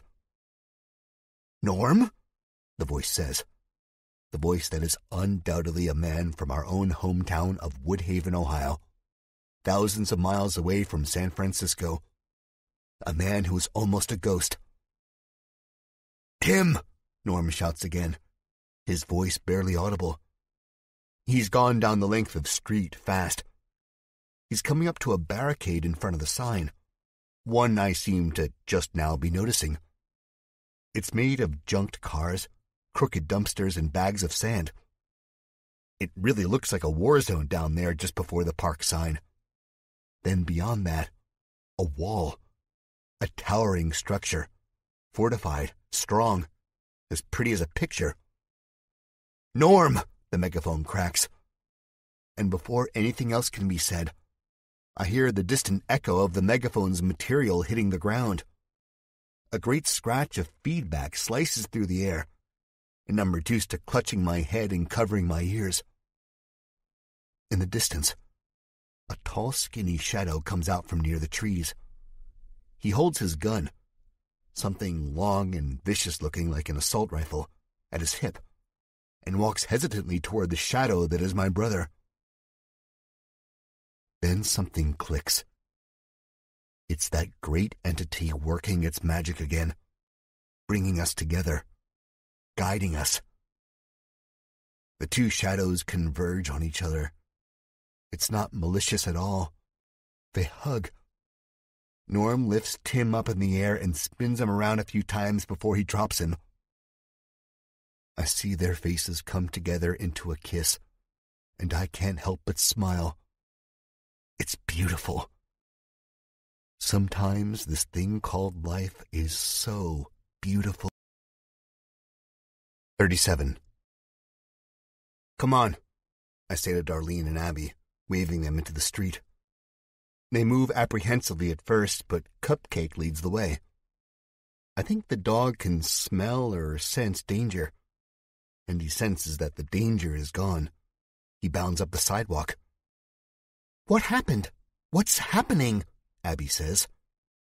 She sounds like she can't believe what she's seeing.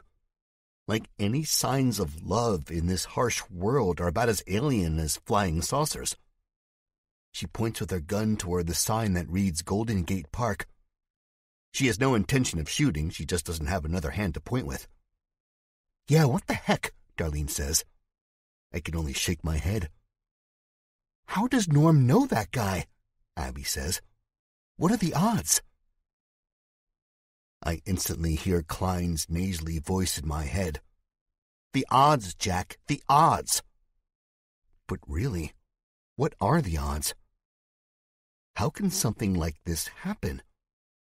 How can the group and I catch a break when we never do? When we have to create our own breaks, usually through gunfire and mayhem?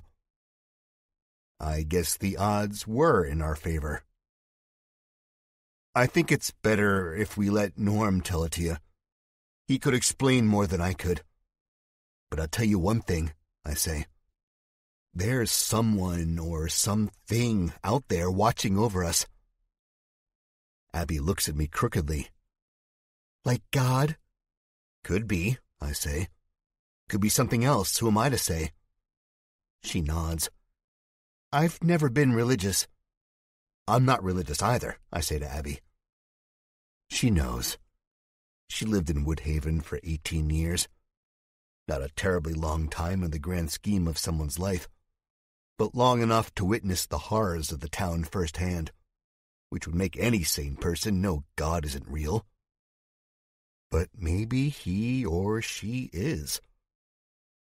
I think it is God, Darlene says. Norm shouts, Jack, Abby, Darlene, come on! His shadow waves us forward. We move down the slight hill. I see Darlene shaking. She dreads what she will find out inside. I think we all do. 38. It's all so surreal. We walk up to the barricade. The junk cars are riddled with bullet holes and smeared with blackish blood. Spikes jut from the cars and hunks of metal. Norm waves us over. He had bolted the barricade with no problem. It's the zombies who are not meant to get over. But after seeing the dreaded meat mountain on more than one occasion, I don't think height is a zombie's weakness. What are, besides a bullet or a stab to the brain? Water? Yeah, maybe, but throw enough zombies into the water and eventually they'll stack up until they're spilling out onto the shore. Maybe if you're in the middle of the ocean, away from all the old traces of civilization, then you might be okay. I go over the barricade first, sticking my foot on a crumpled car door and pulling myself over, grabbing a wooden spike, careful not to get splinters. Then I reach out to help Darlene. Then she's over the barrier, standing on a stretch of blacktop that leads to the large looming fence, which is cracked open and showing green grass and trees. On the gate's entrance, written in jagged white letters, is Haven. The fence is made of twisted steel, the type of wrought iron thing you'd see at old haunted graveyards.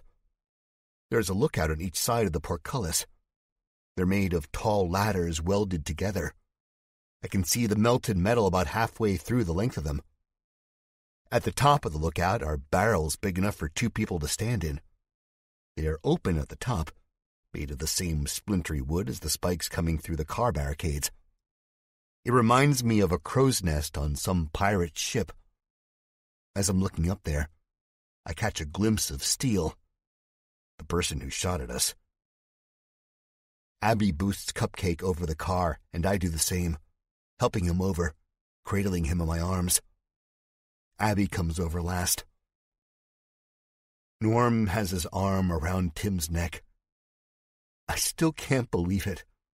Seeing him is like walking into a time machine. Norm and Tim were inseparable. I remember him at our house all of the time. Him sitting with us on the occasional dinner, him playing kickball in the backyard, shooting hoops at the park down the street. Hi, Tim, I say. He grins at me. He's always had this smile. That's one thing I really remember. For a while, even Tim could charm my mother, and she basically hated everyone. But the unspeakable act of homosexuality shared between Norm and Tim had ruined that, and not even Tim's $1 million smile could save him from my mother's wrath then. None of that matters. Jack, he says. Well, I don't even know what to say. Tim has aged well. His face is somewhat young-looking.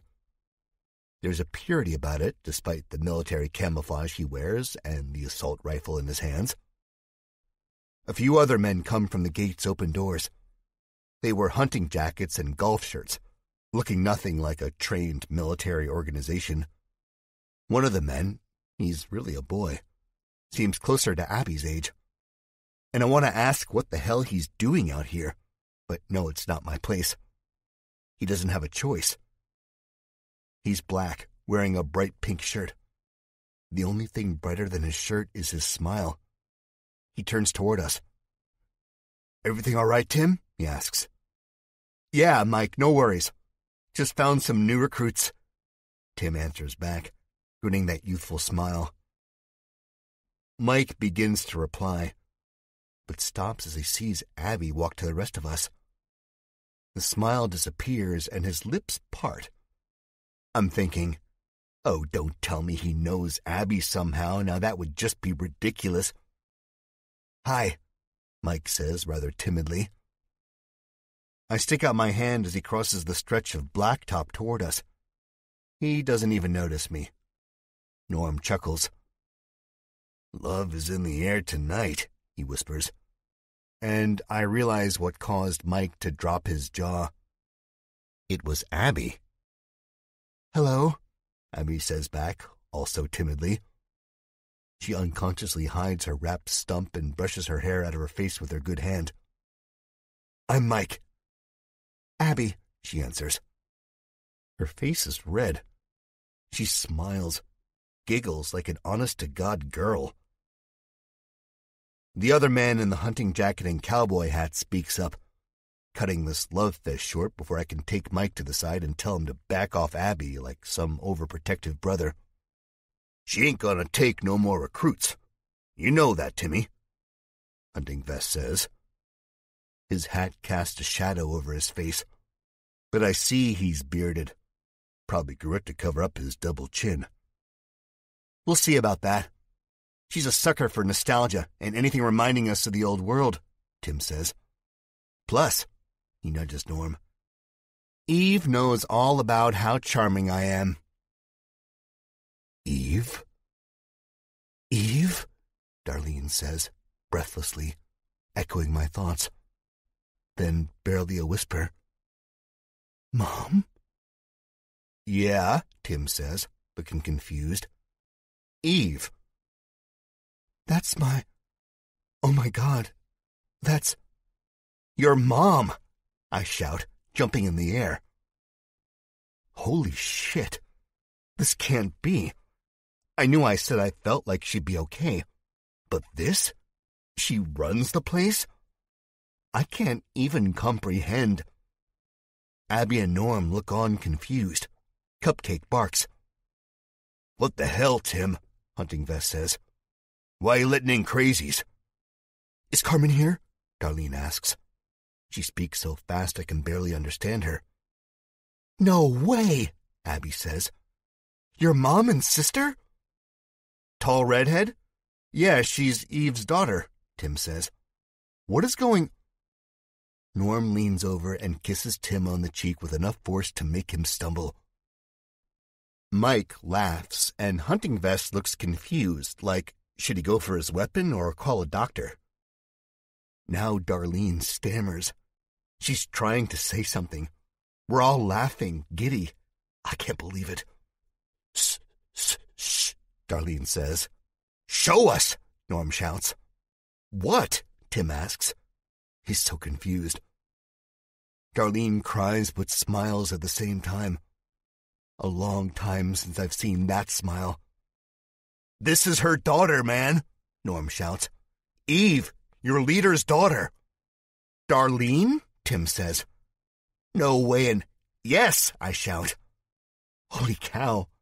I've not been this happy in God knows how long. I picture that entity smiling down on us today like a ray of godly sunshine. Norm smiles so wide I think his face is about to break. I've never seen my older brother this happy either. Not even when I saved his ass in Eden. That makes me feel good. Well, holy shit, Tim says. Welcome to the Haven, Tim says as he waves to the sign. Let's go have us a family fucking reunion. We rush past the gate and into the trees of the park. We cross a road that is long and open for as far as the eye can see. I think it travels west until it hits the beach and water further out. I don't know. I don't try to get a good look around. All I'm focusing on is Darlene, making sure she doesn't pass out from the news of her mother. God, this is good. So good. 39. As we travel through this place, I can't help but notice all of it. It's a wonder, a sight for sore eyes. What we see is not a park, but a decent-sized metropolis. Part of me wonders why they didn't move into the deserted places in the city. I can only come up with a few answers. The bones of the shelter were here from the beginning. The people who live here are too frightened to go out. I don't blame them. And living in the abandoned city would only be a reminder of what we lost. Seeing that every day could get to a person, I think. No time for depressing thoughts. Darlene's mom and sister are alive.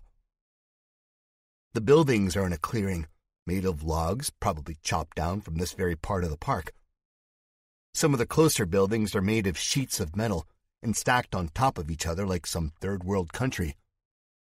People are milling about, their arms full of wood, food, or laundry. Some are carrying crates of chickens like weary travelers carrying their suitcases through the airport. The sounds of a downtown area assault our ears. People clamoring, children screaming and laughing, animals, cows, pigs, goats, chickens, making high-pitched alarm noises.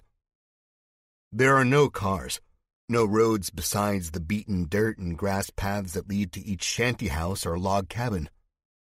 People are out in the middle of the street peddling fruits and vegetables. Others are peddling expired candy bars and clothes that are much cleaner than the ones on our backs. Holy cow is right, Norm says, but he's smiling. I look to Darlene. Our pace quickens.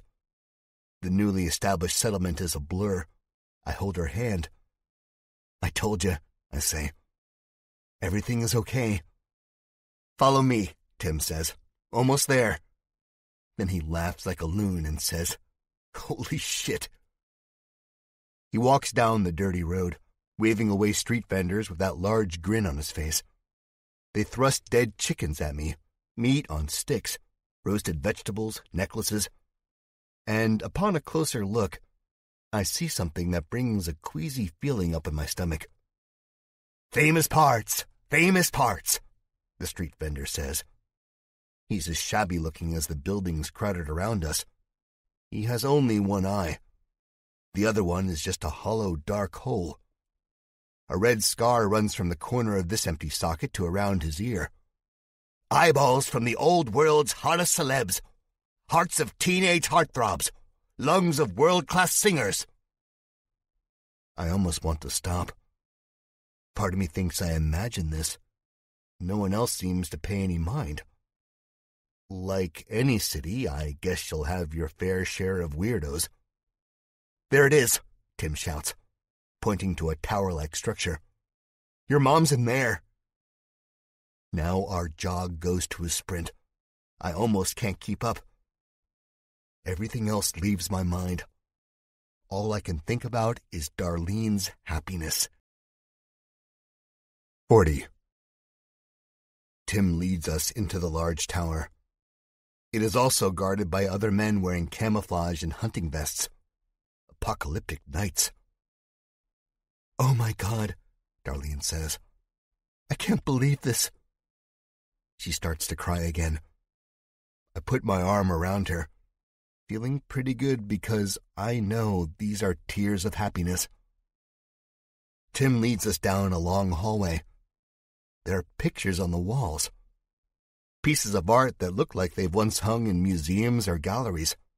The floor beneath the runner is marble and the air is cool as if there's a running central air unit. But inside is quiet as a mausoleum. There are no torches on the walls like Father Michael's church. There are lights. Honest-to-God lights. Mike and Abby walk in front of Darlene and I, talking in low conversation. If I wasn't so ecstatic right now, I'd tell Mike to back off. I'll go get her, Tim says. She's gonna make me a king for finding her lost daughter, he says while he walks off. Norm turns toward Darlene and I. He smiles. He doesn't say anything, but comes over and hugs us in much the same way Herb would have with his infamous group hugs. Abby, quit flirting and get over here, Norm says. She giggles, face red, but she does. We hug in the hallway of this tower-like stronghold as a family unit, looking to add more. Hunting Vest says, You outsiders are weird. Mike says, "Shut up, Chet." Maybe I'll give the kid a chance. 41. Footsteps coming down the stairs. Darlene's grip on my hand is ironclad. My knuckles crack and grind. My heart beats frantically, waiting for the reveal. A shadow stretches on the walls. We're all turned toward the heels clicking the floor. It's Tim, but he's smiling. "I've heard so many stories about you. This is crazy," he says. He looks up to the ceiling and mouths words.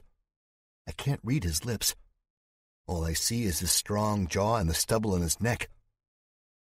I'm too surprised to really say or do anything, and my hold on Darlene disappears as she breaks off and says, "Where's my mom?"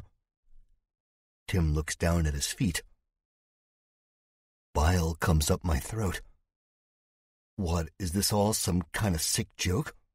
Where's Eve? Where's Carmen? I clench my hands into fists. I don't care if Tim and I go way back. I'll punch his... More footsteps coming from behind Tim. Hope inflates. Heartbeat speeds up. Darlene edges closer. Tim's smile gets wider. "Darlene?" a voice calls. Holy shit.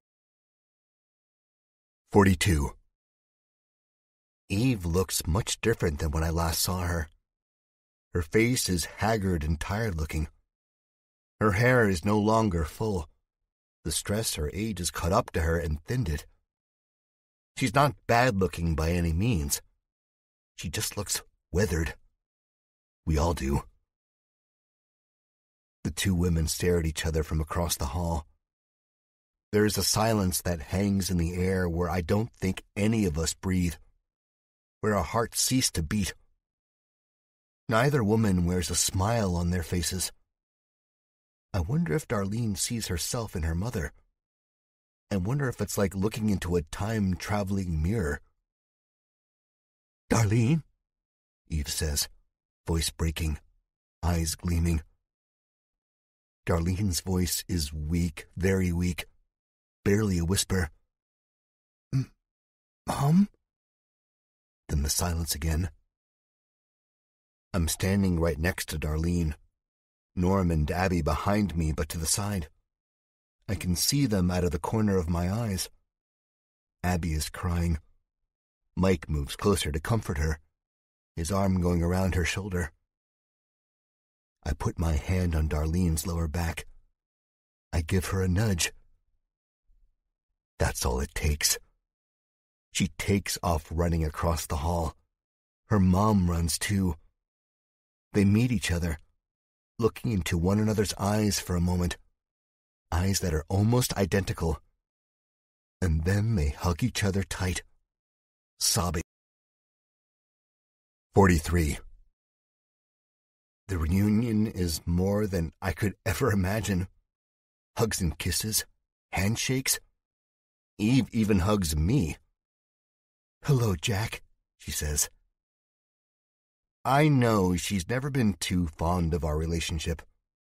She would never admit to Darlene, but dating a writer who barely makes enough to pay rent and his student loans isn't good enough for her little princess.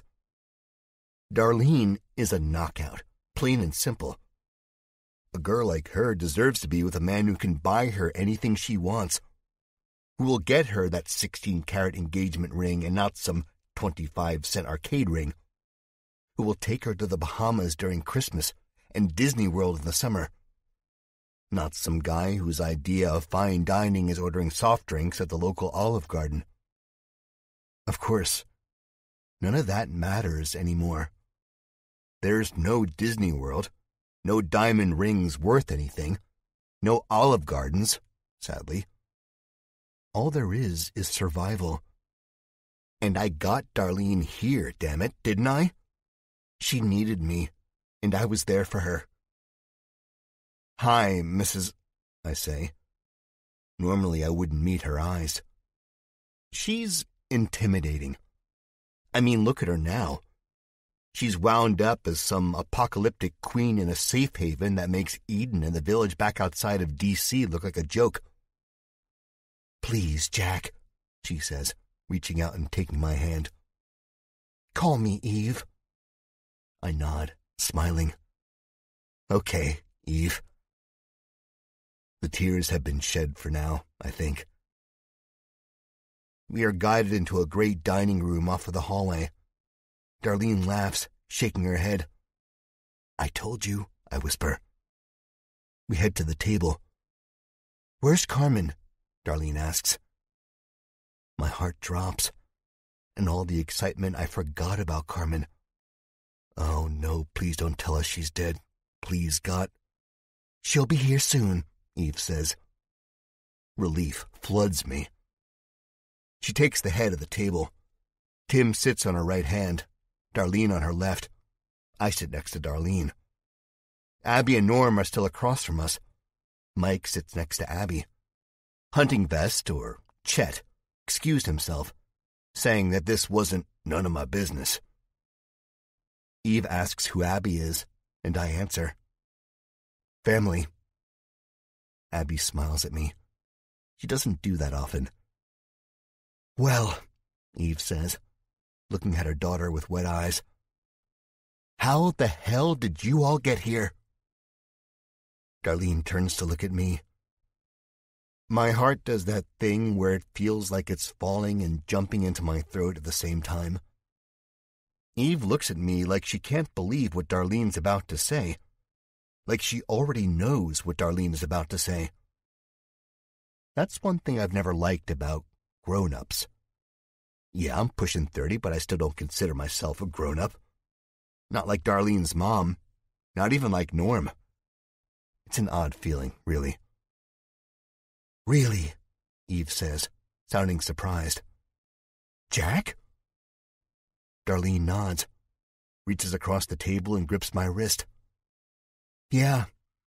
Norm says, "Yeah, sure as shit." Abby chuckles and nods. Cupcake barks. Silence now. Eve's wrinkled mouth is set firm onto her harsh face.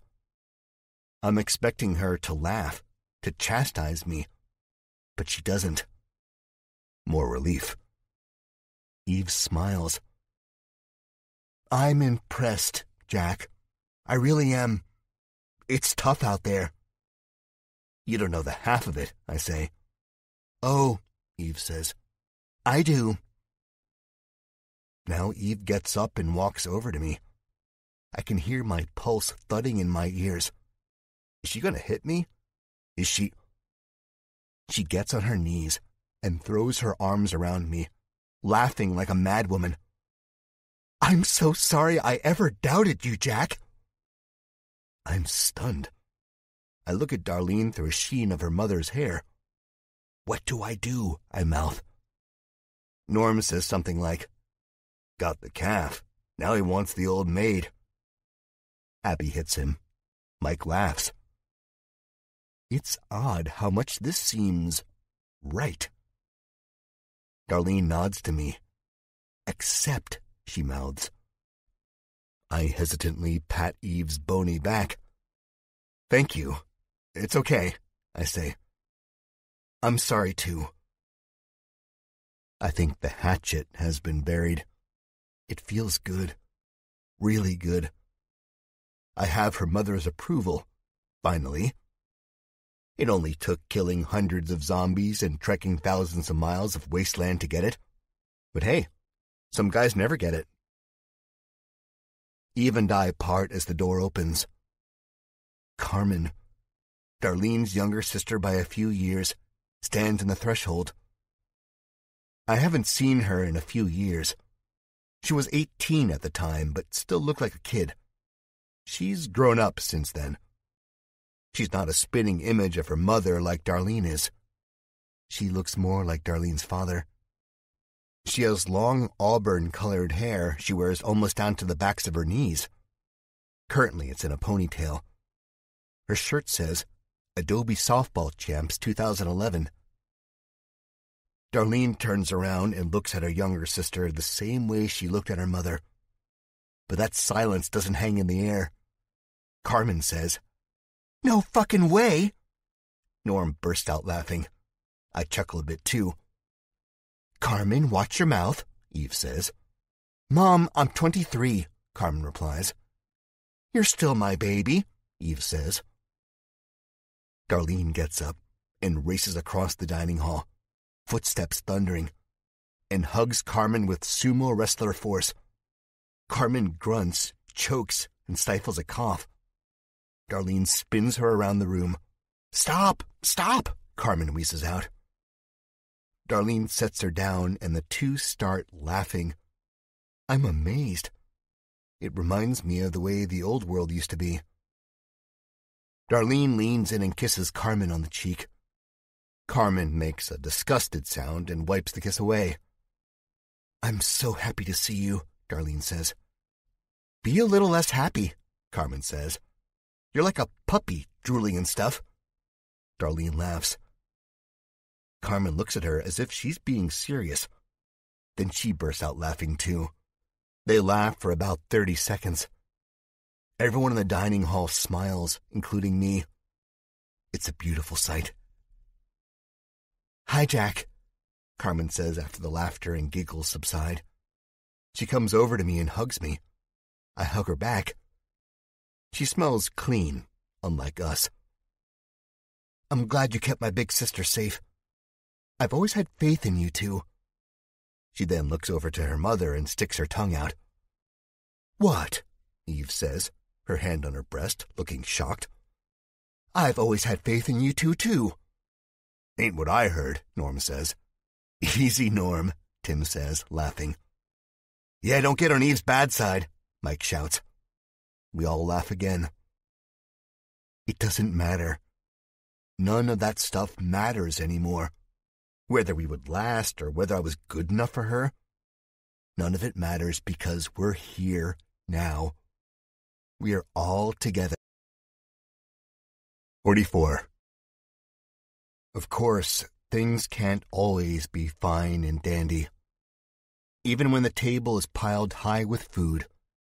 Yes, food, I said. A feast. The subject of Darlene's father comes up halfway through the appetizers, which are the most crispy, fat, and cheesy mozzarella sticks I've ever seen in my lifetime. As this subject falls over our small dinner party like a dark cloud, Norm and Tim stop making googly eyes at one another. Abby looks on with a string of cheese dangling from her mouth.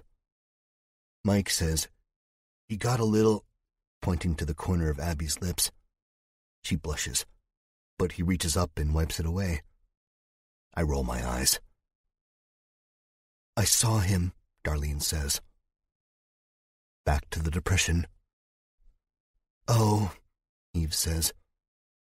"Honey, you can't be mad or upset. I had no choice."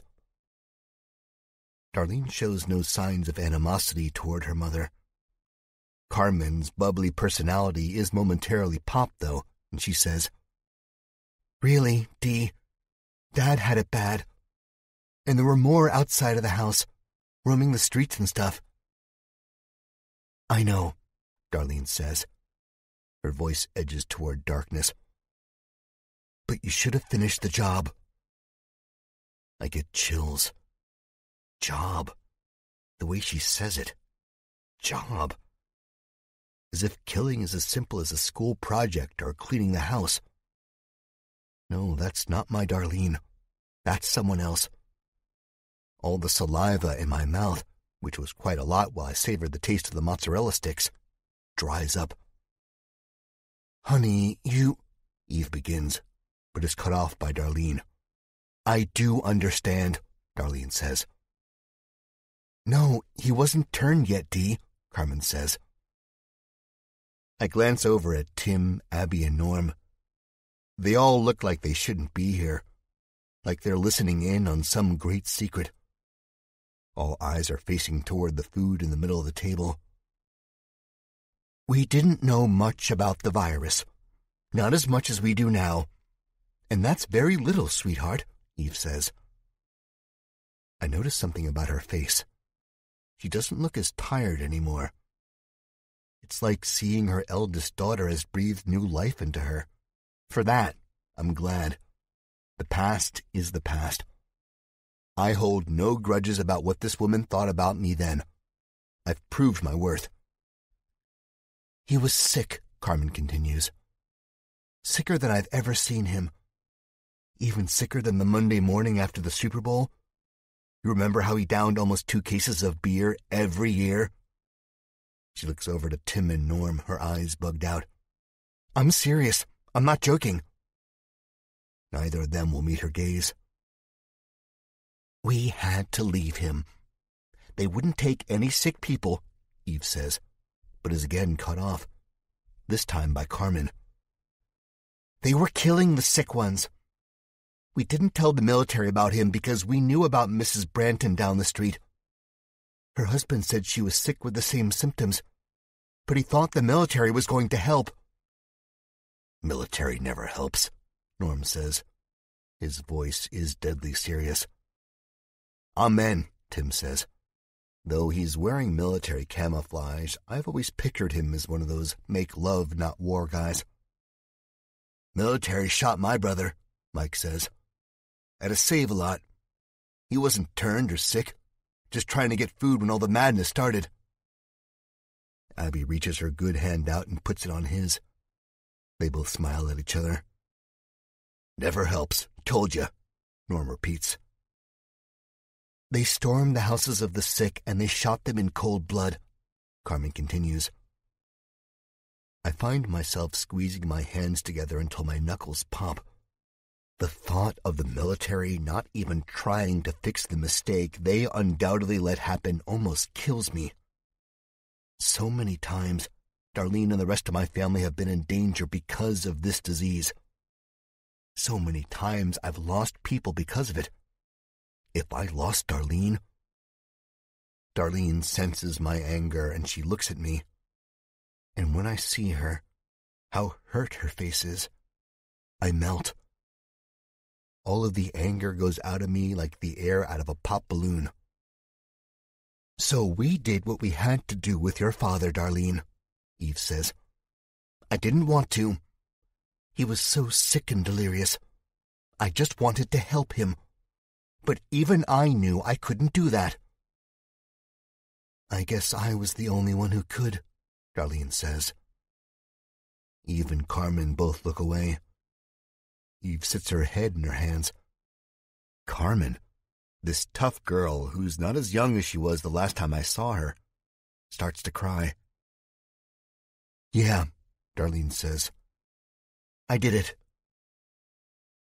He wasn't your father anymore, I say, breaking the silence. And he wasn't your husband. He was a zombie. It's tough to say and come to terms with, but it's the truth. At least we're all here together right now. This disease was like a wildfire. A very dumb man once told me that. And it was the smartest thing he'd ever said. So we're lucky the flames of the virus didn't burn us. We're lucky we still have some loved ones left. We're lucky we're safe, behind walls, food in front of us. I'm not preachy, I swear, but this, I motion my hands all around the room, is more than most people have ever had. Cupcake sits his head on my lap, looks up at me with those eyes and whines. I break off a piece of a mozzarella stick and give it to him. He gulps it down, practically without chewing. Everyone's eyes are on me. I didn't expect that, but I guess when you soliloquy like you're in a Shakespeare play, it's bound to happen. I see respect in Eve's, love in Darlene's, admiration in Carmen's, respect in Mike's, and amazement in Tim and Norm's, who are amazed because I'm no longer the puny kid they get to push around. I'm a leader. I'm a winner. I'm a survivor. Sometimes I don't know if that's a good thing or a bad thing. 3 men come in. They wheel carts full of more food. Foods I didn't know I missed until the aromas hit me square in the face. Pizza, pastas, hot bread rolls and honey butter, steak, chicken tenders, creamed spinach, and so much more. Cupcake perks up, his tail wagging more rapidly than I've ever seen it move. He's a good dog, though, not some street mutt who'll bite your fingers off for an old chicken wing bone. The food doesn't perk us up much, though. It smells nice, and it tastes even better. But the lingering death cloud hanging over our heads is present. I think it always will be.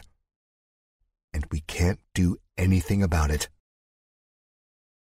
45. Conversation comes back.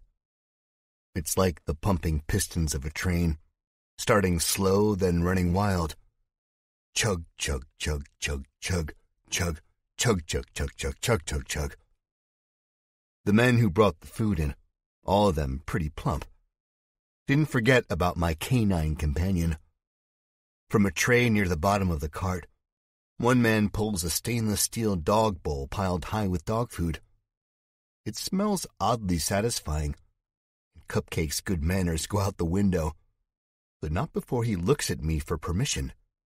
As I nod, he takes off and shoves his face into the bowl.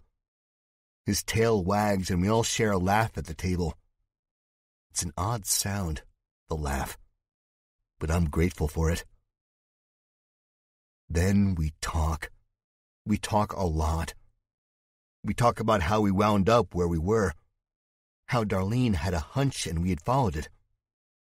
We leave out all talk of Klein and his Project Reset because talking about it will only make it realer than it was. We don't linger on Herb, either. I don't let them, though Norm really wants to. I want the conversation to stay on the lighter side. No more talk of death. No more talk of zombies or failure. None of that. Happy thoughts, good food, family and friends. Like I said, we're blessed to have made it this far. Don't harp on the negatives. Keep moving forward.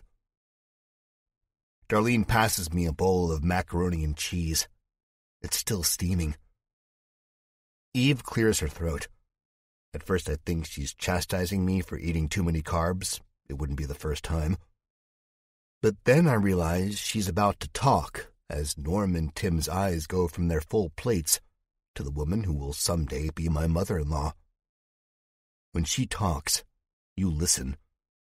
It was true that time I vacationed with her and Darlene, and it's true now. I'm sure you're all wondering how I got here, she says. You were quarantined, Norm says, stuffing his mouth with a rolled-up piece of pepperoni pizza. How she got to this position, dummy, I say, looking across at him. Norm snarls, pizza sauce on his upper lip, and he kicks me under the table. Yes, thank you, Jack, Eve says. She pauses for a moment, surveying us all with her eyes. There's a love in them, a love of the old world. I recognize it.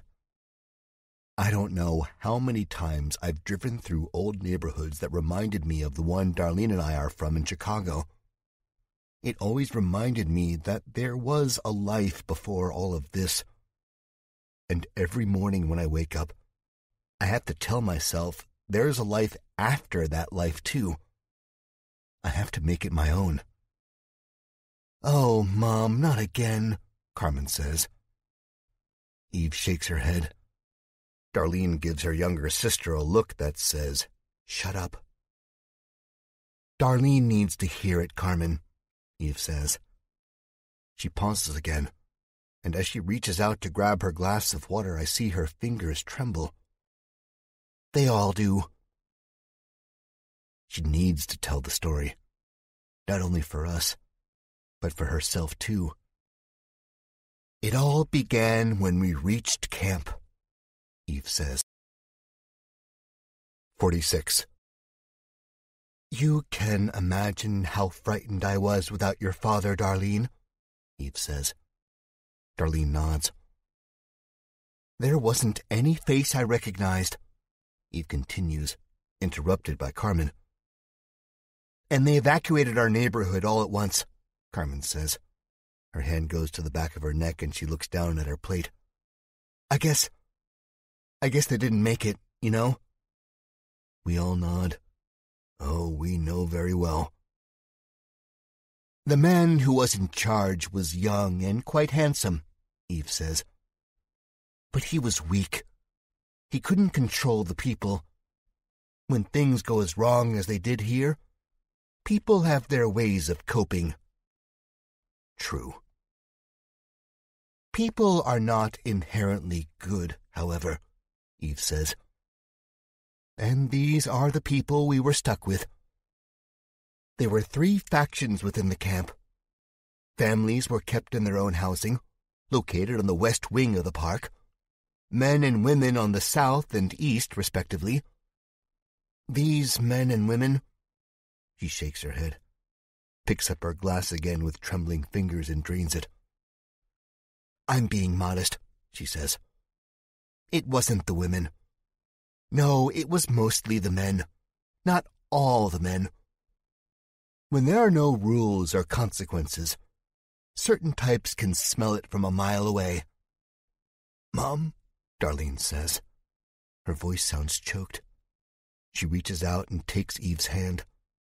Eve gives her an appreciative glance. It's just for a split second.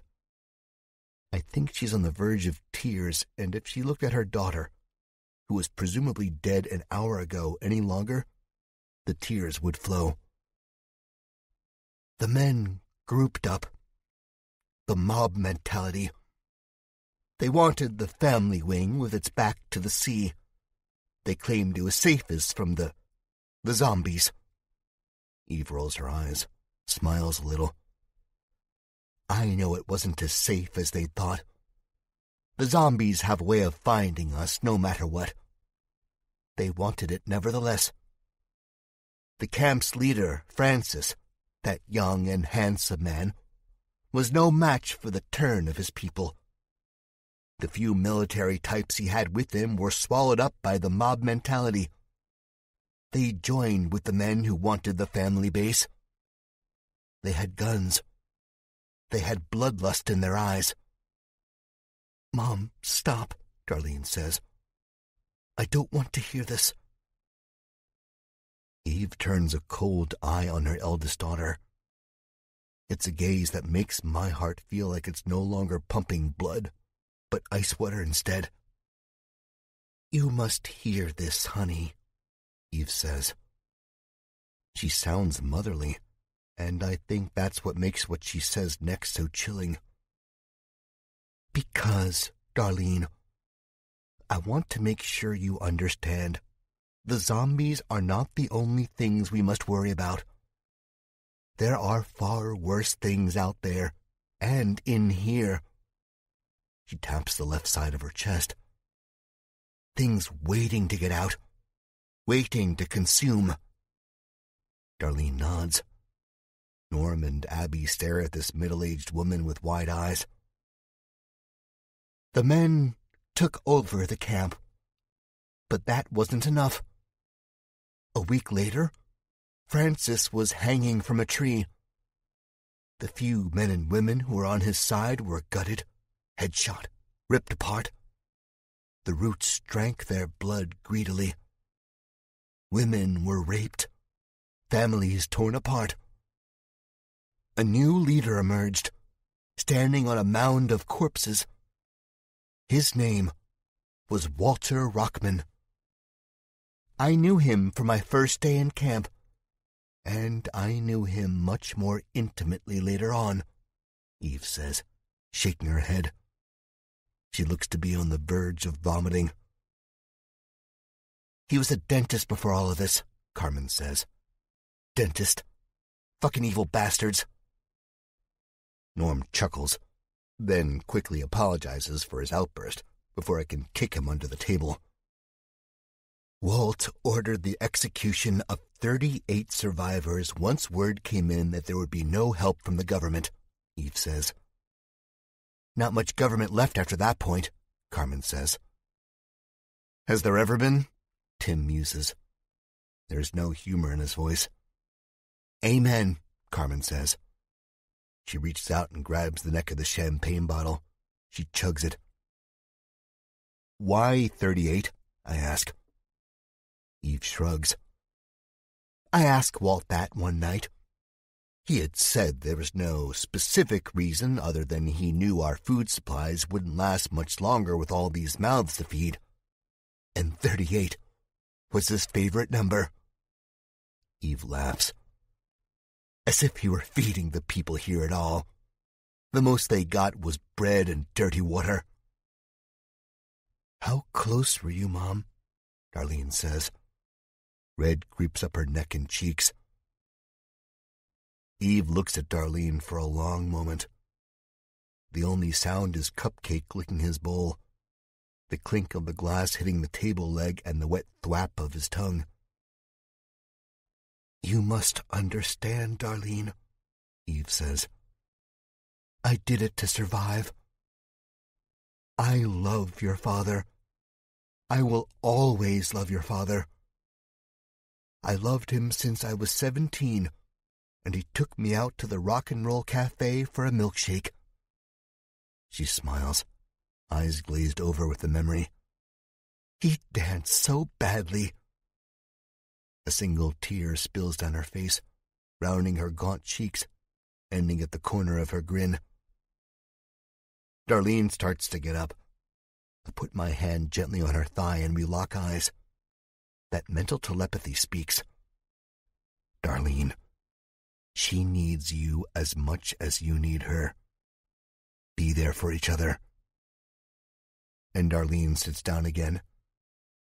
She says she's sorry to her mother. It's just hard since Dad is dead and she saw him as a zombie. The wound hasn't even begun to heal. Darlene's mom says it never will heal, but she continues with the story because it's vital to understand her choices. The women were thrown into groups. Men, she says in a disgusted tone, and their vile games. They were put into an order I'd rather not discuss, but I must. They were organized by the size of their breasts. Once, while witnessing a woman I befriended in one of those camps chosen, I'd heard Walt give her an ultimatum when she protested. He had said, "You can come back to my cabin, or you can have your tits cut off and bleed out into the dirt like the pig you are." No quick deaths for the women. Only pain. Only suffering. I find myself getting sick. The food I've eaten bubbles in my gut. It turns and writhes like snakes in the pit of my stomach. It's anger. That's all. Anger and disgust. If I ever saw this Walt Rockman, I'd kill him. The next day, I was chosen. The word from the women who'd survived was not to put up a fight. They liked when you did that, and it almost always certainly ended in harm or death. So I did not fight it. As much as I hate to admit it, I welcomed it. Walt had enjoyed his time with me so much, he asked for me to live in his cabin. I agreed, as if I had much of a choice. I don't believe a monster like Walter Rockman was capable of love, but he had told me he loved me nonetheless. I was able to free Carmen not long after that. She reaches out and brushes a fresh tear from Carmen's face. My poor, sweet Carmen. Carmen pulls her face away. Mom, I'm okay, she says. We lived in that cabin for months. People died from murder and starvation and disease. Time went on and the camp built itself up. We started trading with other camps. Merchants came, merchants went. Walt sent men out to their deaths, but some came back with food, medicines, and weapons. Walt for all his evilness, was a man who got things done. That I'll admit. But I never loved him, Darlene. I swear on my mother's grave. Darlene nods, tries to smile. I feel like I'm staring down from the top of a cliff, looking at my own death. Once upon a time, I was a storyteller, and I know when there won't be a happy ending. I can smell it a mile away. Eve's story is one of those train wrecks, no matter what the current circumstances dictate. How did you survive? Darlene manages to say. Yeah, I'm on the edge of my seat here, Norm says. Both Abby and Tim hit him simultaneously, but I think Norm is being serious. Mike lets out a weak chuckle. I survived, Eve says, by using what was used against me and the others who had suffered. I used violence. Tim nods and says, it was the only way. And I used Tim's help, Eve says. Carmen leans over and kisses him on one scruffy cheek. He grins, but looks like he might cry, too. 47. Now it's Tim's turn to tell his tale. I see Eve passing the proverbial microphone just by the way she looks at him. Tim adjusts his posture and clears his throat. I'd met Walter 3 times. Each time he was more vile than the last, Tim says. He visibly shakes. I'd been a part of a neighboring group of missionaries on the edge of Oakland. We weren't much, and most of us died. But we were stocked pretty well with weapons.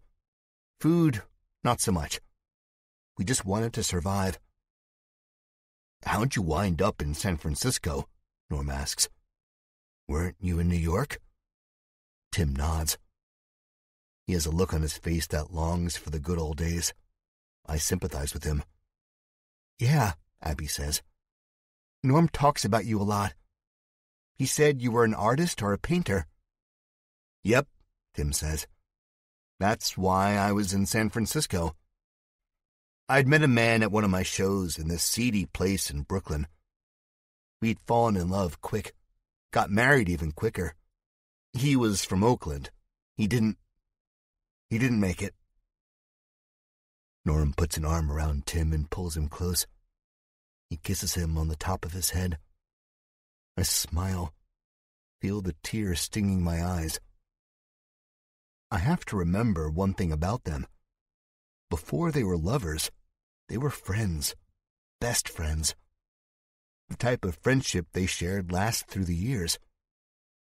Will they ever be able to find the love they once had for one another? I'm not sure. People grow up, get older, and they change. So who can tell? But they'll always be friends.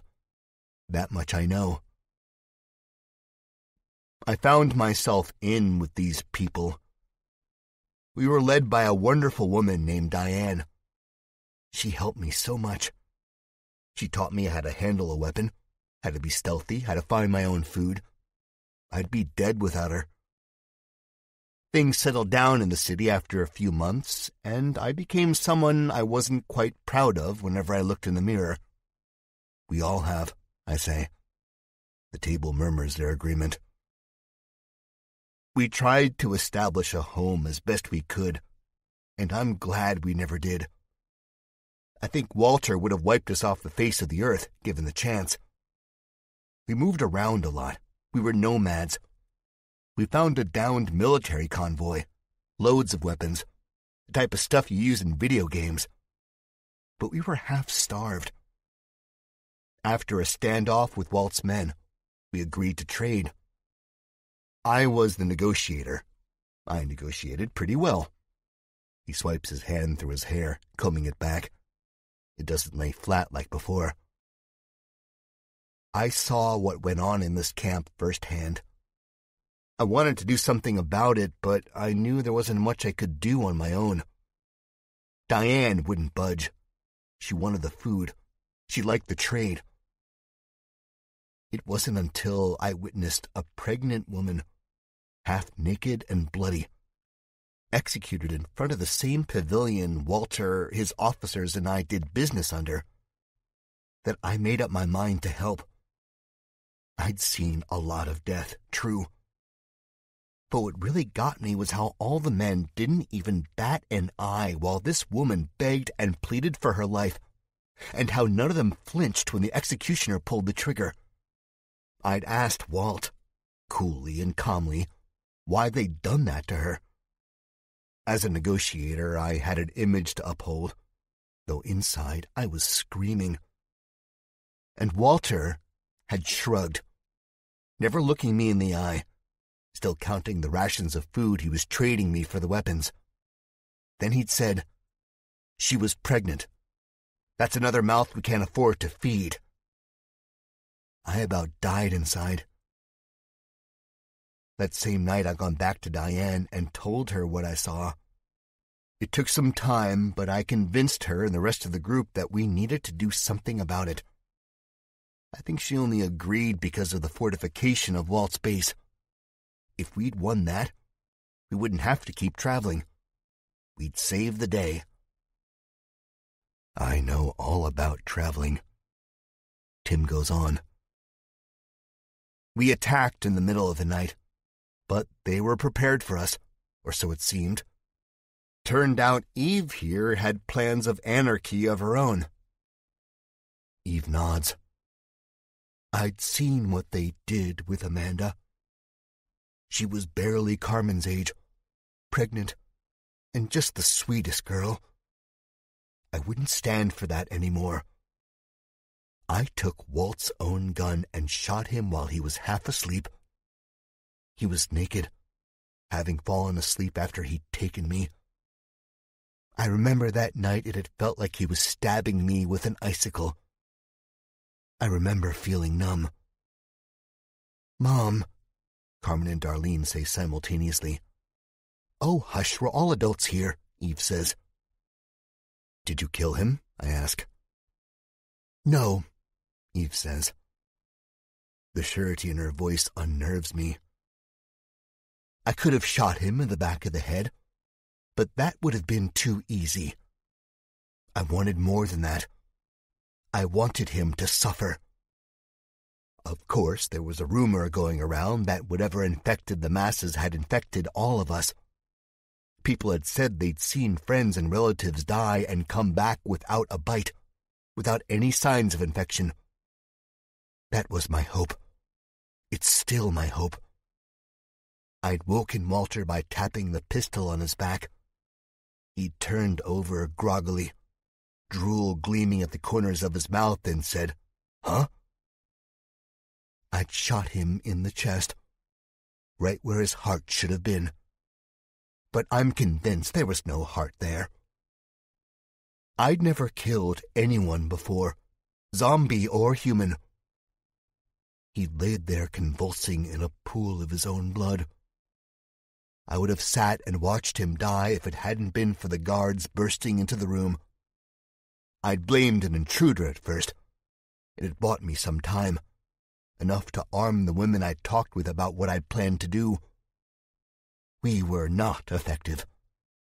But by some divine gift, most of us were spared because of Tim's timely arrival.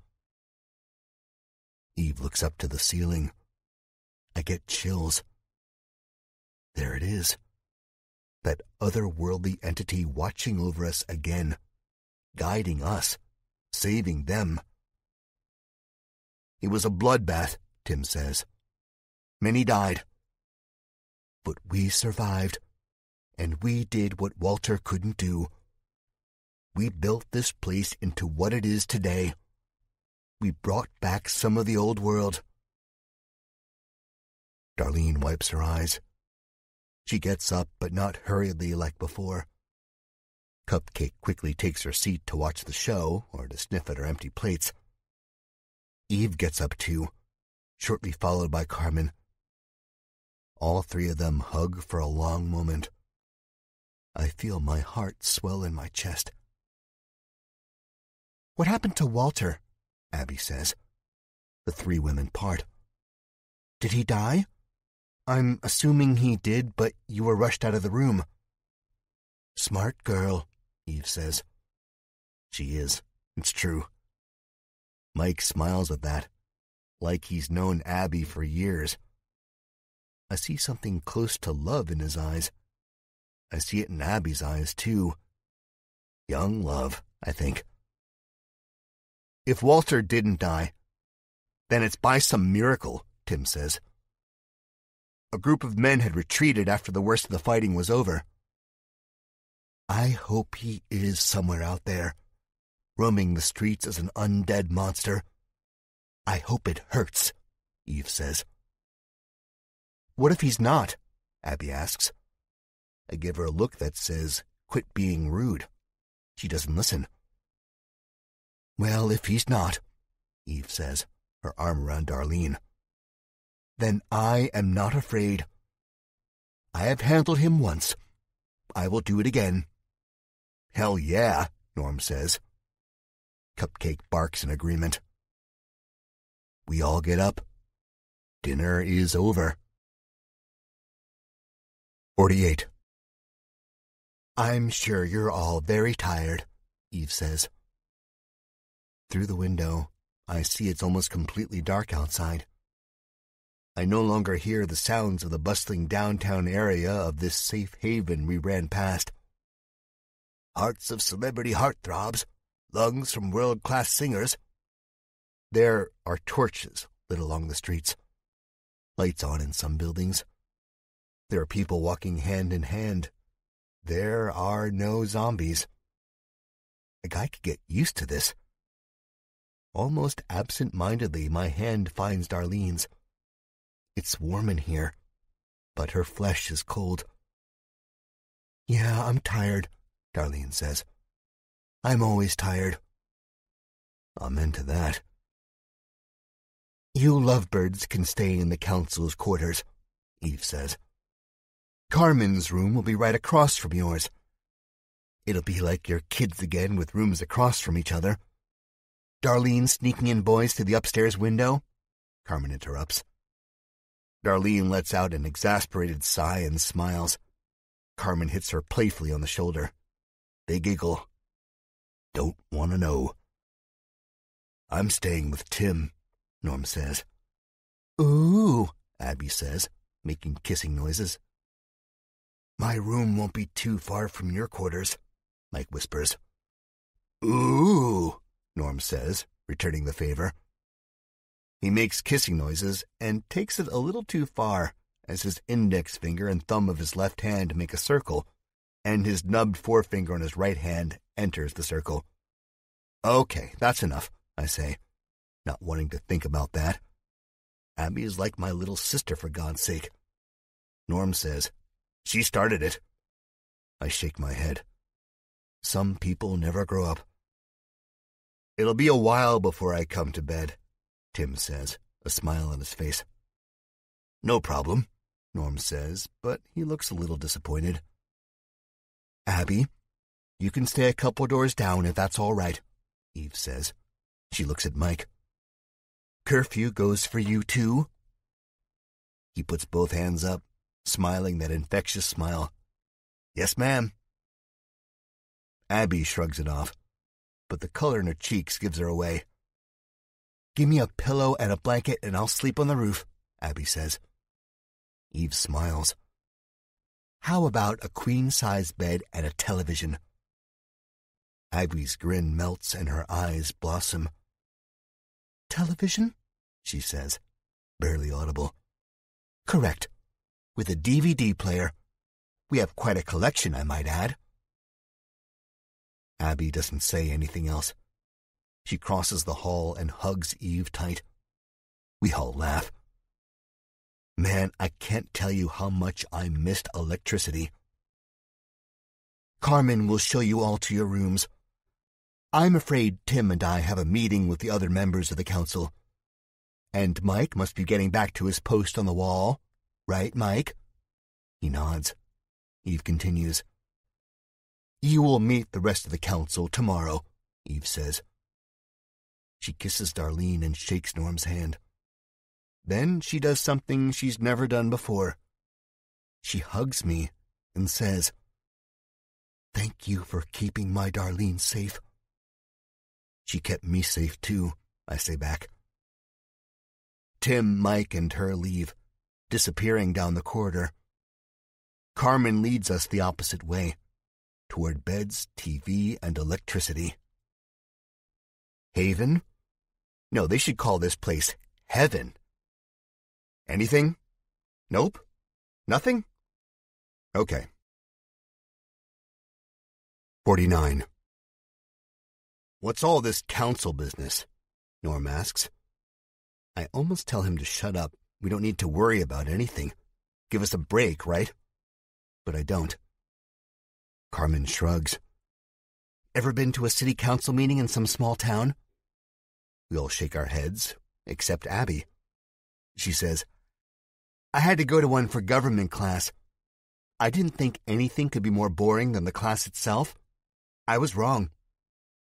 Carmen chuckles, swipes her reddish bangs out of her face and says, Exactly. But I'm betting my mom's council meetings are 5 times more boring. They talk about infrastructure and food and safety and all that crap. Sometimes an occasional meeting on rival territories, but there hasn't been lately. Believe me, I'm always at those meetings. They get heated sometime. Zach Hawkins fusses about violence and stepping on your enemy's throat before they can step on ours. After what happened here a few months ago, Mom doesn't want any more violence. The other groups any threat? I ask, thinking about the clergyman we ran into on our way here. There's really only one who gives us a problem, but they're weak and crazy as all hell, Carmen answers. Seems like everyone's crazy these days, Darlene says. Did they happen to wear red robes? I ask. Carmen nods. How did you know? Well, we're acquainted, I say, feeling the dread from our meeting with those red-robed assholes. Yeah, they attacked and I blew one of their heads off, Norm says, smiling. Abby rolls her eyes and shakes her head. Carmen looks confused, maybe a tad frightened. Attacked? They're mostly harmless, she says. Norm snorts. Honey, anytime you're out there in that wasteland and you see a cult coming for you with an armory of weapons, mostly harmless is the last thing you're thinking.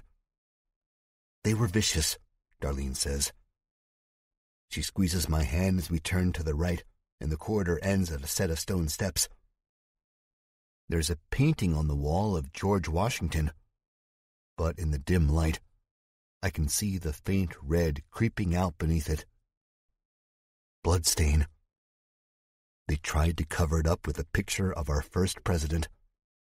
I don't let anyone know what I notice, and I hope they don't notice it either. We go up the steps.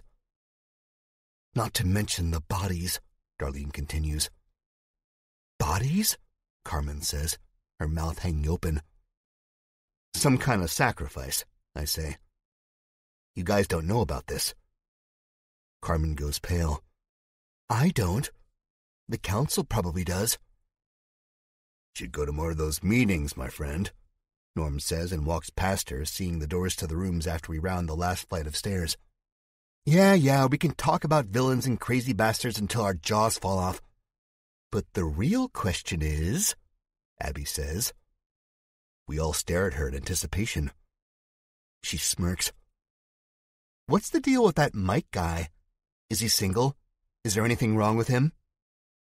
Young love, I think again. Whether I approve of them or not, I'm happy for Abby. Norm chuckles. If he's interested in you, then there's something wrong with him, yeah. Eat it, Abby says. Norm sticks his tongue out at her. Cupcake barks, and I think tries to do the same thing without much success. I'm smiling. Banter. I love it. Like the good old days. Carmen leads Abby into her room. I'll tell you all about Mike soon, she winks. I get a peek through the cracked door. The room's not much, but it's a hell of a lot better than the cramped back seat or the hard ground. There's a TV with a 20-inch screen. There's a bed with flowered sheets. The floor is carpeted. The window offers a good view of the front gates and the roads beyond, which are barricaded and guarded by 3 men with guns. One of them, Mike. Abby about drops to her knees and cries. Cupcake looks at her crookedly and tries licking her face to make her feel better. Abby pushes him away, saying, "Yuck!" But after the shock passes, she hops onto the bed and sighs pleasantly. "Can I get a do not disturb sign for the door?" she asks, smiling. We laugh and say goodnight and head toward our room. Carmen points out Tim's room just down the hall. Norm practically skips to it. Then we get to ours. It looks a lot like Abby's. 1 bed, TV, bathroom. "If you guys need anything, I'm across the hall," Carmen says. "Oh, and try to keep it down. Darlene's sexcapades have kept me up too much in the past." Now I'm going red. Don't want to know. "Kidding," Carmen says, and laughs as she walks to her room.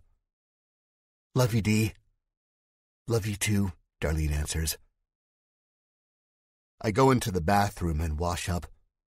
Then, 5 minutes later, I'm cuddled up next to Darlene with Cupcake at our feet. All of us drift off into the deepest sleep we've had in a long, long time. 50. I awake feeling better than I have in an even longer time. Darlene is not up yet, so I roll out of bed carefully. The sun shines through the green curtains. I peek out of them and see it's looking to be a beautiful day. I don't know what time it is, but if I had to guess, I'd say it was close to 10 in the morning. Outside of the door in the hallway, I hear movement. It causes me to jump. I reach for my pistol on the nightstand. You can never be too careful. A light knock on the door. "Jack? Darlene?" It's Abby. I go to the door and crack it open. Abby's face looks well rested. The dark purple rings under her eyes are almost gone. The whites are no longer bloodshot. She looks fresh, good. Did she put makeup on? Great, I'm going to have to keep a closer eye on this Mike fellow. Another thing to worry about. She glances up and down and chuckles. At first I'm confused, then I follow her gaze. I'm standing in my boxers, nothing else. They're pretty snug, if you catch my drift, and they outline parts Abby doesn't want to see. "Oh, sorry," I say, and reach for my pants, letting the door creak open. It's now that I catch a scent that causes my stomach to grumble loudly. It's bacon. God, the sharp, sweet, and savory scent of bacon could hit me from a mile away. I pull my shorts on and say, "Wait, is that bacon? Hell yeah. Sausage links, too," Abby answers. "That's why I was going to wake you guys up. Get it before it's gone and all that." "Norm?" Abby shrugs. "Let him sleep," she says. I smile. "Now, Abby, that's not nice." "He probably got enough sausage last night," she says. We both stare at each other for a long moment, and then burst out laughing. We laugh so hard, Darlene wakes up with a puzzled look on her face. "What's so... Is that bacon?" she asks. Tears squirting from my eyes, I nod. Darlene moves faster than I've ever seen her move, and I've seen her run from the living dead. She doesn't fuss about her hair or makeup or outfit. She just pulls her pants on and comes to the door. Cupcake startles awake at Darlene's movement. Good guard dog, I think to myself sarcastically. He bounds over to me, stretches and wags his tail. "Hungry, boy?" I ask. His eyes say, "Yes, always." "Let's go," I say. The 4 of us head toward the smell of breakfast. 51. The amount of people streaming in and out of the dining hall is immense. It's like the world's most popular restaurant, and right now it probably is. Cupcake waits outside, where a guard sent for some food for him. Doggy catering. This place is great. Inside, I see Carmen hovering near the pancakes, and Eve stands at the head of the same table we ate dinner at the previous night. She's wearing jeans and a button-up plaid shirt, untucked. Her figure is quite good for a woman her age. If it's any inclination, Darlene's going to be hot when she's pushing 60. I'd love her no matter what, though, even if she gets fat. "My two beautiful girls," Eve says, smiling. She holds a cup of orange juice in her hand. People bustle around the room. Tables have been set up in the great dining hall. Scarred wood picnic tables. And it seems everyone in the whole compound is in here. The smell of eggs and bacon and burnt bread hang heavy in the air. Conversation stabs at our ears. I love it. It's the sound of life, the sound of normality. "Thank you," Abby says, curtsying. This brings Eve to laughing. Carmen steps forward. "Nice try, Abby." We all laugh this time. "Here, here," Eve says. "Grab a plate and pile it high. We celebrate today." Mike waves to Abby from a different table. He seems to be with his family. A dad and two little kids. Abby waves back, blushes. I look around the room, see the easy look on all the people's faces. People sit close together, laughing, talking. Children run around and hide under tables near their parents' feet. It's pandemonium, the good kind. "What's the occasion, Mom?" Darlene asks. "Two things," Eve says. She holds up a peace sign. "By some divine intervention, I've gotten you back, Darlene. I've prayed and prayed, and somehow my prayers were answered." Darlene smiles, looks away. I know she's trying not to cry. I put my arm around her. "We have one of these special feasts once a week," Eve says. "Because of your arrival, we've decided to move it up." "Thank you," I say, honestly grateful. The food smells better than the night before. I hadn't thought that was possible. "You're most welcome, Jack. Anything for the man who helped bring me my daughter," Eve says. I smile wider. Didn't think that was possible either. "I want you all to meet the council," Eve says. "They've heard so much about you, Darlene. And you, Jack." I nod. I'd be delighted to meet them. "Grab your food first and come sit at our table," Eve says. She points at the table up on the stage, overseeing the whole dining hall. A group of very different people sit, eating and talking animatedly. I waste no time in grabbing the food. Darlene either. Abby looks to have found her way to the buffet table, too, over with Mike and his family. They're laughing, smiling. It's a good sight to see. Then I hit the table, and I must have a whole pig's worth of bacon on one plate, and on another, a dozen scrambled eggs with melted cheese on top, hash browns, and toast on the side. We walk to the stage, holding our plates high so as not to have them bumped out of our hands by the bustling people going to and from the buffet table. Not long afterward, Norm and Tim stroll in, holding each other around the waist. They are almost too infatuated to notice the breakfast buffet. They walk right by it, but once Norm catches a whiff of the food, he snaps his head around. I see this from the table. I've just sat down. Eve says, "Council, I'd like you all to meet my eldest daughter, Darlene, and her fiancé, Jack Jupiter." There's 4 of them, 2 women and 2 men. One man, a middle-aged Asian fellow with glasses, stands up and shakes my hand. "It's so nice to meet you. Name's Ken." He then takes Darlene's hand and bows his head to her. She blushes. The other man, a bit older with graying hair and a harsh tan on his face, talks with almost about a loaf's worth of bread in his mouth. "I'm Zack Pleasure." He waves, looks at the grease gleaming on his hands, and licks it off. "Don't mind him," one of the women says. "I'm Olive. I've heard so much about you, dear." She's probably closer to our age than Darlene's mom's age, but she talks like my grandma. "And you, honey." I smile, nod, and say, "Nice to meet you, Olive." The last member of the council besides Tim doesn't stand up or say anything. She just looks at us with watery eyes. "Oh, Tabby, please," Eve says. Then, like a bomb, Tabby bursts out into sobs.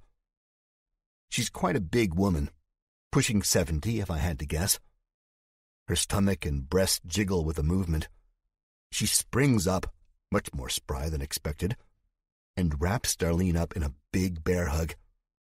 I laugh pretty hard, hearing Darlene's muffled protests, and then Tabby turns on me. Next thing I know, there's no light left in the dining hall, and I'm hit with a sickening sweet smell of flowery old woman perfume. She kisses me hard on top of the head. "A miracle! A miracle, I say," Tabby says. She lets go and goes back to her seat with gleaming tears in her eyes. "Well, there you have it," Eve says. "The rest of the council." Ken laughs. "We're not much, but we get by."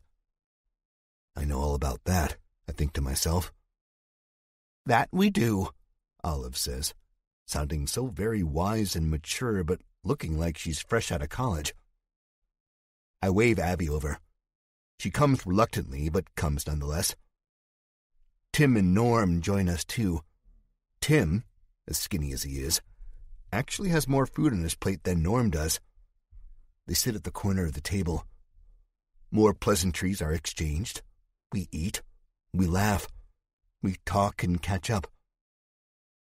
Ken and Zack say they're surprised we made it across the entire country. "Any men and women like that," Zack is saying, "should be in a position of leadership." He reminds me of the type of fellow you can always find drinking at the end of a bar any time of day.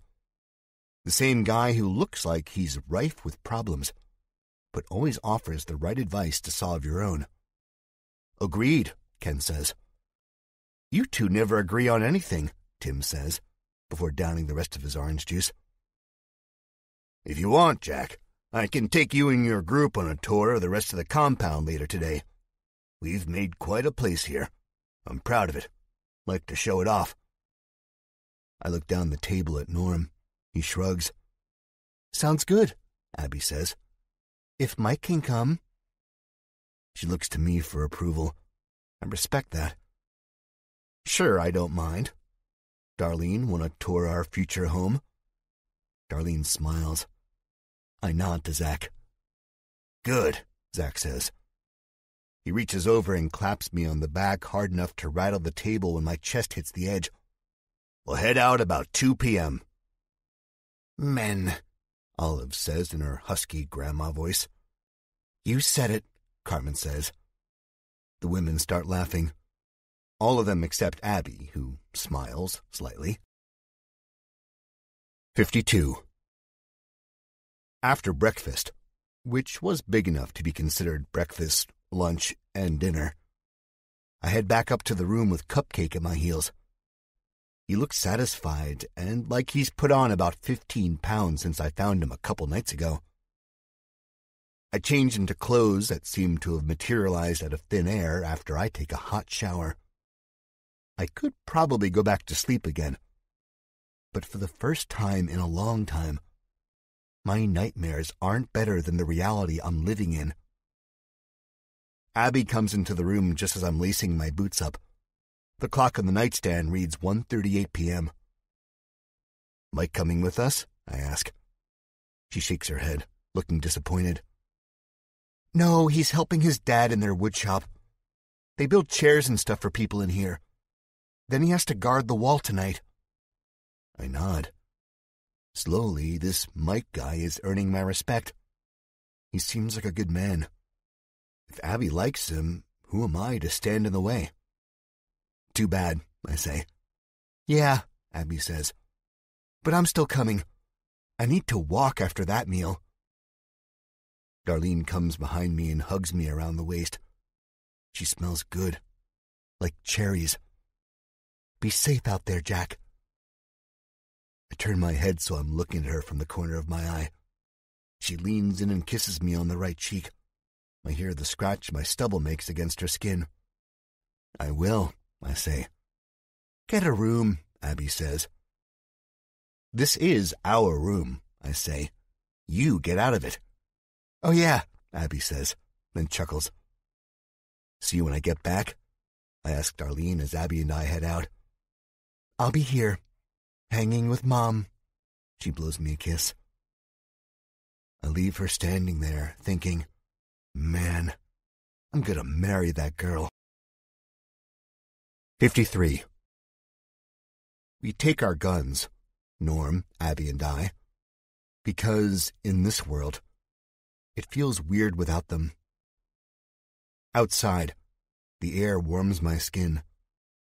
The usual crowd of people are hustling and bustling among the main strip of carts and vendors and the occasional shop.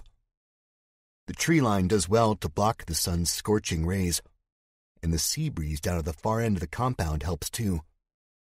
I can't believe this place was once a park. It's almost a full-blown city. Goodbye, San Francisco. Hello, Haven. Zach leans against a bare tree. Electrical lines run from the tree to another tree. These are the apocalyptic equivalent to telephone poles. Zach smokes a cigar. He has a big pistol on his hip, and on his belt are bullets. He's like an old cowboy. I think I'm gonna like this guy. Ken stands nearby talking to Carmen. They both look very out of place in their clean clothes and his sun hat. We walk the dusty road toward Zach. Carmen, you going too? I ask. Just until we get near the livery. I've been training the horses. Thought I'd tag along until then to make sure this old fart, she cocks a thumb at Zach, gets his history right. Zach chuckles. You're quite the firecracker, Carmen, he says. But this old fart could outrun, outshoot, hell, out anything you. Wanna bet? How much? Zach asks. Carmen doesn't answer, only smirks. That's what I thought, darling, Zach says, and takes another drag of his cigar. Carmen mouths blah, blah, blah while making talking motions with her hand. Ready? Zach asks once the laughter dies down. Yes, sir, I say. Where's Darlene? Carmen asks. I barely hear her because I'm looking at the fence beyond the tree line to my right. Guards are posted all around. The fence stretches high. There's lookout spots. Jack, Abby says. Huh? I say, shaking myself back to reality. Where's Darlene? Carmen asks again. Oh, she wanted to spend time with your mom, I say. She's back there with Cupcake, taking it easy. Carmen laughs. Typical of her. She was always into the idea of a girl's day out.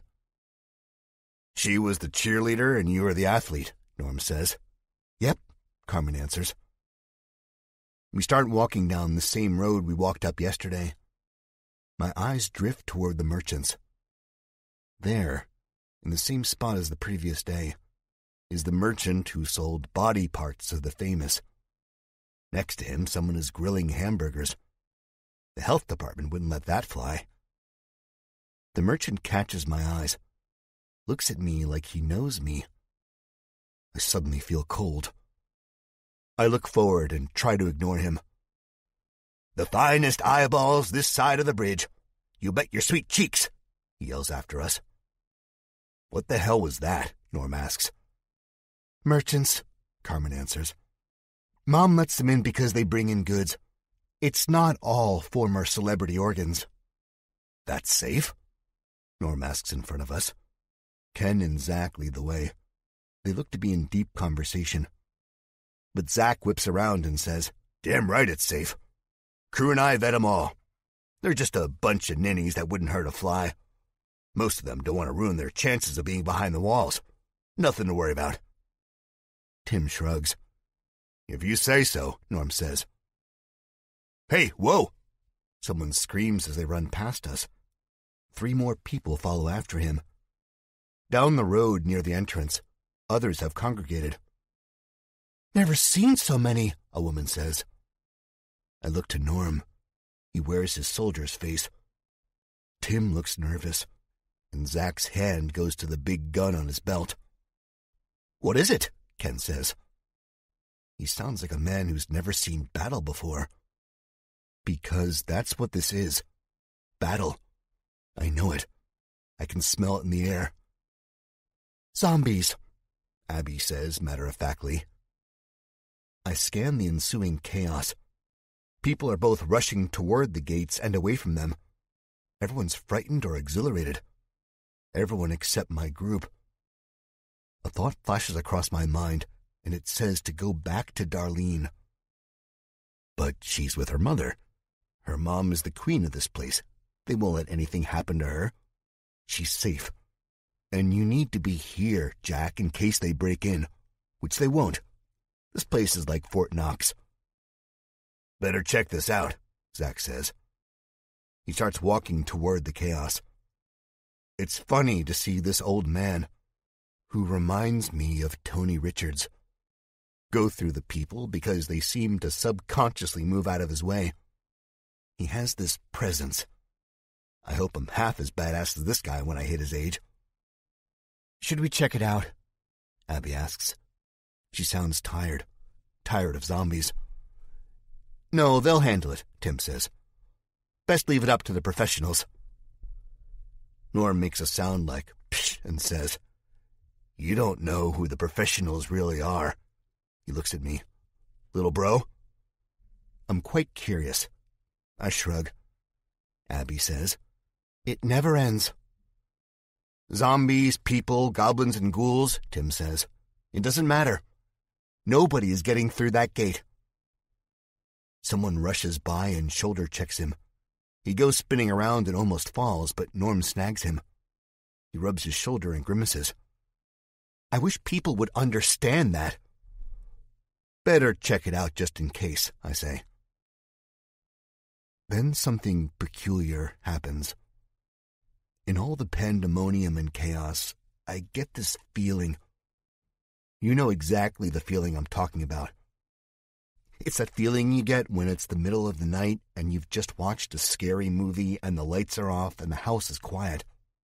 You hear a noise, or rather, you think you hear a noise. So you double-check that the doors are locked and the blinds are down. And as you do this, you feel like you're doing it for an audience of one. A serial killer, a psycho, a demon, a troll, a ghost. Whatever it may be, it's watching you, waiting for you, biding its time. That's the feeling I get. Except it's no ghost or ghoul. It's a very deformed and creepy-looking merchant who peddles human organs as souvenirs of the old world. He sees me look at him while people race across the road. His one eye glitters with glee. He holds up a hand and waves. This feeling of dread coils around me. I can't move. My blood doesn't pump, heart doesn't beat. He puts the hand down and pushes his cart into the street, going into the flow of the chaos. He doesn't stand out to anyone except me. He looks like another curious citizen of Haven. Jack, Norm says. He reaches up like he's about to slap me. What the hell are you looking at? That merchant, I say. What? Ken begins to say. I cut him off. The one with the cart. Dread settles in my chest. I don't know why. There's something about him. Meanwhile, a scream comes from the gathered crowd. Then the rolling wave of death rattles wash over me. The smell next, the actual smell. All of us bring a hand up to our noses. I point to the spot. but Ken is too invested in what's going on down the street near the gates. Then there's a scream and a gunshot. More screaming after the shot. I look down to the sea of people gathered around the soldiers with their guns drawn. People start to run toward us. No one runs into the chaos anymore. They run away. But they're not fast enough. Because the one person who isn't running is the merchant. He raises his hand again, death showing in his grin, and shouts, "For the king!" This time, his hands are not empty. No, they're holding 2 grenades. "Holy sh..." Tim starts to say. 54. An explosion follows.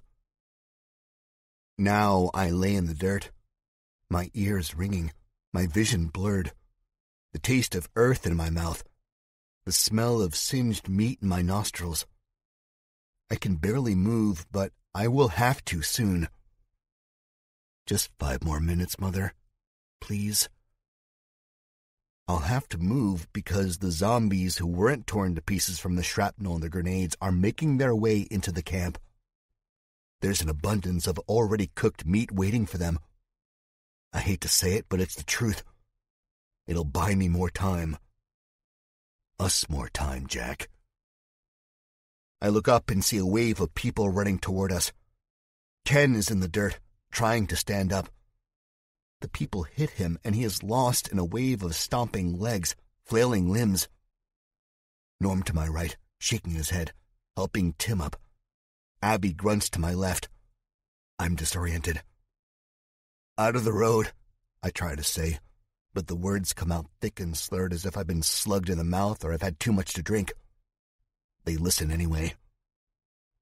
Carmen seems to be the most untouched out of all of us.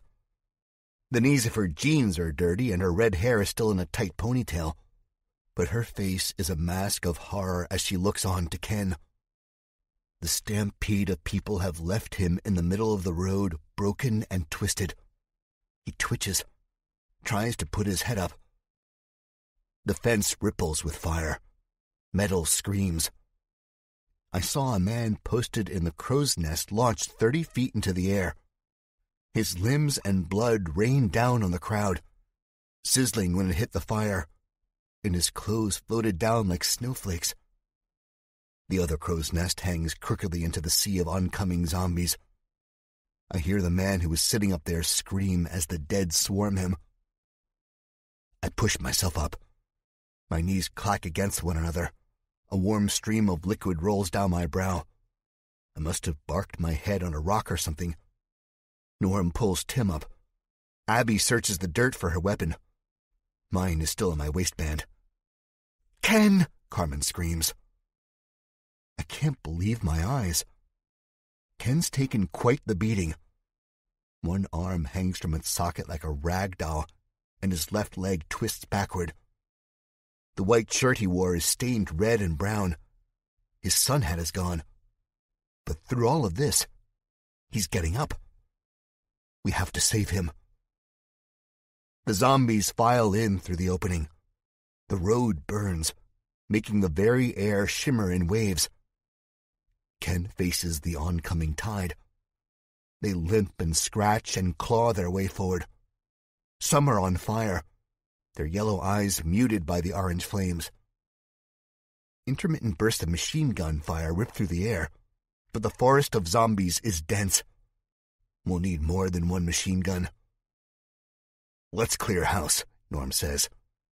He picks up his rifle, smacks the bottom of the magazine to make sure it's in all the way. We look at each other, understanding in our eyes, and I nod at him. Carmen charges forward. We follow her. 55. As she stops short of Ken, a zombie lays into him. I pull the trigger on my pistol and brain the creature, but it makes no difference because another zombie falls on him, then another after that. His screams are choked out by a burst of blood from the soft spot at the base of his throat. "Oh, God!" Carmen yells. She wails and screams. I grab her roughly by the arm, the fear and thrill of battle pulsing behind my head like a brewing migraine. "Go back!" I shouted at her. "Go back and get the others to safety!" She just stares at the zombies limping toward us, all the beasts ripping Ken apart into shreds. I don't have time to feel guilty, but I do. I always do when there's death. I saw the one-eyed merchant. I had a bad feeling about him, and I ignored it until it was too late, and his hands were full of explosives. "For the king!" Chills go up my spine despite the heat. Norm rushes past me with Tim at his side. For a second, they're their teenage selves, playing with airsoft guns in the overgrown backyard of our house, or through the playground at the park just down the road. Their guns vomit out a barrage of bullets. Heads pop, faces cave in, bodies drop into dead heaps of already dead meat. The streets of this safe haven run with blood. Carmen doesn't listen to me. She watches the carnage unfold. She stares at the mutilated corpse of Ken. Abby rushes past us, blows the scalp off of a zombie who was much too close. She glances at us over her shoulder with wide eyes. I grab Carmen again, and she shakes me off. The zombies keep coming closer and closer. I can smell them. I can taste their death. Norm drops about 20. He ejects the magazine and loads another one. Tim has his back pressed against Norm's and drops 15 of his own. Abby rushes into the heat of the battle. I see her kick a zombie and watch it go toppling over into a group of 5 more. They fall like dominoes, and Abby stomps the brains out of 2, buries bullets into the other 3. I can't stand here and watch this any longer. I have to get out there and help. There are civilians limping away from the zombies with blood on their faces and burnt clothes on their backs. Carmen is unarmed. She looks at me and says, "I have to help them." "No, we'll help them," I shout back. "Get to your mom." She ignores me, breaks free and runs headlong into the crowd. I have to admit, she's quite spry. She was an athlete before all of this. I remember Darlene always gushing about her softball skills. Once an athlete, always an athlete, I guess. She spins off a zombie who reaches for her, then picks up speed, hurdles a group ripping apart a burning woman, and then she's lost to the shimmering heat and chaos. "Damn it," I say under my breath. A zombie stumbles into me. It catches me off guard, but I'm ready. I'm always ready. My elbow connects with the soft flesh and bone of its face, shattering its forehead. A flood of infected brains spill onto the dirt. Norm's gun continues barking. I drop 3 zombies myself, in only 2 shots. All the while, I scan the crowd for Carmen, for the slightest glimpse of her wildfire hair. I see her over by the downed fence. She picks up a woman and her child. A man holding his guts tries to help her, but he's taken down by a zombie. I hear his screams from here. "Abby!" I shout. She clubs a zombie in clown makeup, what the fuck, and turns to me. I point down the road at Carmen. She nods. No protest, no apprehension on her face. That's why I love her. That's why I love Norm and why I loved Herb. They would die for me. They would follow me to their deaths. Who wouldn't want friends and family like that? Norm and Tim's guns pump lead into the crowd. They reload and reload. They shoot and shoot. The zombies thin until Abby and I feel like it's okay to advance. I catch a glimpse at the road beyond them. It's empty. There's no more. We can do this. We can. Carmen comes into view. The smell of burnt meat is sickeningly close now. It pummels my nostrils, makes my full stomach lurch and groan. It's odd how scared I don't feel. How zombie killing has become second nature. In a way, I have become Johnny Deadslayer. I really have. Carmen limps toward us. Something gray catches my eyes as I rush toward her, trying to help the injured woman and her child. It's Zach.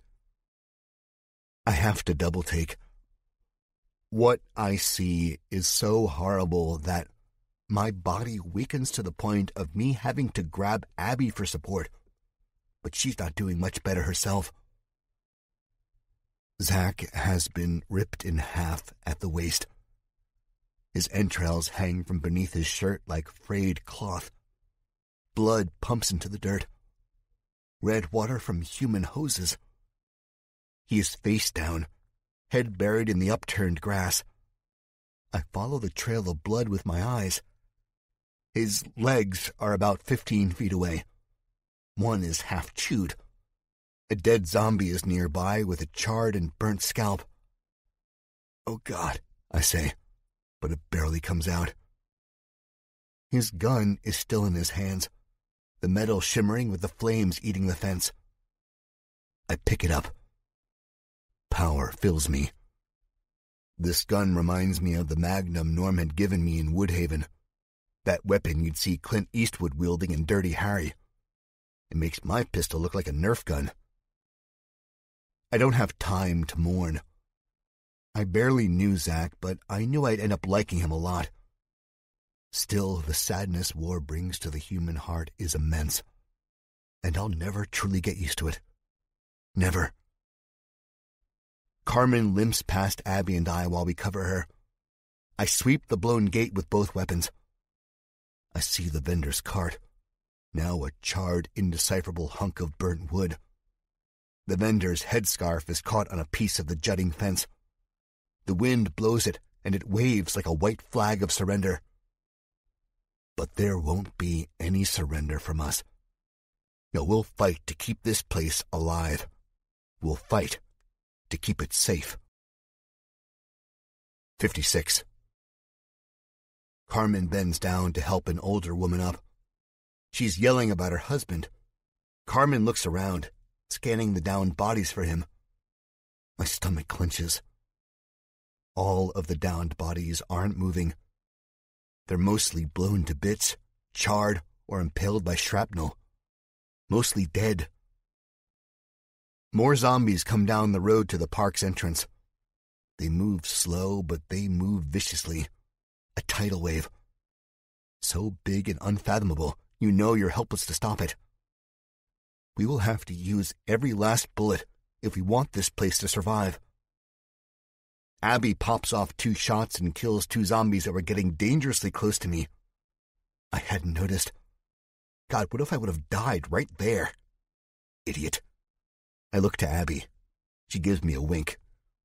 I nod back and move toward Carmen, who is on her knees, trying to lift the old woman up. I see the woman has lost an arm. Blood spurts from the stump at an alarming rate. I start to unbuckle my belt. We'll have to tie it off before she loses too much. I just hope it's not too late. For some reason, all the death and destruction and carnage makes me think of Darlene. It's odd how she is not by my side right now, but I guess it's also a blessing. She's safe with her mom, away from the blown gate and the zombies. She's safe.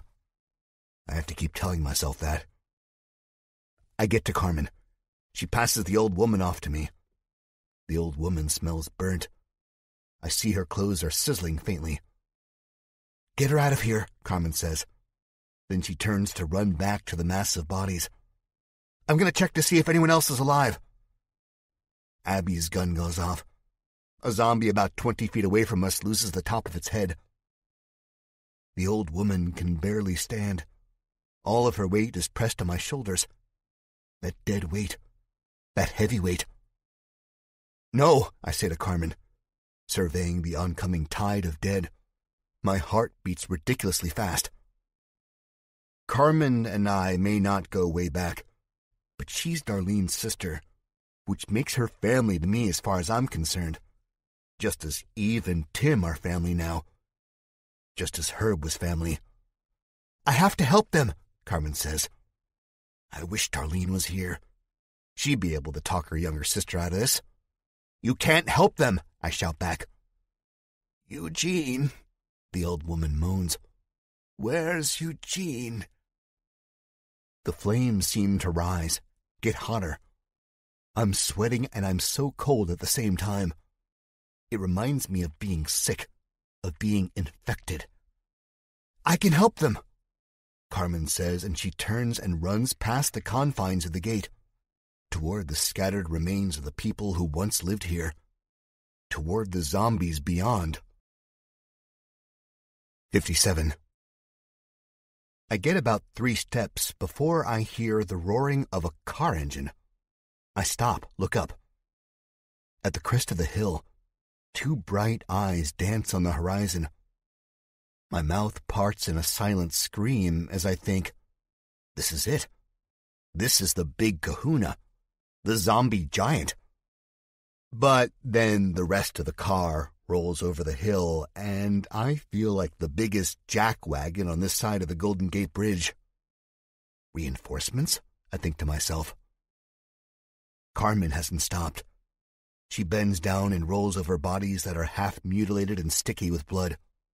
I hear her ragged breathing and soft cries over the roar of the engine. Engines? 2 more cars roll over the hill. They blow through a wall of zombies. Yes, reinforcements, I think. I stop moving altogether. No sense in getting myself killed while the heavy artillery rolls through and cleans up this mess. I even lower my gun. What a mistake. Never lower your gun in the zombie apocalypse, no matter what.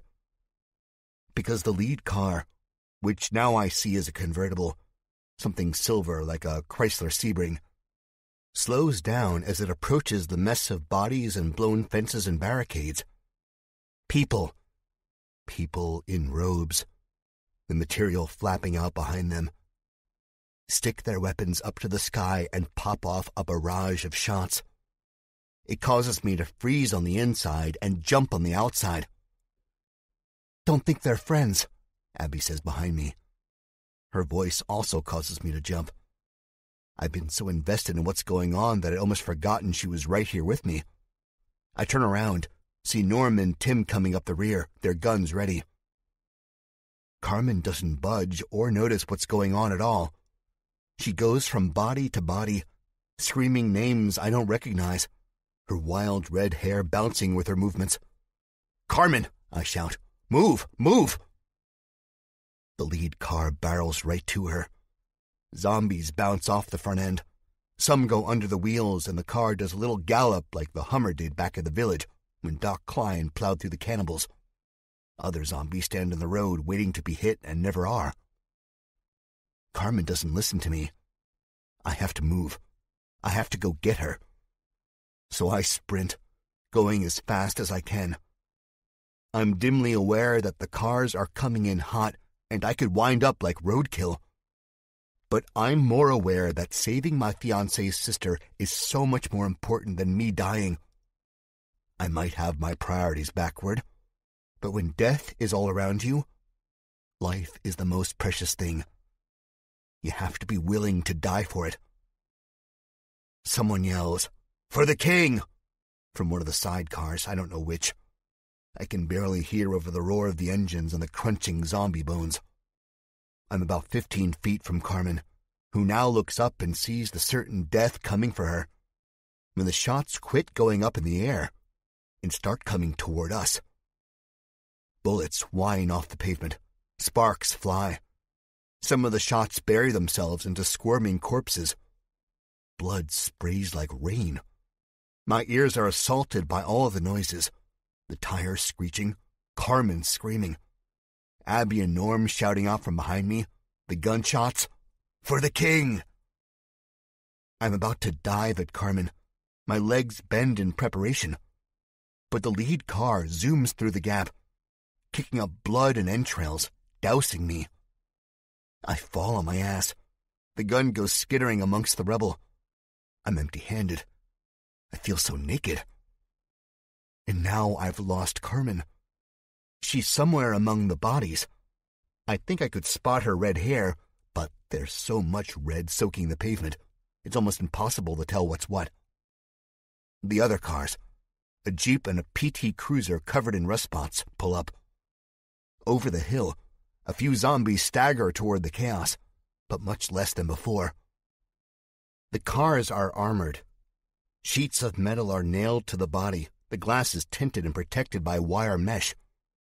There's a cow pusher on the front like you'd see on the front of a train, except this one is stained with blood and covered with rusty spikes.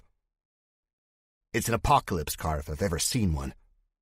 The other cars, except for the missing roof of the Sebring, are the same way. Now the cars stop. Tim says, "You." Who? I scan the surrounding bodies for my gun. The smell is burnt, like roasted skin and singed clothing. Everything is wet with blood, though, including myself. I've no clue if I'm bleeding or not. I most likely am. It seems I never stop bleeding. Then, of course, there is the chance that one of these downed bodies turns on me, or they're already a zombie and they bite me, and then I turn, and then it's game over for Jack Jupiter. I know I have to get up. I can't lose. Not over some bullshit like a minor explosion and a few dead bodies. I've gone through much, much worse. As I'm getting up, the door to the PT Cruiser opens. "Me," a rough, muffled voice says to my left. I don't look. I'm too invested in the opening cruiser. A robed figure steps out. I stand up. I won't let these bastards get the best of me. You're supposed to be dead," Tim says. It seems very quiet now. The clergyman getting out of the car holds a gun on me. More robed figures pile out of the vehicle. Their robes are the color of the blood. They don't look friendly at all. Faces wrinkled and haggard. Faces of the apocalypse. One man, a younger one, has a tattoo on his forehead. Not the type of priest I'd like to spend Sunday Mass with. "Remember us?" one of them says. How could I forget? That muffled voice again. "I'm not dead. Surprise, Timothy. But you will be." Carmen moans. "Jack! Abby!" I get this horrible image in my head of her smashed beneath one of the PT Cruiser's tires. Her legs broken, losing blood and life while I stare down these crazy bastards. "Kill them all," the muffled voice says. I raise my hands. I don't want to die. No one does. But I'm weaponless, and I think this is my best bet. "Jack!" Carmen moans. I hear the clicking of guns. I can't Tim says. Then, gunfire. 58. Now I have to turn away from the clergyman. I don't want to, but I have to. And what I see before I drop down to my haunches and try to find some cover lifts a great weight off of my chest. It's a row of people from the park. They have their guns and they blast at the cars. Bullets whine off of the metal. Sparks fly. Tim and Norm drop and roll out of the way. Abby dives for cover behind a large hunk of scorched fence.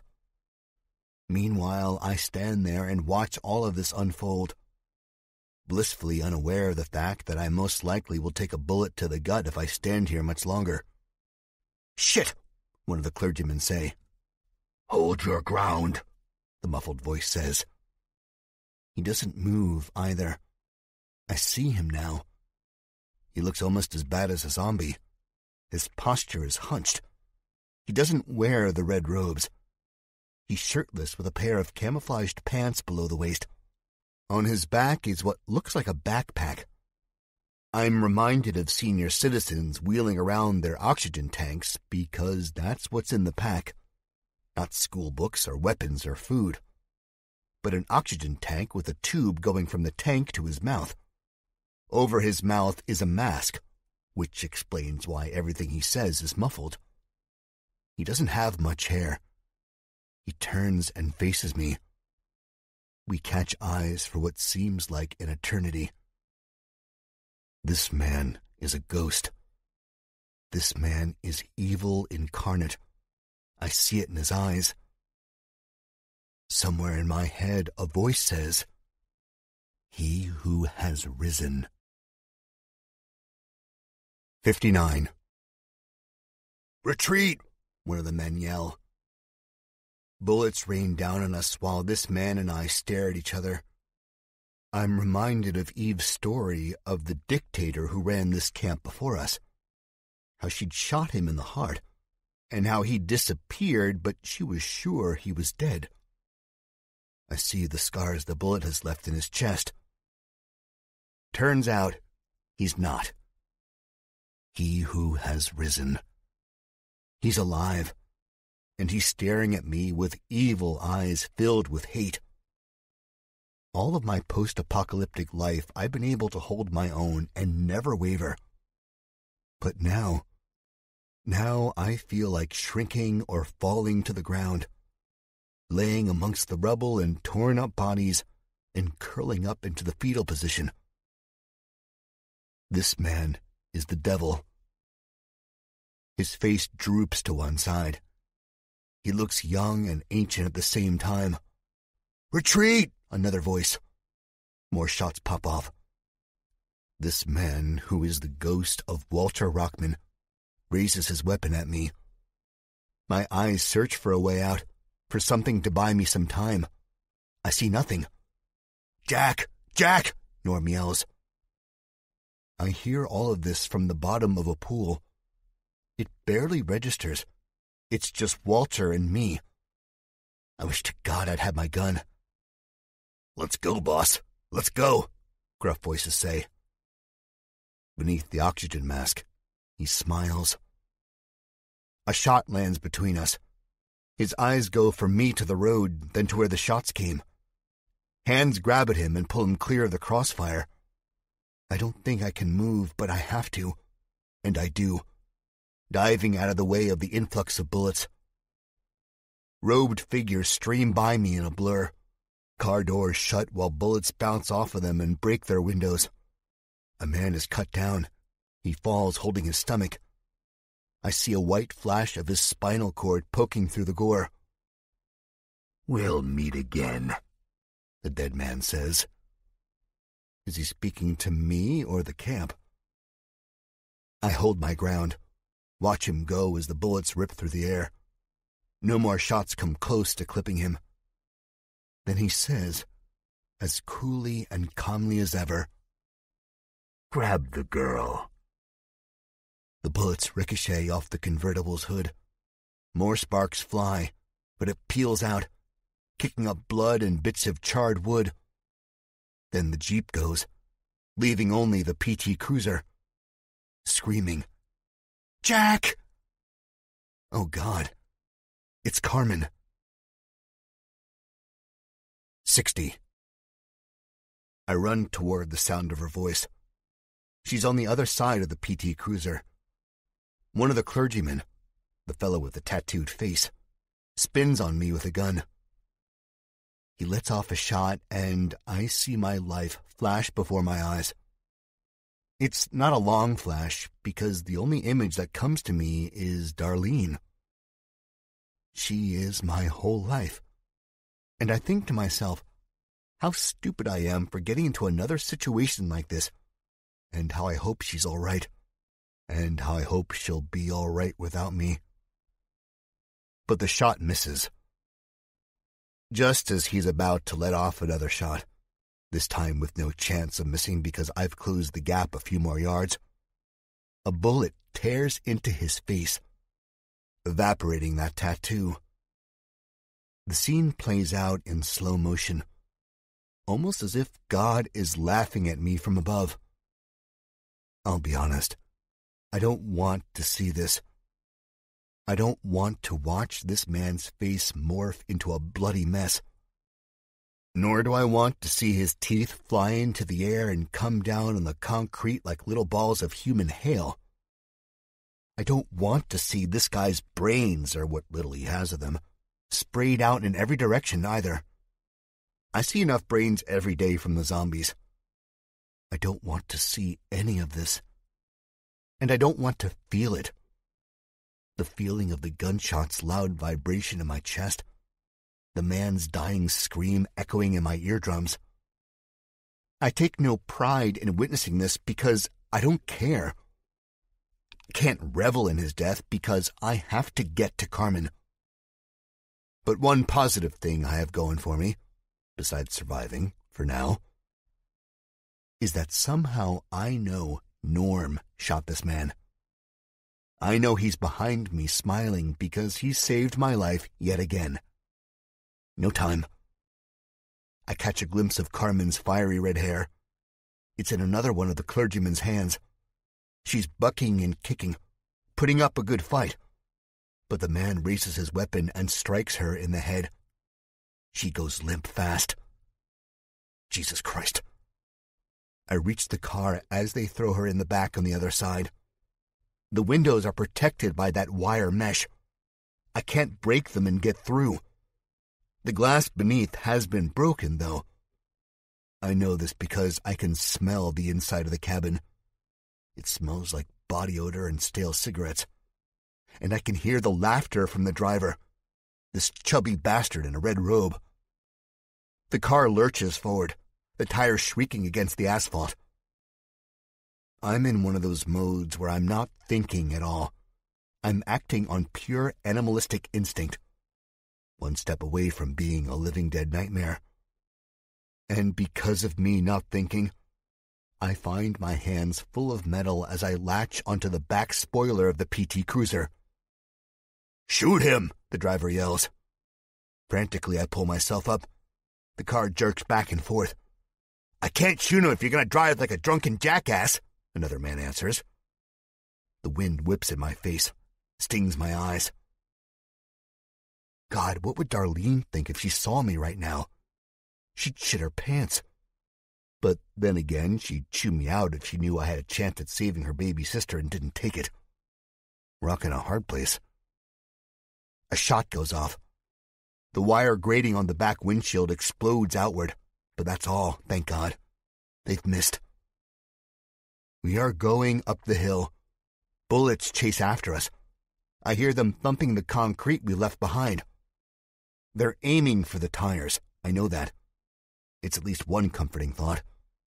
Then again, one slight miscalculation, and I've got a bullet in my back. I manage to pull myself up, still holding on to the spoiler. The cruiser rocks back and forth, tires screeching and squealing. My hands are slick with sweat. My chest is knotted with fear. "Shoot him! Shoot him!" Shots ripple from inside the confines of the car. 3 bullet holes explode through the roof, smoking. One is so close I can feel the heat of the scorched metal on my face. We are almost at the hill's crest now. The zombies haven't stopped coming. When we arrived in the Bay Area, it seemed all the zombies were dead. But now I realize they were hiding, just biding their time until the time for eating was ripe. Unfortunately, now is that time. Or maybe interrupting the Red Robe's ritual really screwed us. No, Jack. Don't believe in superstitious bullcrap. I've still got the spoiler in hand when the next barrage of shots comes through the roof. Again, they're much too close. One has struck the spoiler. It's a real cheap job some smartass had put on after they bought the car, I'm assuming, and the metal twangs and pops off. I see screws roll by me in slow motion. As I look down, the spoiler is still in the same spot, just not attached. Then the wheel jerks, and it goes. Me with it. "Fuck," I wheeze, as I whipped off of the PT Cruiser's roof. I hit the blacktop hard, and I mean hard. All of the breath whooshes out of me. I start coughing, hacking. The sky is pretty. That's one thing I notice. I don't know why. It doesn't matter much. Somehow I force my head up and see the PT Cruiser with Darlene's sister in the back get smaller and smaller as it goes down the abandoned roads, led by the dead man and his robed followers. Damn it. I failed. A few zombies turn. I've been dropped off like Meals on Wheels. And for a second, I have no feeling in my legs. I think I'm paralyzed. They shamble toward me, their heads cocked, yellow eyes curious. I'm weaponless and immobile. Come on, Jack, I say to myself and punch my legs until I get feeling in them. I'm shaky, but I'm up, and I waste no time running back to the camp. But what the hell am I going to tell Darlene? 61. You all right, little bro? Norm asks me. I can hardly talk, so I nod my head. It's a lie. I'm far from all right. But I need to get away from this chaos and get back to Darlene. You see how that shot ripped that douchebag's face off? Norm asks. He laughs, and Tim and Abby both hit him at the same time. I'm glad to see their faces. They're both a little bloody and banged up, but they're here. That's all that matters. Jack? Abby says.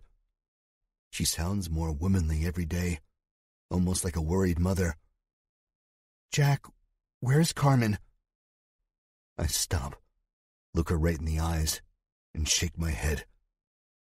She brings her hand up to her open mouth. Did? Tim asks. No. They took her. That man Eve told me about took her, I say. Soldiers stream by us. Part of me thinks, where the hell were you guys earlier? Where were you when Carmen was getting yanked by her hair and thrown into a car? I almost jerk around and scream at them, but the movement sends a fresh ripple of fire up my back. I landed on the road pretty hard. My ribs and tailbone will be sore for the foreseeable future. No sense in having the pain flare up for nothing. Carmen's gone. Taken. Not much I can do. Yelling gets us nowhere. The sound of intermittent gunfire pops off behind me as the soldiers put an end to the last of the zombies. Jack, wait up! It's Abby. I hear her footsteps slapping the beaten dirt path as I head up toward Eve's place. I don't stop. I know if I stop, there's a pretty good chance that I'll pass out. My vision is already getting fuzzy, and the pain in my ribs is cranked up to almost unbearable. I know it's not going to hurt as bad as when I tell Darlene and Eve that Carmen is gone and it's my fault. It's not going to hurt as bad as seeing them cry or scream. How are you going to tell Darlene? Abby asks. I exhale loudly, blowing strands of hair off my forehead. I don't know. I think I'm just going to tell her. You know, the rip off the Band-Aid fast instead of the slow and drawn-out approach? Abby nods. Good idea. I'll be there to help you, she says. I reach out, despite my ribs feeling like broken glass, and clap her on the shoulder. Thanks, Ab, I say. She nods. We head to Eve's place. 62. Darlene must have seen me coming from a window, because she bursts out of the large wooden door and runs down the path at me. She's coming in hot. I clench up and put out a hand to stop her, but there's no stopping her. She jumps into my arms and I yell. She covers me in kisses, her blonde hair dampening my vision, tickling my nose, getting stuck in my mouth. Easy, I say, grimacing. Jack, oh my God, I thought I lost you. I just felt it, Darlene says. Where's everyone else? Eve asks. The two other female members of the council are with her, Olive and Tabby. Tabby has tears in her eyes. Abby answers while Darlene hugs me tight. They're all right. They're down there cleaning up the rest of the zombies. Who was it? Eve asks. Her voice is harsh, almost scary. The robed men, Abby says. I feel a surge of anger, no, fury, take over. Robes, red robes, red blood, Carmen's red hair.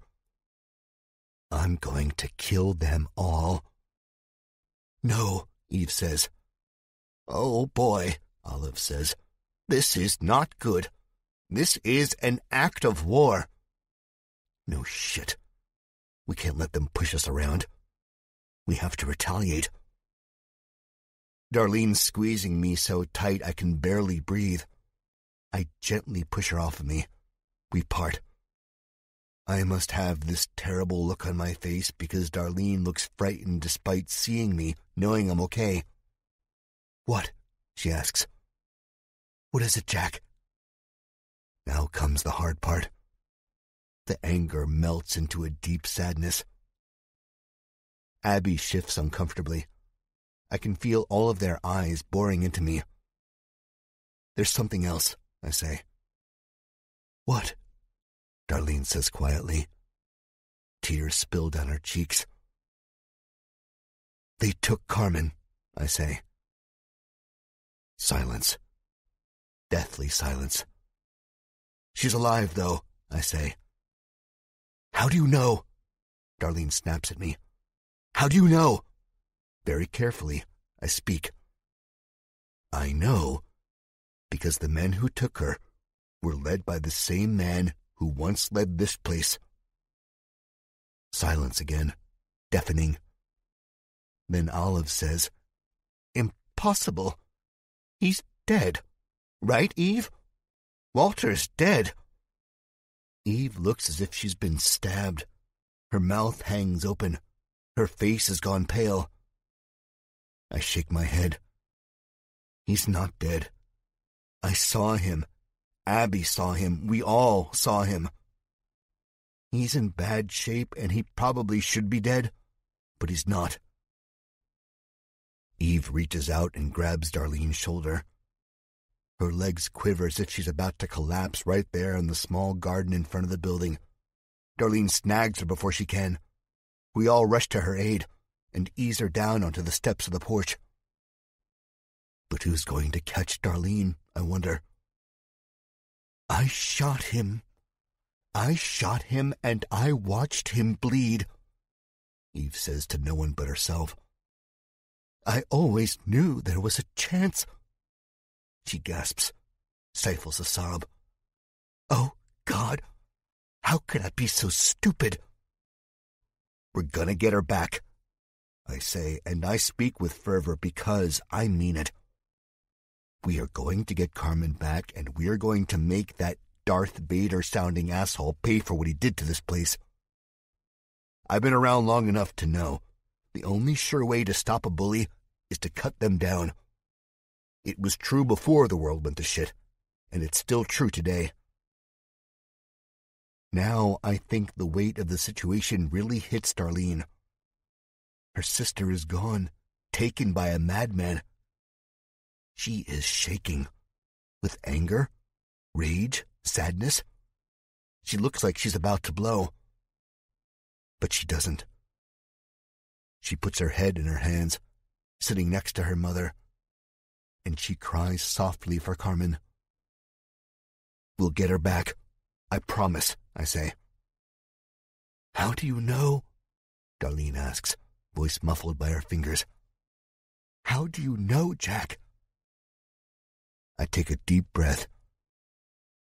I haven't failed yet, have I? 63. Norm and Tim walk up the road. Did the rest of the council survive? Eve asked me as we watched Tim and Norm wind their way to the stronghold, their guns resting on their shoulders. I can see how dirty they are, the streaks of soot from the fire and the blood on their shirts. A few moments have passed. The surprise and shock has turned to deep sadness, as if a black cloud of depression settled over us all. Did they survive? I don't want to be the one to answer this question, but I have to. The rest of the council is as dead as the 50-odd other people who are near the fence. I saw Zach torn apart and Ken pounced on by zombies. But how the hell can I say this? How can I put it gently, in a way where everyone whose hearts are already heavy, will be okay with hearing? I can't. And I don't. I turn, face them, and shake my head. Eve, who stands now, puts a hand over her chest. Then she wavers and stumbles like she's about to pass out again. Darlene's quick to her side and steadies her. Abby goes to her other hip. Tabby says, "Eve, are you all right?" I almost want to ask, what kind of dumbass question is that? Of course she's not all right. None of us are. Her least of all. I think I should go sit down, Eve says. Mom, Darlene answers. Mom, what about Carmen? Olive takes Darlene's spot and puts Eve's arm around her shoulder. We'll talk later, Olive assures us. I'm all right, Olive. I'm all right, Eve says. Tabby follows them. She's not all right. None of us are. The three women disappear into the stronghold, leaving Abby, Darlene, and I outside in the early afternoon sunlight. Darlene's tears are constant, yet she's not sobbing. It breaks my heart. And again, I think to myself, why couldn't those bastards have taken me instead of Carmen? Then I don't know if that would be any better. I would find a way out of that predicament. I always do. But who's to say Carmen won't? That little voice of doubt in the back of my head, that's who. I take Darlene in my arms. She buries her face in my sweaty, burnt shirt and sobs for her missing sister and the people we've lost today. We haven't been here long at all, but I know how she feels because I feel the same way. The people who died, who were murdered by a suicide bomber, those people were not just strangers. They were family. People I would have known. People who would have come over to my house for dinner, who would have celebrated Darlene and I's wedding, who I would have celebrated. All of them gone. I feel my breathing speeding up, my face getting hotter. Fucking ridiculous, Norm says. Darlene and I separate. She wipes her eyes. Fucking ridiculous, Norm repeats. Him and Tim walk up to us. Norm's hair is all awry. One side of his shirt is ripped. There's a fresh scratch going down his protruding ribs. I'm gonna gut every last one of those sons of I hate when you swear, Tim says. And Norm stops. His face goes red. I know, he says like a skulking teenager. Tim turns to Darlene. I'm so sorry, he says. Did you tell your... I nod. Yeah, she knows. How'd she take it? Tim asks. She's not dead, Abby shouts. Geez, you're all talking about Carmen like she's already dead. Tim shakes his head. I knew Walter. I saw firsthand what he was capable of. I don't care what he's capable of, Abby says. We haven't let that stop us before. I'm telling you, Tim says. You don't want to mess with... That's it. I don't care if Tim and I go way back. I step toward him. He's a little taller than me, and though he's thin, he definitely has a few pounds on me, too. But that doesn't matter. I grab him roughly by the shoulder and drag him away from Darlene, who still has fresh tears in her eyes. Tim, shut your mouth, okay? I say. He looks surprised, not angry or upset, just scared and surprised. And no, not scared of me. What do you mean? Carmen is Darlene's sister. I don't know if you forgot or not, but she doesn't need to be hearing any of this crap about how Walter is a mad dog killer, I say. He nods, mouths, "Sorry." "We always seem to go through some shit, don't we, Jackie?" Norm says. "No need to worry. We'll do what we always do. We'll regroup, lock and load, and save the day." "Hell yeah, we will. I know no other way, I think." Darlene's cries are quiet but powerful. I sit next to her, pull her closer. "It's going to be all right." She grabs me back, hard enough to pop my spine a few times. Straining, I repeat what's on my mind for the second time. "It's going to be all right. We're going to get Carmen back, I promise." And I fucking mean it. Walter and the Red Robes will pay. Darlene goes on crying into my already ruined t-shirt. 64. We all end up back in the same dining hall where we met the night before. There is only one table in the middle of the empty space. It's big, but it looks so lonely. Eve sits at the head of the table with her palms on her face. She looks like she's either concentrating really hard or she's had a stroke. Basically, she looks like a shell of the woman I saw 24 hours ago.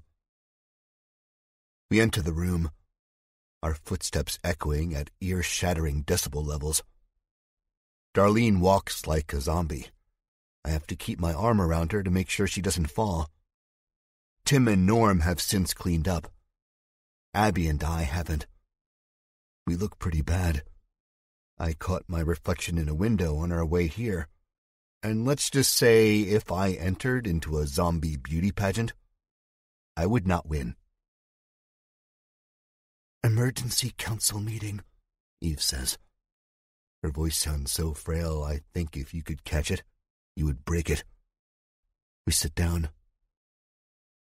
The two women, Tabby, who has a pile of used tissues on her left-hand side and her right hand clasped with Eve's, and Olive, the great and wise 30-year-old grandma type, try to offer us smiles, but they're deflated. It's an odd feeling, really. Odd because this place was bustling and full of people and laughter and talking no less than a few hours ago. Now it's like a graveyard. The doors burst open. I feel my heart do a little stutter in my chest. My blood pressure spikes. Whenever something catches us off guard, I fear the worst. Then I hear the barking, and my fear is replaced with joy. Cupcake dashes across the hard floor, claws clicking and overlarge ears bouncing up and down. "No, bad dog," one of the guards say. I put up a hand and say, "It's okay." Cupcake, a pretty big dog, jumps into my lap and smacks my ribs, which constantly hurt. The pain doesn't bother me. I'm too happy for that. "Hi, boy," I say. Cupcake seems to have missed me. He licks my face. "The walls," Eve says matter-of-factly. "Kat and Robert are overseeing the rebuilding process. Should have it back up before the sun falls," Tim answers. I don't know who those people are, but I'm glad they're helping rebuild the wall. "There's been some extensive damage, though," Tim continues. "It'll take more than a simple patch-up job." "As I expected," Eve says. I'm amazed at how easily Eve has switched gears. She still has tears drying in her eyes, yet she assumes the role of leader almost seamlessly. She then looks at me. "Jack, stand up." It catches me off guard. Not to mention I have a dog in my lap. Eve's stare tells me I have no choice, so I get up and put Cupcake down. "Thank you," Eve says. "Now you, Abby, Norm, and my eldest daughter." They all rise. They don't stand straight. They stand like men and women who have been broken. The closest one to normal is Norm, and I only think he's better off than the rest of us because he has a few screws loose in his head. Then Eve stands too. I'm offering you all a chance to sit on this council. The way she says it gives me chills. None of us speak. Eve watches. Now Tabby and Olive stand next to Eve. Reluctantly, Tim follows and stands with the rest of us. He doesn't seem to be coping too well. Maybe he just hasn't seen as much messed up shit as the rest of us. Do you accept our offer to join this council? To bring some semblance of the old world into the new world? To be a better you than you were the day before? Eve asks. I see Tabby is tearing up again. She reaches down and grabs one of her crumpled tissues, wipes her eyes. I look to Norm and Abby, and I'm shocked to see them looking at me. A glance at Darlene shows me the same thing. Even Cupcake, with those human eyes, is looking up at me, beating his tail against the floor. Your call, little bro, Norm says. You've led us to this point. I feel my chest hitch with a storm of emotions. It's been almost a year on the road with these people, and I'll never get used to the idea of being their leader. But I am. Time to man up. I turn to Eve and nod my head. We accept. Eve tries to smile. It's stilted, almost robotic. Good, she says. Please, raise your right hand. We all raise our hands. Repeat after me. I swear to protect this land with not only my strength, wits, and weapons, but also my heart. We repeat. When things get tough, I swear to stand my ground and show that I am tougher. Our turn. And as the world grows darker, I will strive to bring light back into it. Again, us. I get goosebumps. Even Cupcake has stopped his tail wagging and silly antics and sits like a statue, watching us all with his human eyes. Now you are a part of this council, Eve says. She sits down. Tabby, Olive, and Tim follow her, then us. That easy, huh? Norm says. Tim elbows him. Thank you, Abby says. Elbowing Norm and telling him to shut up is usually her job. First order of business, Eve says. Fence reconstruction. What? Darlene says. Are you kidding, Mom? Eve looks at her stone-faced. Your daughter has been taken by some half-dead madman, and you're going to sit behind these walls and discuss fences? Darlene scoffs. That old-world attitude is showing again. It's like looking at a gruesome car wreck. I don't want to look away despite the squeamish feeling in the pit of my stomach. Eve leans forward, folds her hands on the table and says, Now, Darlene, all the citizens of this place are my children too. Their safety is the most important thing. A quick glance around the table shows averted eyes. Norm looks down at his lap. Abby plays with a loose thread on her dirty shirt. Tabby and Olive look at their hands, which are also folded on the table surface. Tim looks at Norm. Your daughter is the most important thing, Darlene says. She stands up and her chair goes flying out from behind her. It clatters off of the hardwood. Cupcake jumps up and whines softly. This is so typical of you, Mom. She stares daggers at Eve. You haven't changed a bit. I should have known it the minute I saw Dad tied up in the bathroom. Eve's stone face melts. Her cheeks flush and her gaze averts to the table along with everyone else except Darlene and I. I still can't look away. I'm sorry, Eve says, stifling a sob. I'm sorry, okay? Sorry isn't going to bring Carmen back, is it? Darlene answers. Oh my, Tabby mutters and shakes her head. Shut up, Darlene says. Tabby does, and goes back to fiddling with her tissues. Darlene, Eve says. I see she's crying now. Tears stream down her face noiselessly. Her hair is all disheveled and her clothes are askew, and suddenly she looks very frail. I can't magically bring Carmen back. But you can try, Darlene shouts. Damn it, you can try. You don't have to roll over. You could send a group of people out after her. Hell, we can go get her right now. It wouldn't be the first rescue mission we've been a part of. Time to back up my fiancée. She's right.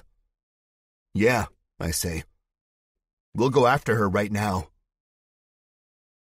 Eve walks around the edge of the table, looking more and more like an old woman. She takes Darlene's hand, who flinches at her mother's touch, and says, Darlene, all of you, listen to me. If I could go out there myself, I would. But we don't know much about what happened. Going without a plan is suicide. You know that. You've been out there. You know how bad it is. If it's not the crazy men and women, it's the zombies. There's hardly ever a break. And, believe me, it hurts to say this, there's a good chance Carmen is already gone. Ouch. The way she says it, with so much finality, like that final nail in a coffin, hurts me. Darlene rips her hand away. I can't believe you. I get up now. Now is not the time to fight, I say. We need to stick together. Eve ignores me. If you aren't going to send someone after her, I'll go myself, Darlene says. I'm not, and you're not going. That's final, Eve says.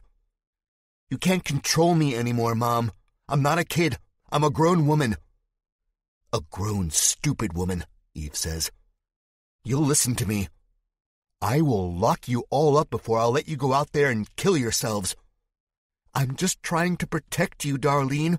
Listen to me, please. You can't cage a wild animal, Norm chimes in. We all turn to him and say, shut up, at the same time. He does. Darlene, let us plan before we go after her, Eve says. What's the point, Darlene says. You think she's already dead anyway. Eve shakes her head. Maybe a long time ago I wouldn't have. But I know what it's like out there.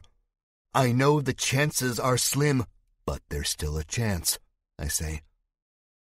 Eve ignores me. I know the men and women who took her. I know the man who leads them, Eve says. They are sick, vile creatures. They make the zombies look tame. Which is why time is of the essence, I say. Why we have to get her now before it's too late. We know crazies, Norm says. Abby nods.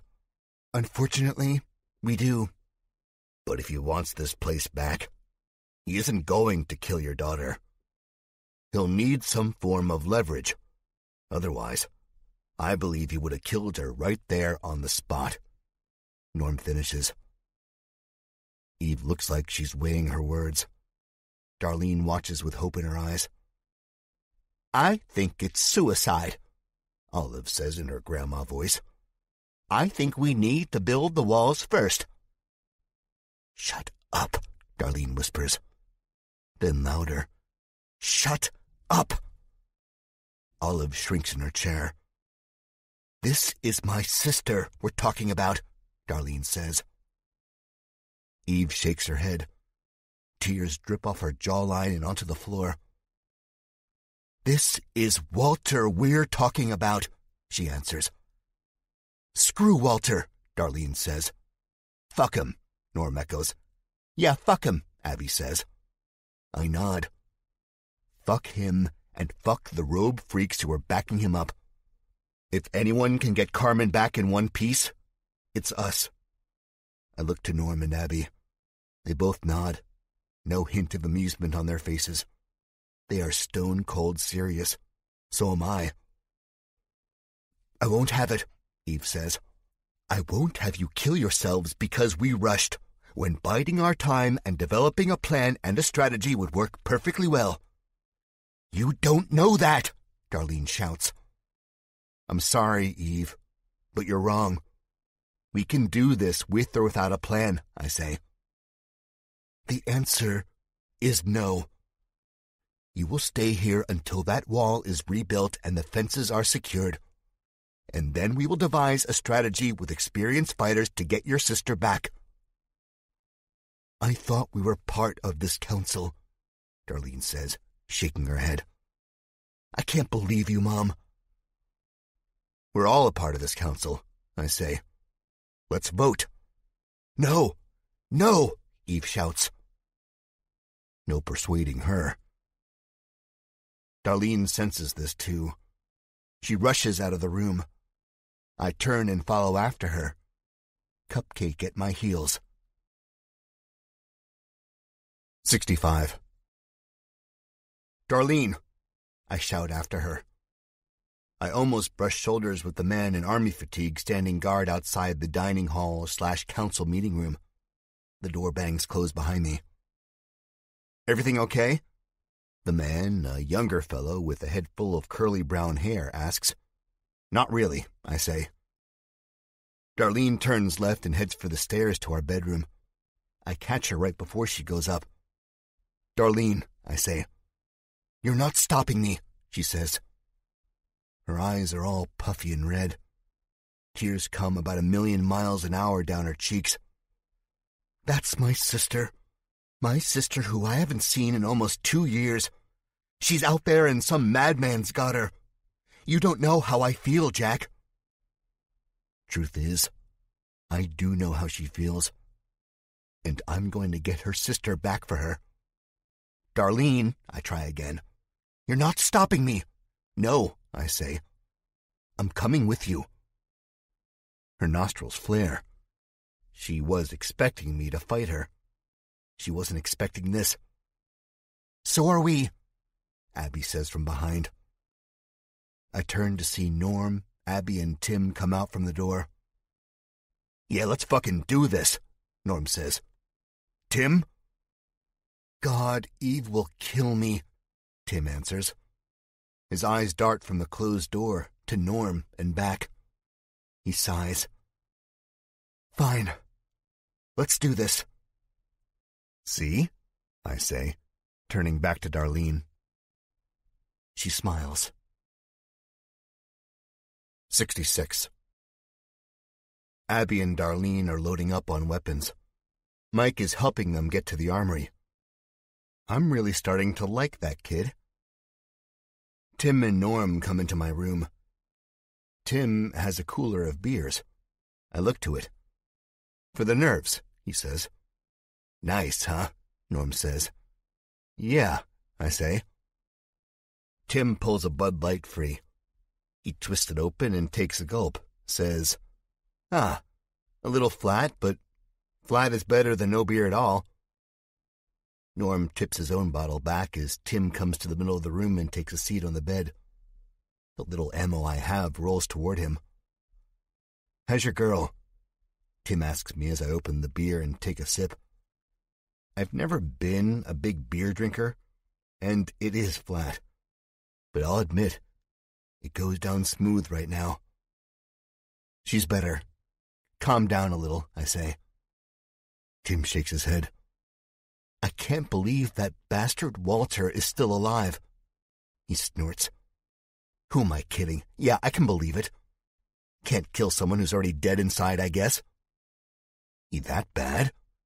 Norm asks, leaning up against the wall. You know how women like to over-exaggerate. He's bad, Tim answers. He shakes. It's not acted, but real. I can tell because he almost spills his beer. Real bad. And I imagine he's even worse now, especially with revenge on his mind. You think he killed Carmen yet? I ask. Take a gulp of my beer. Still goes down smoothly, but the alcohol, which I haven't had much of since the world ended, is already hitting me. I feel the buzz in my head. It's a good yet uncomfortable feeling. Nah, Tim says casually.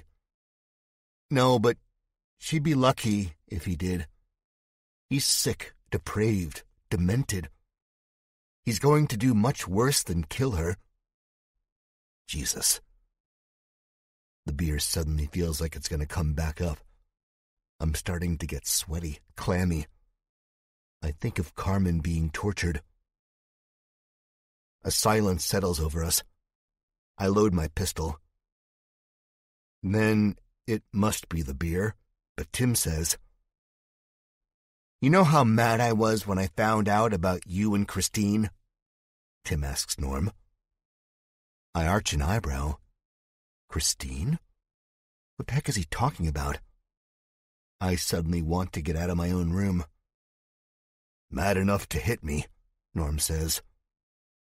He sighs and looks at the bare wall where a mirror should be.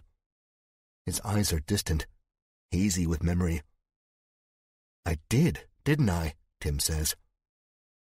Wow, that was so long ago. He smiles again. I was mad, but mainly heartbroken. I never stopped thinking about you. Me either, Norm says. He glances at me, sees me looking on with wonder and curiosity in my eyes, and he blushes. Quickly, he composes himself into my hard-ass older brother who I've grown to love over this past year. Let's not bring up the past, Tim. Let's forget all about that stuff.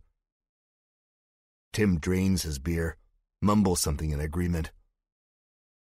What happened with Christine, though? Did she have the baby? What the hell? I can't contain myself any longer. Baby, I say. Norm smiles uncomfortably and sighs. Well, no, she didn't. She had an abortion. He puts his hands up as Tim drops his jaw in amazement. Not my idea. It was all hers. Wow, too bad, Tim says. Doubt it matters anymore, Norm says. Takes a drink, then, holding the bottle by the neck, swishes the contents around.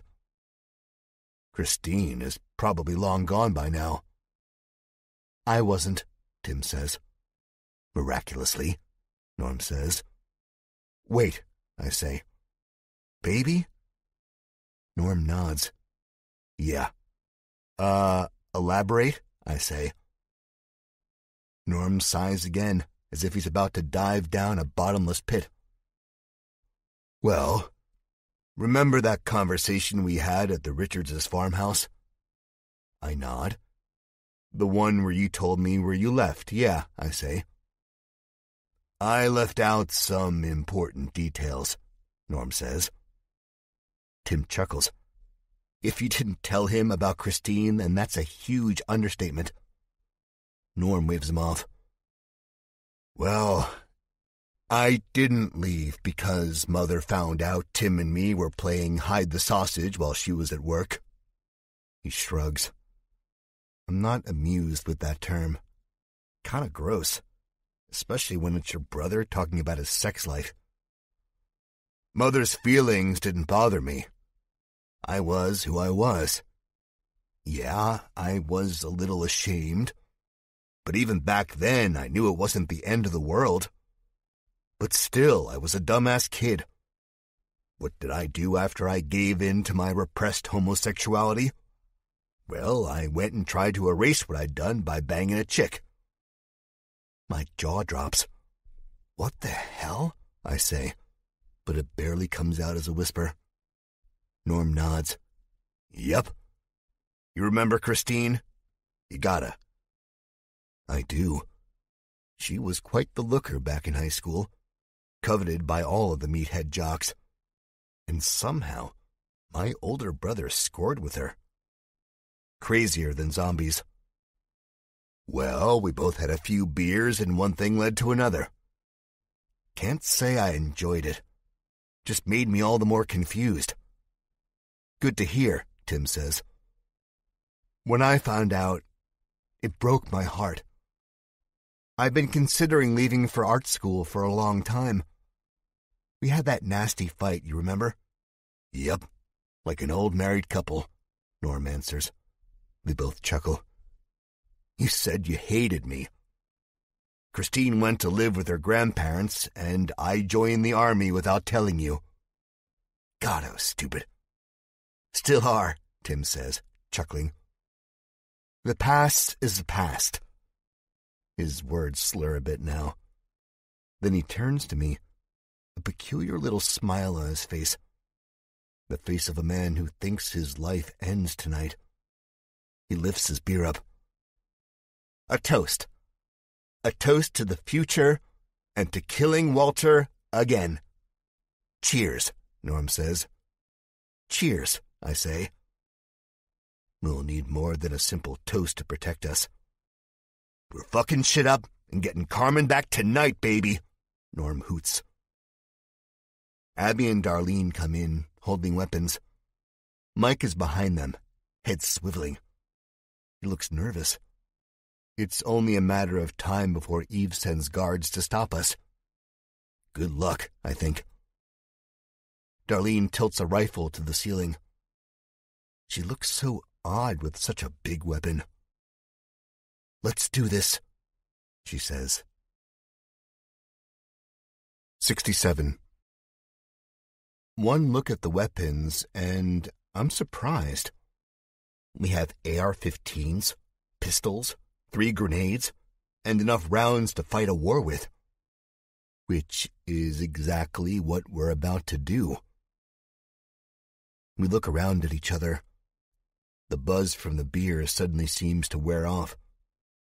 There is this odd calm over us, as if we're all aware of what comes next, what can come next. The end. The end of us. My hands tremble as I take my weapons. We each get AR-15s, a pistol. I grab a machete. Tim takes the grenades. Just know, I say as I swing the AR-15 strap over my shoulder, that whatever happens tonight, I love all of you. Yeah, Norm says. Me too, Abby answers. Family, Darlene says. Family, I repeat. We are all nervous, worried. Just when we thought we could settle down, we are thrust into another war. The last one, Jack. One more, and then the rest of your life starts. Get Carmen back. Save the day. You can do it, right? Hell yeah, I say quietly to myself. I lead us into the hall, expecting a blockade of Eve's guards. Nothing. Mike lets us pass. He looks especially tall and thin tonight. I'll cover for you guys. If they're coming, I'll stall them. Thank you, I say. We keep going. Abby stops. I hear her rushing footsteps retreating. I turn in time to see her jump into Mike's arms. She plants a kiss on him, long and beautiful. When they part, Mike's eyes are big. Wow, he exclaims. I'll be back, Abby says. Darlene smiles at me. I'm happy for them. Mike's okay in my book. We leave the complex. 68. So here we are. Darlene, Abby, Norm, Tim, Cupcake, and me. We all have weapons, except for Cupcake, of course. And we stare back at the entrance, which is swarming with people. One raises a hand and waves to Tim. It wasn't hard to get out of here. Not as hard as I expected. Then again, I still have Eden on my mind. It wasn't that long ago that we were stuck in that rotten place where the only way out was burning it down. Eve is no Spike or Butch Hazard. We were stopped by a grizzled-looking fellow, one I hadn't recognized yet. He wore a rifle over his shoulder, like me. Once he recognized Tim, the harsh look on his face faded away. "Where are you going?" he asked. "Court, where do you think?" Tim answered. At that moment, with all those eyes staring around at us, all those people with their guns, I was glad to have been reunited with Tim, all shocks of him and Norm's past aside. The man named Court backed away, hitched his pants up, and readjusted his rifle. Darlene, who was standing slightly behind me, didn't tremble or squeak out something like, "Let's get out of here." No, she stood her ground. And I remember feeling a large sense of pride at how far she'd come. "I probably shouldn't let you do that, Tim," Court said. I could picture Norm's response. Something like, "Well, there's 6 of us and 1 of you." But there wasn't just 1 of him.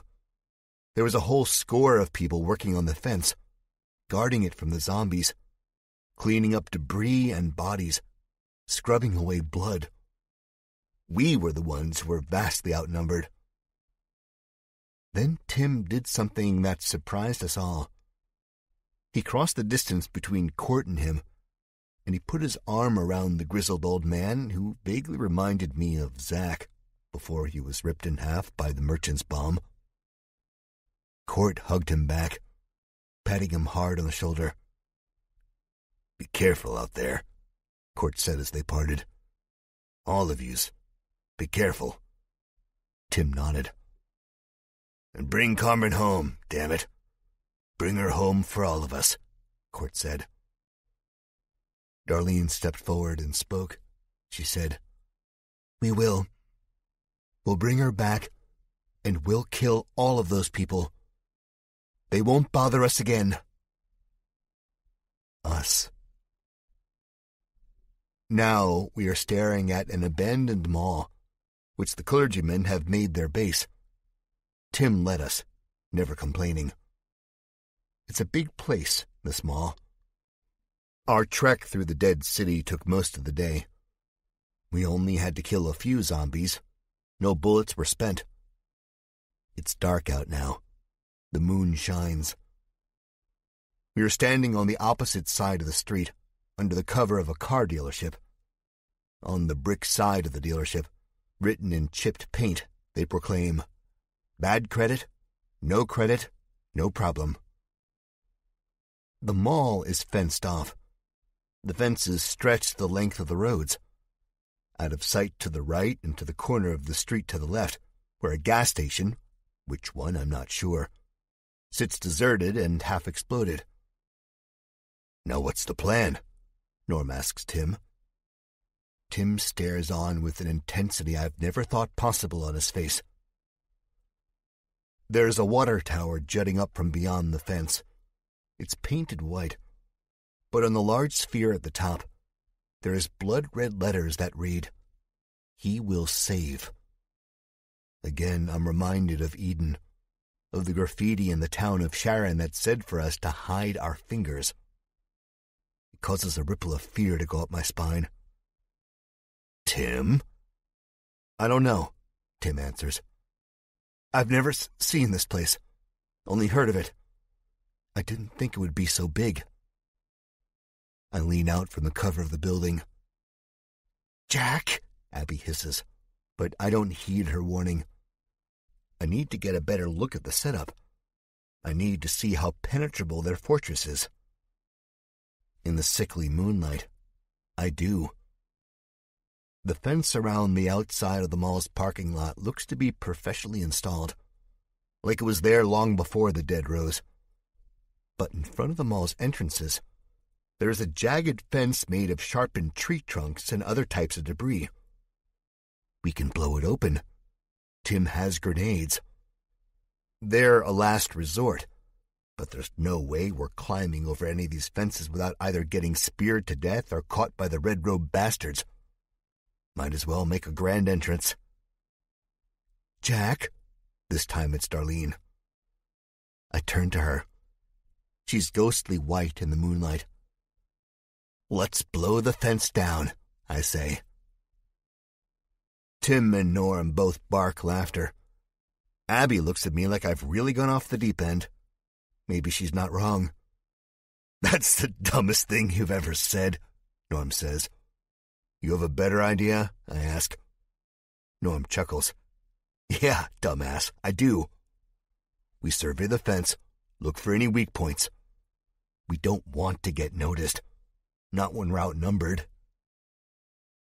My eyes scan the rest of the group. Darlene and Abby shrug. Even Cupcake looks like he's nodding.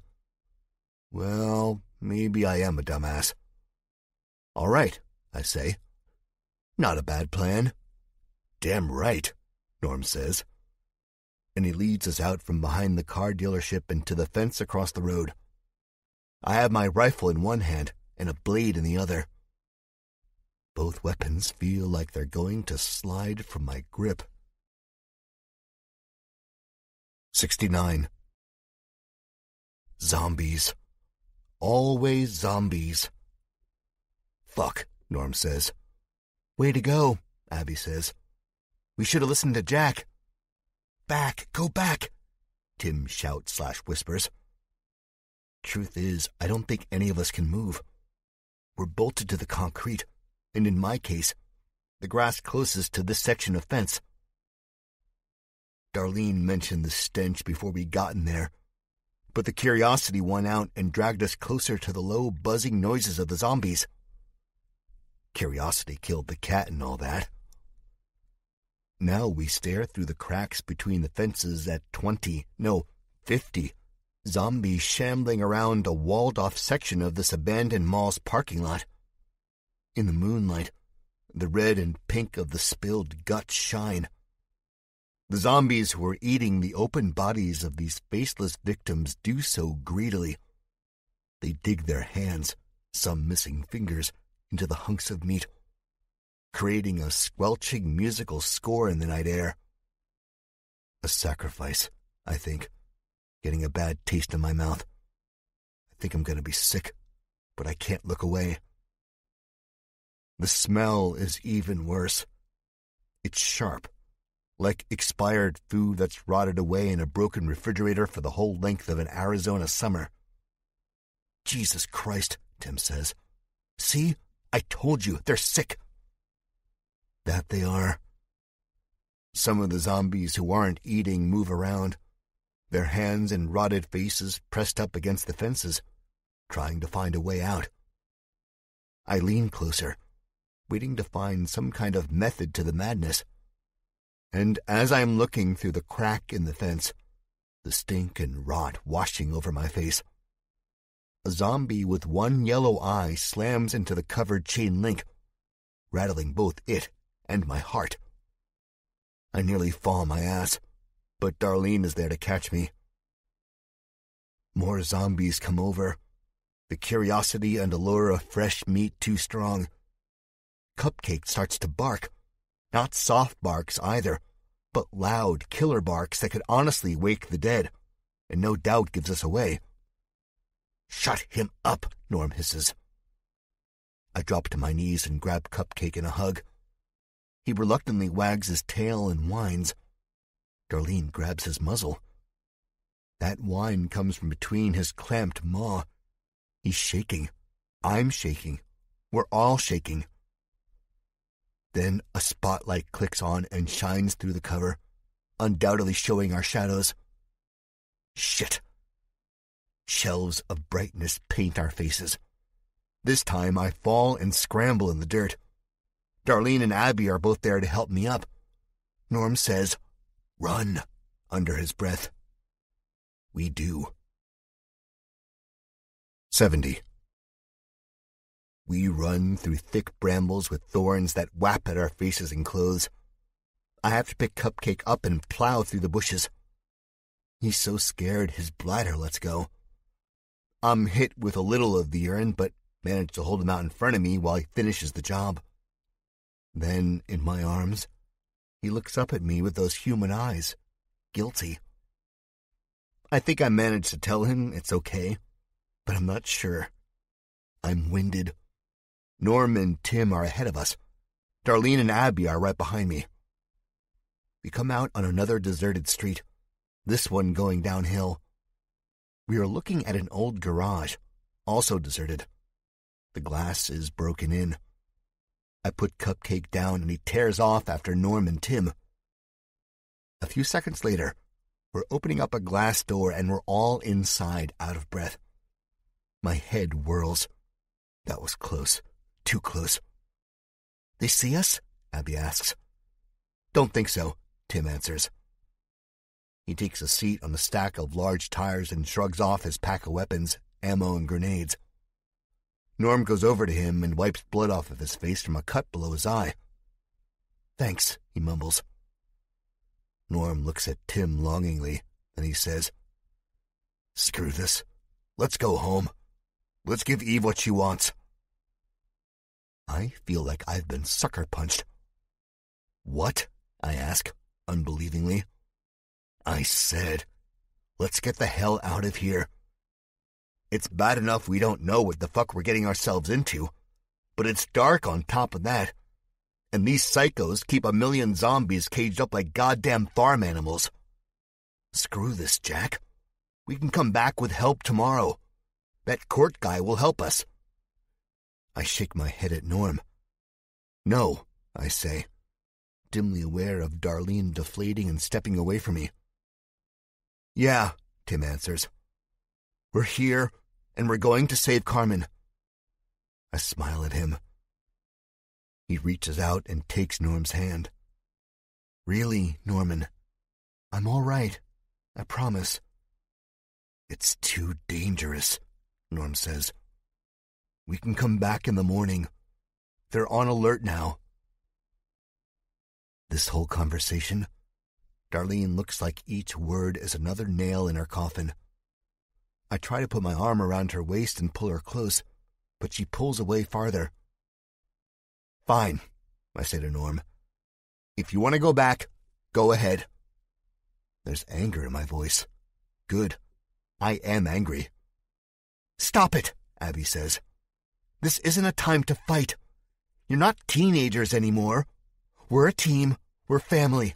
Which means Darlene's family is family. Cupcake barks quietly in agreement. Carmen is family, Abby continues. I'm nodding. Norm, you're the toughest asshole I know. You lost a finger in Eden. You almost lost your life in Mother's Village. And you saved our asses in the Mojave. This? She motions behind us where the water tower marks the spot we ran from. Is nothing compared to that stuff. Yeah, I say, stepping forward, trying to tell myself Darlene isn't crying behind me. Haven't I broken her heart enough? Now Norm has to. We have to stick together. We can't do this without you, Norm. Then don't, he answers. Don't and come back home with us. The way he says home makes my heart break. Home. We finally found a home, one worth staying in. But we're not out of the woods yet. We're never out of the woods, it seems. Norm, I say. I'm sorry, Norm begins. Can it, Norman? Tim says. We're not going anywhere. We're going to save Carmen and kill every last one of these rogue bastards. Norm looks at him with wide eyes. Cupcake barks a little louder this time, as if trying to get our attention. Tim, no. I'm sorry, Norman, but I'm here to help. Not turn tail and run back home to my mommy, Tim answers. Norm exhales a large breath. Fine.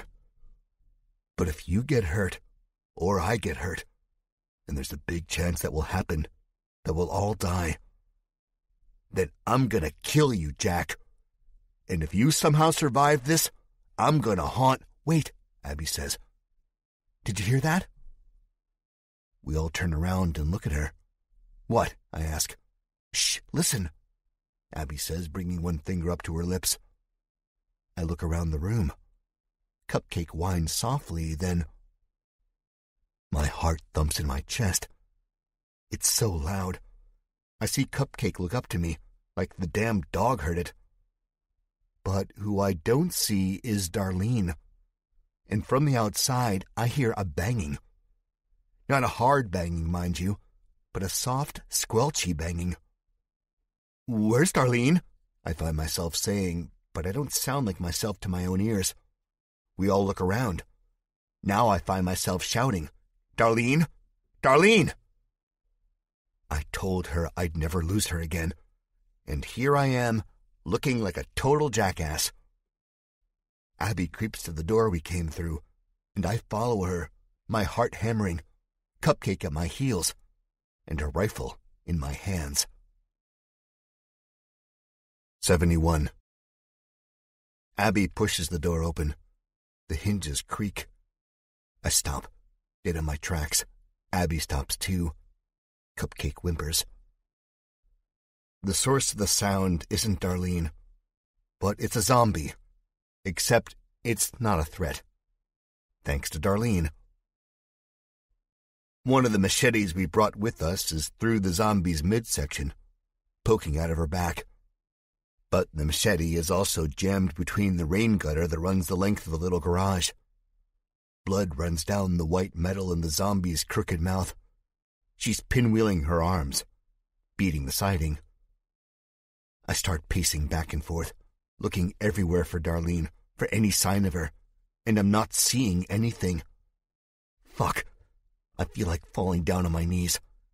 I have to go after her. Behind me, the hinges groan again. Tim lets out a noise of disgust.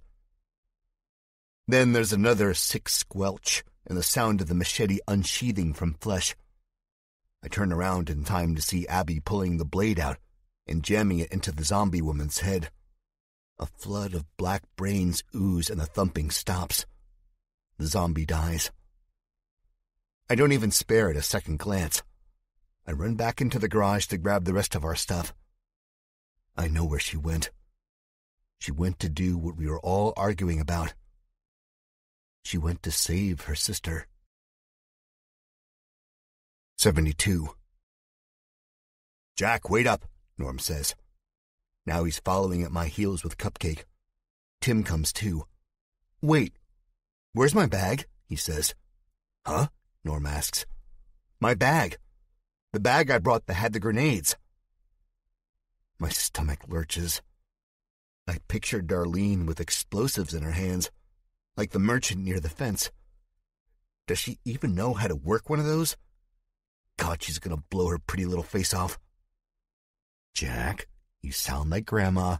Calm down. She's tough. Tougher than you think. She can handle it. She can last until you get there.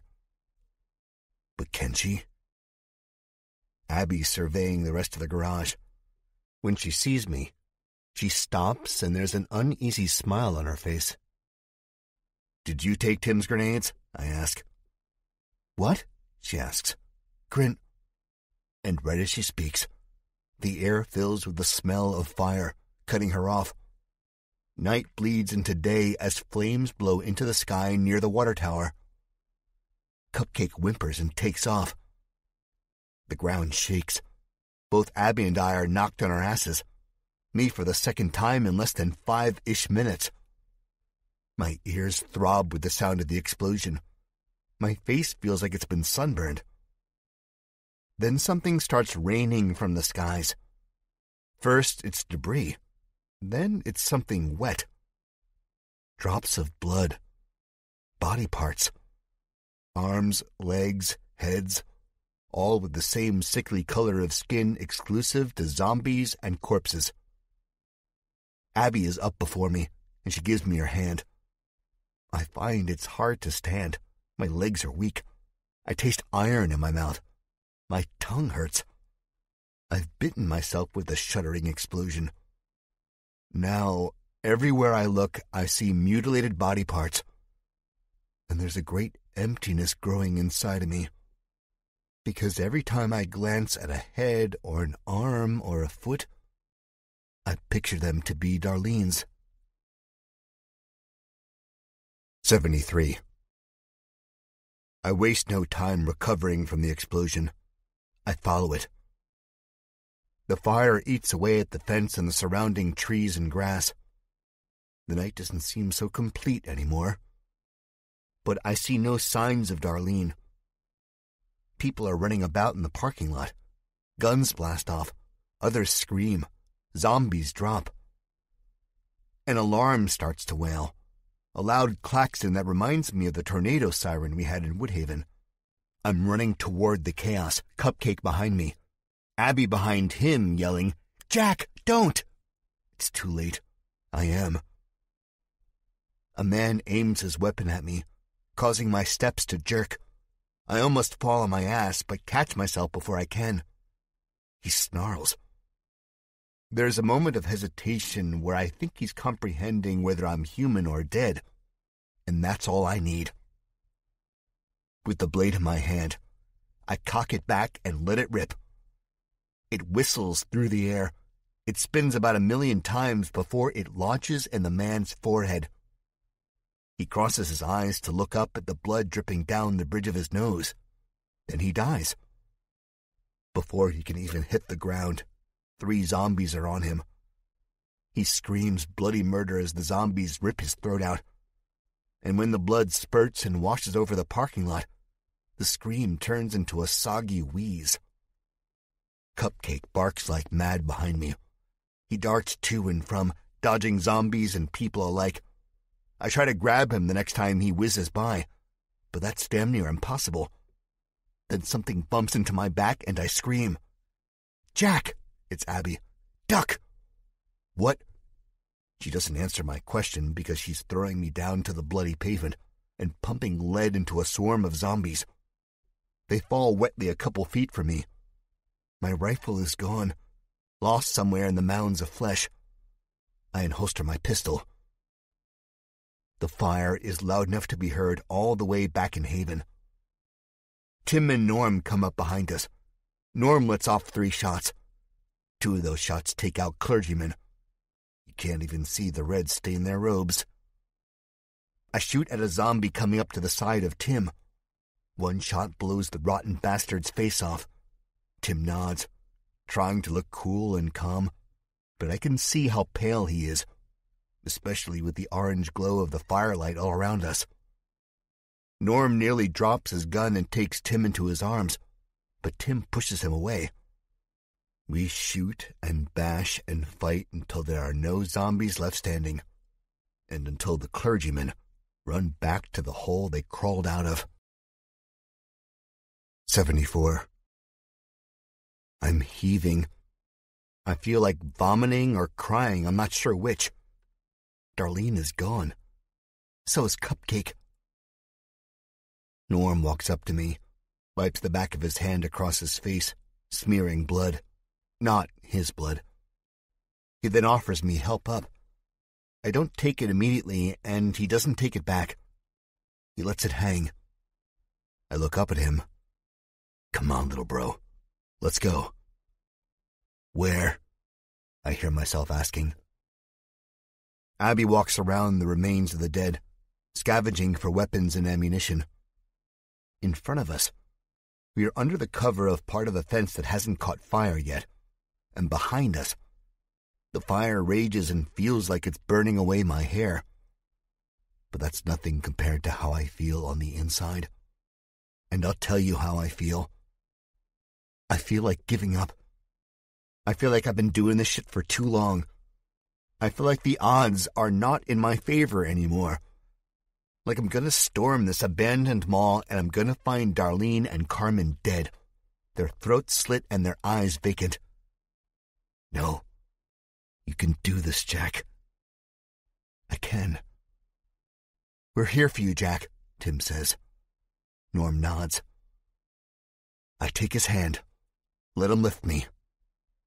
Barking. Loud. It's Cupcake. I'd recognize his bark from anywhere. My eyes are wide. All of our eyes are wide. It's coming from beyond the fence. Then, screaming. Darlene screaming. 75. There's a gash in the fence. The metal is bent back and jagged. Blood drips from a few of the stray wires. A piece of cloth. It's dark. I reach out and grab it, hearing the footsteps coming up behind me. Tim's wheezy breath. Norm saying something along the lines of, "You gotta quit running, Jack." The piece of fabric is wet with the same blood dripping from the fence. I bring it up to my nose. Through the haze of flame and smoke, I smell Darlene's scent. Her cherry-scented shampoo. Her berry deodorant. Am I imagining these smells? I put the fabric into my pocket. My heart is beating so fast as I scan the concrete beyond the fence. It leads to the mall's front doors. There are stacked sandbags in front of the glass, but they're stacked half-heartedly, as if whoever fortified this place never thought of a breach in the fences. Norm is directly behind me now. His hand goes over my shoulder and pulls the sharp metal back. "You're gonna shish kebab yourself, man," he says. "They're waiting for us," Abby says. Her voice is chilling. The fire has made the air hot, but my skin ripples with goosebumps. God, it feels like there's a weight plate in the pit of my stomach. I'm at the threshold of life and death, it seems. As soon as I step from this battlefield, this place where my group has come out on top, and into the unknown, I know what it means. I know exactly what it means. It means the end. It means I give up my advantage and I bend to the whim of the madman who leads these robed figures. "Yeah, they are," Tim says. "Walter is a smart man. I can't say he still is after dying, but he now has the upper hand." "Jack?" Norm asks. I cringe because I can already hear what he's going to tell me. He's going to tell me to step aside. Let the real men lead this mission, because if I do, someone will just end up getting mauled or maimed or even worse, dead. But that's my fiancé in there, my dog, and my future sister-in-law.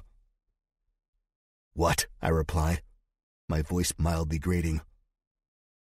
Norm is nodding. "Lead us home," he says. And he claps me on the back in almost the same way he did in Woodhaven. It doesn't feel like I'm on the same piece of concrete. Its only difference being the division of the fence. No, it feels like I'm standing at the top of a skyscraper, 1 foot out over the edge, and I know I'm not supposed to look down, but I can't help it. I have to look down, because if I don't look down, then whatever manifests in my own head will be worse than any 100 stories splat.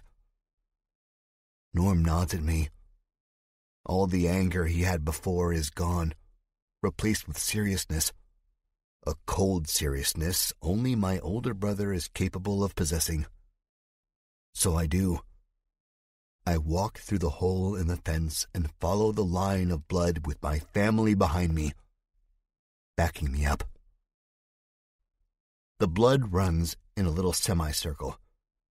I picture Darlene, her arm scratched, sneaking up through the fence and toward the sandbag block doors.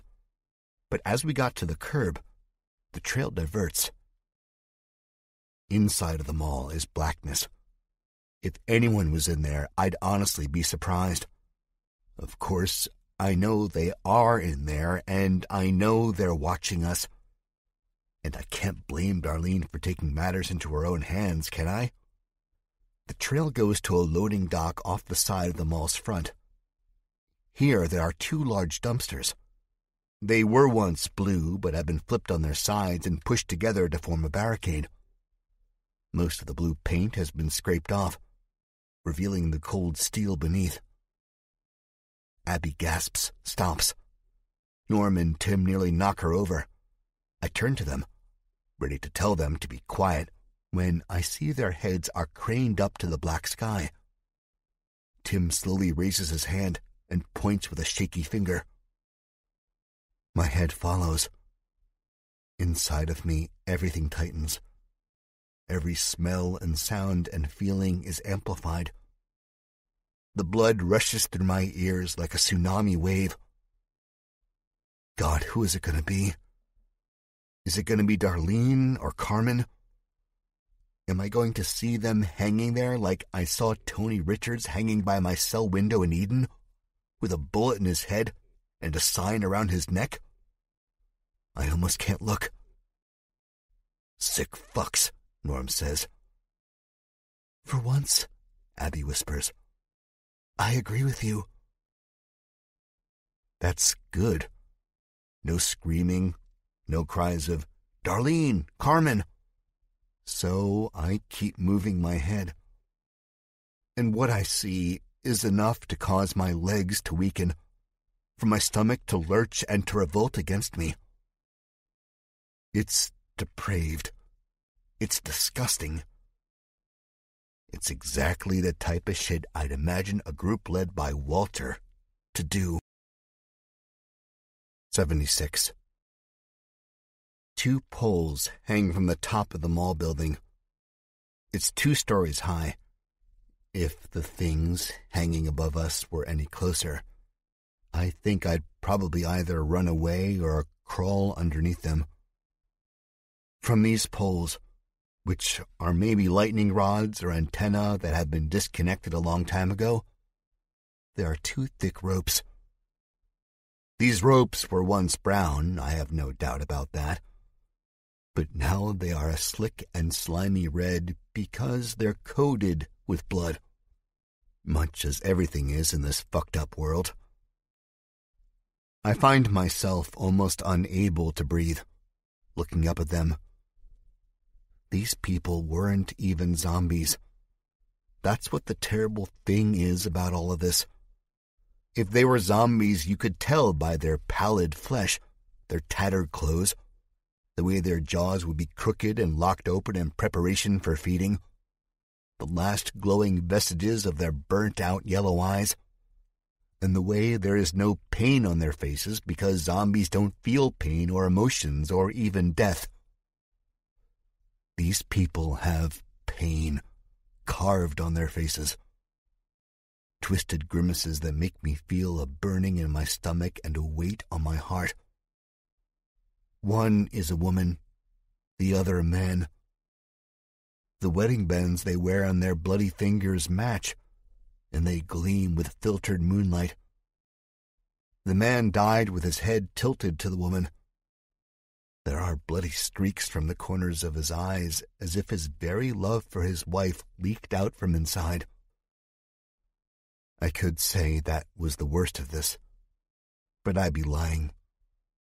Sure, the death of true love can be crippling, but so can the ripping of someone's spine, and I mean this in the literal sense. From the ropes which hang the poles, the lightning rods or antenna, are the couple's spinal cords, ripped from their flesh. Their bodies hang like deflated balloons from rigid strings. Tim turns his head to the right, falls on his knees near the overturned dumpster, and vomits. He pukes up mostly foam and bubbles, all that beer from earlier. Norm bends down next to him and pats him on the back. Get it out, he says. Get it all out. Walter, Tim wheezes between retches. Walter. Abby and I exchange a glance. She looks squeamish, and I'm sure I do too, because I certainly feel squeamish. But we've almost seen it all. And besides, nothing can be as sick, at least not to me, personally, than having to put a bullet in the back of a loved one's head like I had to do with Herb. Abby saw that firsthand. We're built for this stuff. The thing that bothers me most about the two people dangling above us from their spines is the fact that I think they were married, youngish people in love, like Darlene and I. I look up, and my face replaces the man's. Darlene's replaces the woman's. And I feel that dread weighing me down again. Tim gets up with the help of Norm. He has spit and froth at the corners of his mouth and large blue-brown bags beneath his eyes. I hope he can hold on. I try not to show any unease on my face. As the leader, I can't afford to. "You ready?" I ask, hoping my voice is strong and confident. We are going to have to climb over the dumpsters. The thought of getting that much closer to these two dangling corpses makes my blood run cold. But so does the thought of a dead Darlene and a dead cupcake. Tim nods. Abby pats the gun on her hip. Norm does nothing. He's looking over at Tim, studying him with fascination. "Let's move out," I say.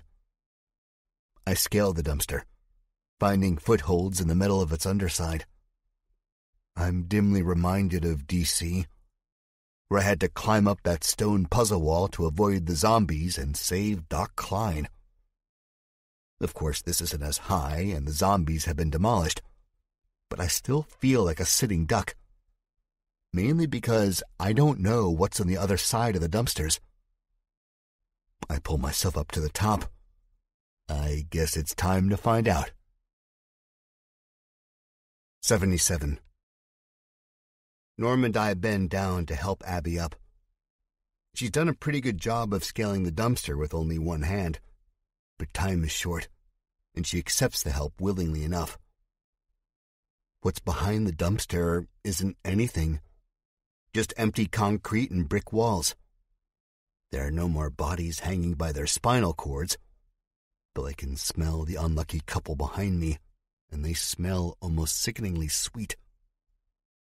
This was a place where delivery trucks and mall tenants dropped off merchandise and packages, and now it's eerily empty and quiet. But as I scan the empty concrete, no longer seeing any signs of blood trails that ended near the front doors, I see a door. It's cracked and moving slightly, as if someone is lurking in the shadows, waiting for us. It's our way in, but I think it's meant to be. Norm must see me looking at it because he says, "It's a trap." "Of course it is," Tim echoes. "Walter is smart. There's plenty of traps." "This whole place is a trap," Abby says, starting to climb down on the other side. "But it doesn't matter. We need to get inside, don't we?"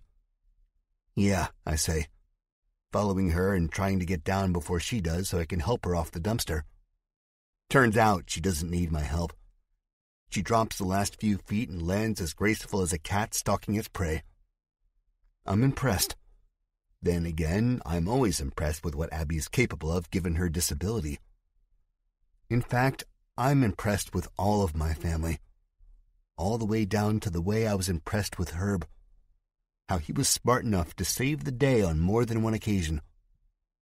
"Then that's our way inside," Abby replies, dusting the knees of her jeans off. "If it's a trap, we'll kill them before they can kill us." "Simple," I say. I like it. A statement that would normally be construed as funny, but there's no humor in my voice. I don't know if there ever will be after what I've seen tonight.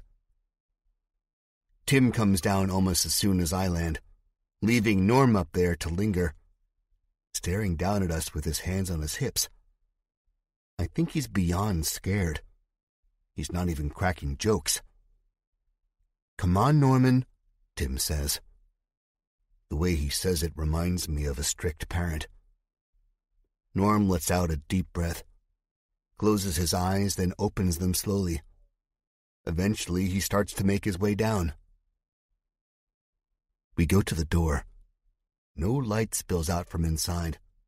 It is noticeably cooler. I sweep the right while Abby sweeps the left, and Norm and Tim watch our backs. Nothing. Tim and Norm file in. Tim pulls out a keychain flashlight. I'm grateful for it.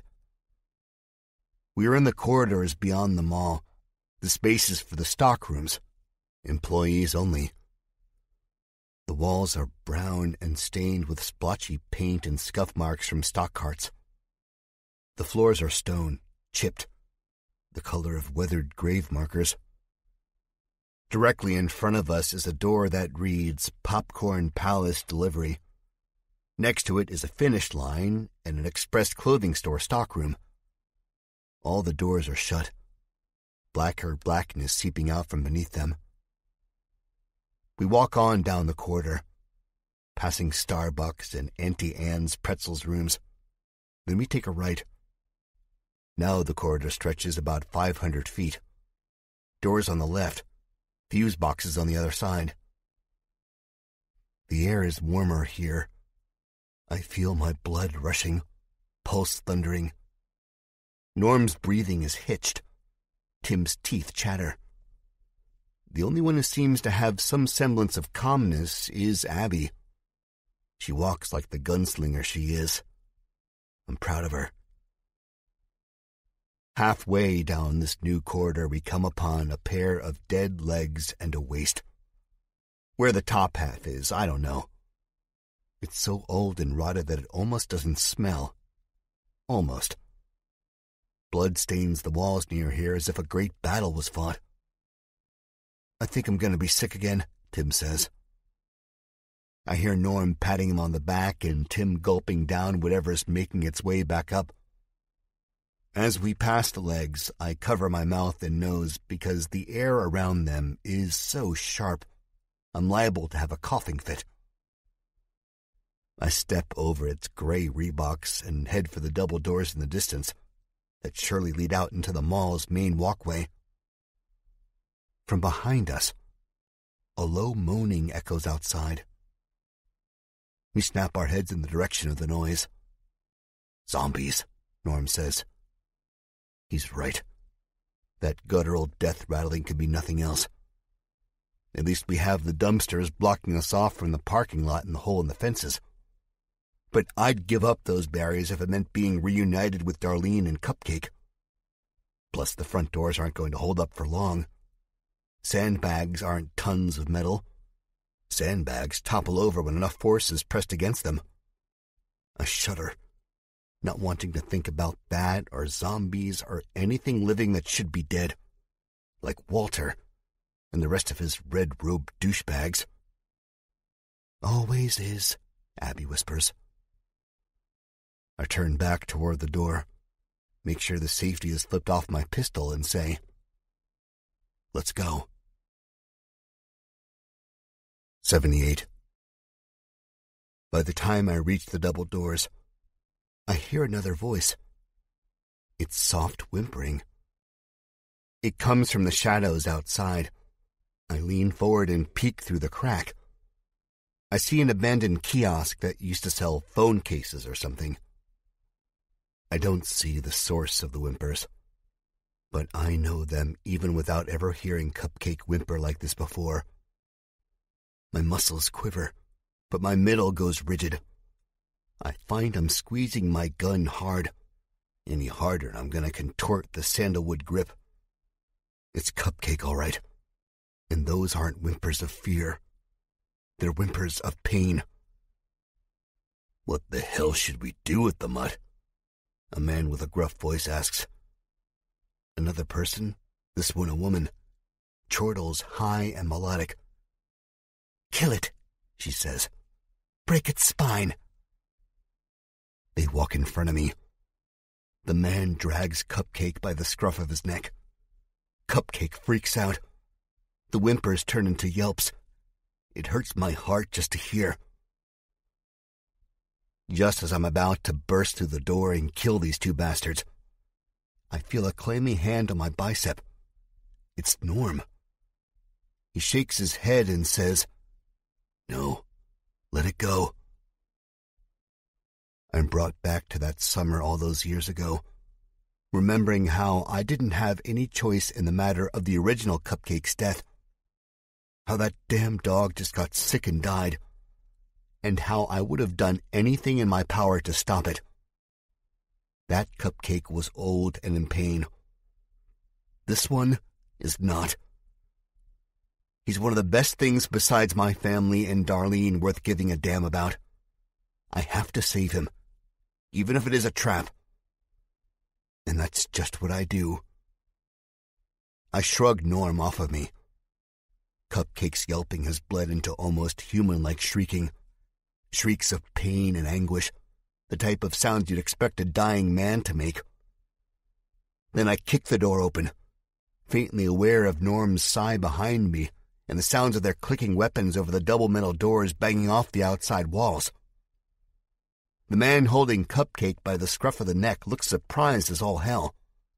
He has a gun on his waist, and he lets go of Cupcake, who takes the newfound opportunity to gnash at his hand. The dog goes from cute to Cujo in less than a second. I hear the crunch of bone and punctured flesh clamp between Cupcake's jaws. Now it's the man's turn to shriek. But I don't let him shriek long. I pull the trigger of the big gunslinger gun that once belonged to a nice fella named Zach, and I blow a plate-sized hole in this particular clergyman's chest. The gunshot roars and echoes all throughout the empty mall. There's about a bucket's worth of blood. But what really sucks is the fact that I can't see his robe get drenched in the stuff. There's no contrast here. All the robe does is darken, as if he's been caught in a rainstorm. It's a morbid wish, I guess. But at least the son of a bitch is dead. Another gun goes off behind me. We outnumber them for now. The woman screams. I turn around to see her catch a bullet in the chest, spin around, and fly into the empty kiosk. Glass breaks with the force of her face smashing the display cases. The sound is horrible. But watching this bitch who's said to break my dog's spine die instead of Cupcake is satisfying. Cupcake, claws clicking on the shiny mall floor, rushes over to me. There's a big smile on my face. I bend down, and he hits me so hard, I'm knocked over on my ass for the third time. Don't have time for this shit, Norm says. He points ahead, where down the wing of the mall, a group of red-robed men and women, probably 15 of them who are all carrying weapons, make their way around a large and broken water fountain. The first shot whizzes by my skull. It's so close I can feel the wind on my left ear. Cupcake yelps again. The shot buries into the pillar outside of a store called Spencer's Gifts. Rock dust flies into the air. Pebbles land on the tile in the entryway. My ears are ringing. "Jack, time to go," Abby says. "Now!" "Darlene," I say to Cupcake. "Darlene, where's Darlene?" I pull the ripped piece of fabric I found on the fence from my pocket. Cupcake, in all his fear, leans forward. His nose twitches as he sniffs at it. Then he turns toward the fountain and the group of enemies coming for us, only a few 100 feet away, and he barks. His body goes rigid, tail pointy. He's like one of those dogs you take hunting. It must be the beagle in him with those floppy ears. I stand up, aim the gun at the lead clergyman. 2 shots, 2 bodies drop. My hand shakes with the power. Bones clatter. It's like catching a fastball on the wrong part of a metal bat. Then I do something stupid. I'm always doing something stupid. It seems like it, but what choice do I have? I look down at Cupcake. He's growling, standing his ground, still pointing in the direction of the water fountain while the rest of my backup hides behind a bloody and defunct kiosk. "Ready, boy?" I say, barely able to hear myself over the ringing in my ears from the gunshots. Cupcake looks up at me, teeth bared, but his eyes as gentle and human-like as ever. Let's go. Faintly, I hear Abby and Norm screaming after me, but I ignore it. I have to. I charge the group of clergymen like the last soldier who knows his death is inevitable. Might as well go out with a bang. 79. What happens is not what I thought was going to happen. How many movies have I seen where the good guy, vastly outnumbered, makes his last stand by charging the opposing army head-on? Usually works, right? The bad guys are so caught off guard they turn tail and run from the lone hero. Not what I got. None of the clergymen, save a few, break rank. Now, instead of 15, I'm dealing with about a dozen. Gunfire ripples through the air. Automatic weapons, more advanced than the Dirty Harry I'm touting. Shots nail the floor right in front of me. It's my turn to break rank. Cupcake is already way ahead. I dive behind a mess of upturned tables. Thankfully, there's some kind of metal. Right in front of a Starbucks built almost directly into the fountain. Mirrors to my right, running along the wall opposite of the clergyman toward the shuttered entrance of a JCPenney. Shatter and burst into glittering shards as they hit the red iron benches and the floor beneath. Cupcake hides on the opposite side of the fountain, eyeing me. His eyes faintly glow in the darkness, almost like a cat's eyes. He leans out, cranes his head at me as I fumble in my breast pocket for more rounds to plug into the six-shooter. Shots spray into the table protecting my life and the floor around me. A napkin holder on one still-standing table explodes into an array of paper and smoke. The idea that that could have been my head crosses my mind. Now, more gunshots from the way I came. Thank God, a sense of relief. My backup hasn't forgotten about me. I put the gun over the edge of the table, making sure no part of my flesh is exposed. I've been shot once before, and I don't want to be shot again. And I pull the trigger 3 times. I don't know how successful I am, but I hear one man scream out. More glass breaks. More shots go off. I lean over the side this time, pull the trigger the remaining 3 times. I take off the face of a woman whose hair is done up in a tight bun. She spins with the force of the shot, drops dead. Another one of the clergymen falls fast to the floor and uses her bloody pulp body as a human meat shield. So much for camaraderie and honoring the dead, right? I'm back, fumbling for bullets. My heartbeat racing so fast I think I'm close to a heart attack. I load the rest of my ammo, which is only 4 rounds. The Magnum wasn't meant to be my main gun. It was meant to be my backup. But I left the rifle in the fiery chaos outside. Cupcake whimpers, his eyes boring into me. Then his teeth bare and he snarls. What? The eyes leave me and go above the table. It takes me a moment to realize what he's snarling about, and only when the clergyman's shadow mutes the shine on my gun do I really know what Cupcake is growling at. I look up just in time, pull the trigger. The slug hits beneath the man's chin. I hear every tooth eviscerated. A rain of blood drenches me, and the dead man falls forward, pushing the table up and over my body. Shit. The clergymen who aren't currently shooting at Norm, Tim, and Abby waste no time in reminding me why I needed the table. Bullets rip into the floor. I scrabble up, feeling their heat much too close to me, and dive around the water fountain, nearly smothering Cupcake. The shots don't stop once I clear the battlefield, but Cupcake pays no notice. He stands over me. I'm on my back, heaving, and he licks my face with all too much slobber. If that doesn't knock me out of this current shell-shocked state I'm in, I don't know what will. Luckily, it does. I push Cupcake off gently and get up on my knees. He wags his tail as the shots continue murdering our ears. I hope Abby and Norm and Tim can handle it because they're going to have to do it without me. Darlene. Where's Darlene, boy? I asked Cupcake, holding out the piece of fabric. He sniffs again, nose twitching, and goes right back into that pose that looks oddly like an exclamation point to me. I sigh and nod my head. Of course, Cupcake is pointing toward what looks like a food court on the other side of the fountain, the side where the rest of the clergymen with their assault rifles and shotguns blast off at what's left of my family. And, of course, I only have 3 shots left. Good boy, I said to Cupcake. He's still rigid, but as I go to scratch him behind his ears, he relaxes, sits back on his haunches, though his ears twitch with every thundering gun blast. Who's a good boy? He sticks his paw out. It's so much like the junkyard Cupcake I once knew all those years ago. You go hide over there.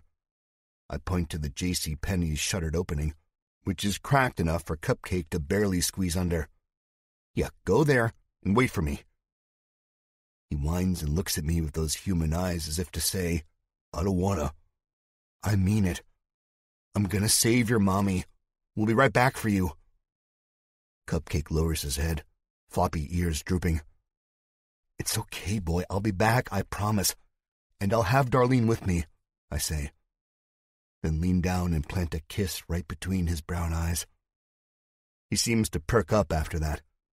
So do I. Cupcake, much like Darlene, Norm, Abby, gives me hope. I stand up and grip my gun tight, waiting for Cupcake to go toward the J.C. Penney.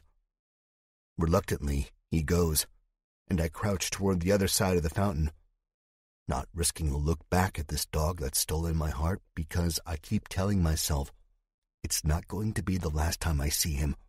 It's not. I take a deep breath. A man screams as a bullet hits him. I don't see him, but I hear his body thud on the floor. I think that's my cue. Well, here goes nothing. 80. On the other side of the fountain, the side opposite the Starbucks, is a Verizon wireless store. I get about 3 feet outside of it before a robed man who is hiding across from me behind a pillar outside of the K Jeweler notices me. He screams, Behind us! Behind us! The fucker's coming from behind! Then he raises his weapon, which is some tiger-striped assault rifle I thought only existed in video games, and pumps a few rounds in my direction. I don't think I'm quick enough. For a second, my heart quits beating, and I think I'm surely dead. But I hit the floor hard as I dive out of the way, feeling my bones jolt and bruises already beginning to form on my hip. And I know I'm not dead yet. Glass from the Verizon wireless display case flies toward me. I'm hit with these big shards. I grab one, reminding me of that sun-scorched zombie in the front of Doc Klein's Honda out in the highway. I pull myself up. The shots toward me on this side have stopped, but the shots down the wing of the mall I came from, where Norm and Abby are, haven't. It's like World War III out there. I do, in fact, look toward the J.C. Penney only to make sure Cupcake wasn't hovering and got hit by a stray bullet. He's not there, though, thank God. Relief floods me. Then I get an idea. I scream out, loud. 3 bullets isn't going to be enough to get to wherever Darlene and Carmen are. Then I cut my arm with a piece of glass deep enough to draw blood. I rub my hands in it and leave bloody streaks on the floor. I don't have enough time to let the blood pool. I scream again and lay down on my stomach, making sure my gun is out of reach. Now no shots ring out. It's quiet except for the steady pulsing in my head. The man near the K Jewelers cries out, I got one! I got one! Guys, I think I got one! A barrage of shots follow his voice. Norm and Abby and Tim making their last stand, hoping to avenge me. The shots stop now. They must be reloading. Sure enough, I hear frantic footsteps coming toward me. All right, a voice says, the same voice who'd shouted seconds earlier. He puts the toe of his shoe into my side and nudges me. I've seen enough dead people on my travels to know how to act, and I think I'm doing pretty damn good. "I got him! I got him!" he shouts, practically jumping. Distantly, Norm yells, "Jack!" "Jack, huh? Jack no more, buddy," the clergyman says. I hear him shuffling. It stops abruptly. I think he's noticed my magnum. It's a nice gun. I don't blame him for falling for my trap. His robe brushes my face as he bends over me, reaching for the weapon. I grip the glass tight and make my move. The clergyman barely has a chance to scream as I spring up, lithe as ever, and bury the shard into his pudgy stomach. Blood spurts out of the fresh wound as I pull the glass away and stab him again in a spot nearby. Warmth floods my hand, both our blood mingling together. I can't imagine what I look like right now. I don't want to imagine. As the clergyman drops to his knees, dropping his assault rifle in the process, I stare at him with flinty eyes. "Jack Jupiter," I say. "Still am." He dies. With the magnum back in its holster, and the rifle now in my hands, I'm brimming with confidence. I don't decide to go around the fountain now. I decide to go over it. I climb the second level, my boots getting enough traction because the fountain is bone dry, and probably has been for a while now. And I shout without really meaning to. The heat of the battle gets to me. It gets to us all. I aim down my sights. There's 5 clergymen and women still standing. The rest are in bloody robed heaps. I pull the trigger and gut-shot the 2 closest men. They scream out and jump as if they'd just been stung by a bee. The other 3 turn their attention on me. As one of them swings to aim and fire, a bullet from the left wing, the wing where Norm, Tim, and Abby are, catches the man in the side of the head. An explosion of red and pink brains goes out of his left ear. It's gross, but I have no time to study the macabre scene. I aim down the other 2. 2 shots in the shoulder spins a woman around as if she were a ballerina. But the shots also take her arm off. Well, mostly. It hangs by a rubbery cord of muscle and gristle. My adrenaline is at maximum capacity. I can't believe this. I'm going to get out of this mess. I'm going to win. But as I move on to the last man standing, my gun clicks. Empty. He grins a devilish sort of grin and aims his gun at me. "Good night," he begins, but is cut off by Abby's voice. "And sleep tight," she says. Her assault rifle barks. The guy never even knew what hit him.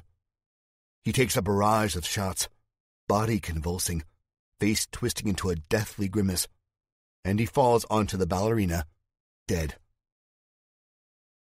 Norm, Abby, and Tim rush up to the fountain. Norm shoots the dead guy one more time, causing us all to jump.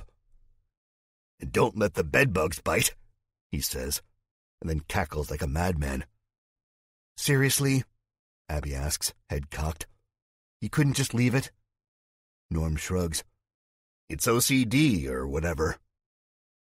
He looks up at me as I climb down from the fountain, careful not to slip in the tide of blood that has enveloped the white flooring. "I thought you were toast, little bro." I shake my head. "You know I wouldn't go without a fight," I say, poking him in the chest. "I learned that from you." Norm grins. We hug each other roughly. It's quick and to the point. The only way brothers can hug. "Proud of you," he says. "Hate to break up the love fest," Abby says, "but we better get going." "I agree with the lady," Tim says. He swipes his hair back. Somehow, it lays down smoothly. He hardly looks like he's just survived World War III. Aside from the singed clothing and soot on his face, you would think he's just out for a midnight stroll. Let's go save them, Jack, Norm says, clapping me on the back with his four-fingered right hand. And make that masked bastard pay for the people he killed. Man, never thought I agree with you twice in one night, Abby says, grinning. First time for everything. Let's go, Norm says.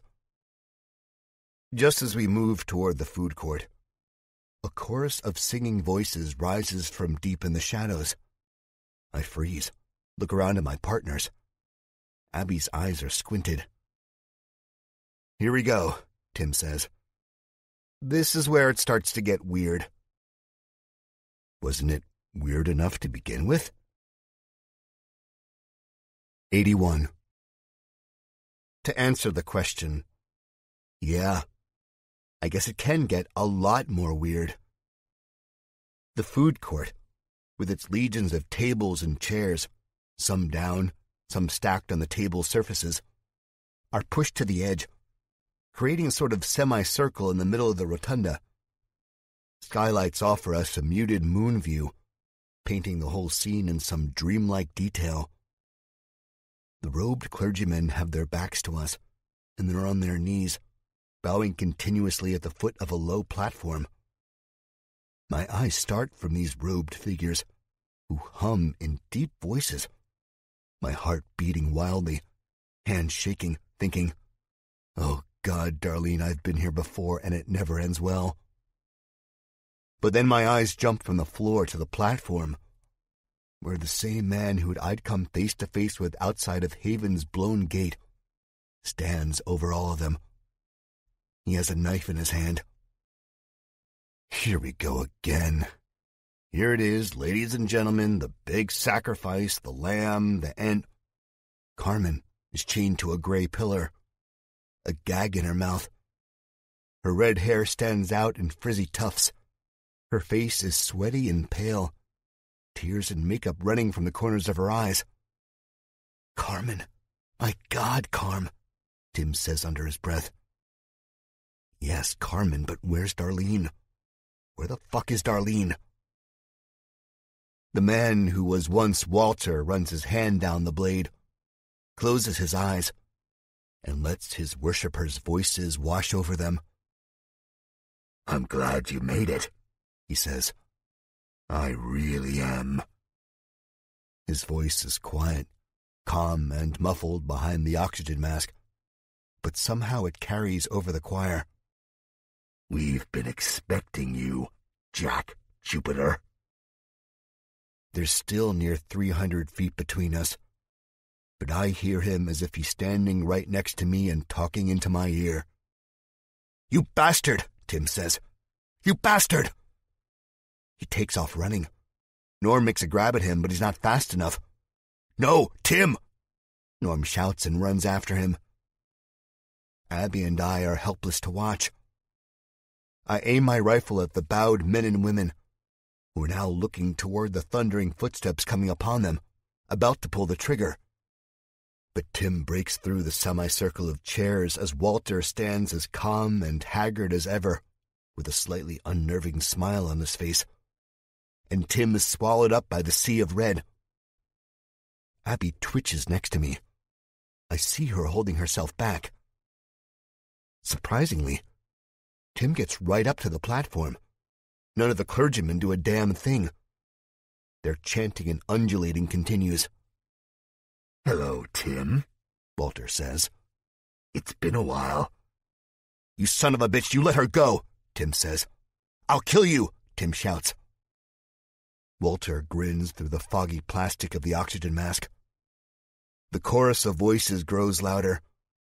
I think they're saying something now. Kill him, kill him, kill him. I have to put an end to this, whether I have a clear shot or not. Now, I say to Abby. She doesn't show any inclination that she's heard me. She just brings her pistol up and closes one eye to aim. Drop them, a voice says from behind me. And that all too familiar feeling of a muzzle in the back of my head. Drop them and walk forward if you ever want to see your loved ones again. Fuck you, I say, my mouth tasting bitter. I should have known. I really should have. But this time, I'm not going to bend to the man's whim. No. I'm going to fight. 82. I've been here before. How many times have I had a gun pressed into my back? Too many times to count, I'll admit. But at least I've survived every last one of those experiences. And I plan to survive this one. Nice and slow, the voice says again. I barely hear him over the voices. In the crowd of clergymen, "Tim!" Norm shouts, his cries drowned out by the increasing chants. "Kill him! Kill him! Kill him!" And back on the outskirts of the gathering, "I said, nice and slow, buddy. You don't want to miss the show, do ya?" the clergyman says from behind me. "You too, bitch." Abby looks at me from the corner of her eyes. I nod slightly. "All right," I say. "Nice and slow. Here I go." I bend down at the knees, guiding the assault rifle to the floor. "Not as stupid as you look," the man says from behind me. Again, I can barely hear him. My hands tremble slightly. They make the metal clank against the floor. If I'm going to do this, I have to be fast. As I'm coming back up, I no longer feel the gun pressed on me. That's good. That's what I need. It hovers now, still dangerously close, but not in the way of what I'm about to do. "Kill him! Kill him!" the voices continue. I strike, full force, head flying back to meet the man's face. I feel a crunch as I connect with his nose. Instantly, blood gushes out and he screams. The gun shoots, and the whoosh of the bullet goes right by my arm, almost directly to the spot where I was grazed before. But it doesn't hit me. It winds and burrows into the floor. Abby has done the same thing, and the man who she's hit collapses. I see him crumble into a heap of folded red robes as if her hit was hard enough to kill him. Unfortunately, I wasn't so lucky. I turn around to see the man who was behind me holding his face with one hand, blood spraying out from between his fingers. In his other hand, he still holds the gun. I'm not proud of what I do next because I've been there before. I know the pain and anguish that comes with a kick to the balls, but in order to survive, I have to do it. I kick him square in the groin. Hard. I don't want to admit to myself that I feel something pop against my shin bone, but I do. Yuck. Poor bastard. He topples over like a rotted tree in a tornado. I pick up the gun, not even thinking twice as I put a slug in him. Dead. I'm a monster, I know. I'm over it. Time to save the fucking day. 83. "Tim, no, no!" Norm yells. He breaks through the barrier of tables and chairs. "Kill him! Kill him! Kill him! Kill him! Kill him!" the voices chant. I swear to God I'm in a horror movie. The way their voices blend together and make this mega demon voice does nothing but make me want to cower away to the shadows. But I can't. Carmen's up there, and now Tim is too. Norm is driving straight into the trap. Because that's what this is. It takes an outsider's perspective, but I see it. In fact, I think I always knew it, actually. This is a trap, and Carmen's the bait. But where the hell is Darlene? Maybe she found Cupcake, and Cupcake somehow communicated to her that I'm saving the day, and it's better if they wait outside. He'll see you in a minute, Darlene, honey pie. Just stay here with me and scratch me right there behind the ears, please. Yeah, that's it. No, that's wishful thinking. I move fast, chasing after my older brother, feeling the dread in the pit of my stomach like a form of cancer, and fearing the worst. Tim stands in front of Walter, this slouched, half-dead, oxygen mask-wearing shell of a man with chaos in his eyes, and says, "Enough, Walter! Enough!" Walter flashes the blade. "It'll never be enough. Not for what Eve took from me. For what she did to me." I reach the tables.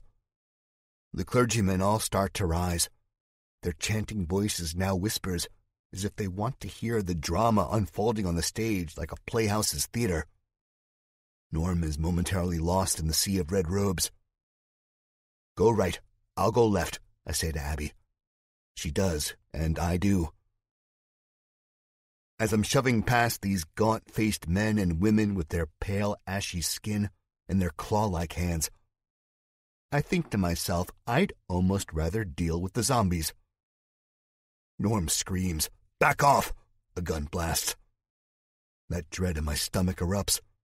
I feel like I'm about to start vomiting up worry and bad thoughts.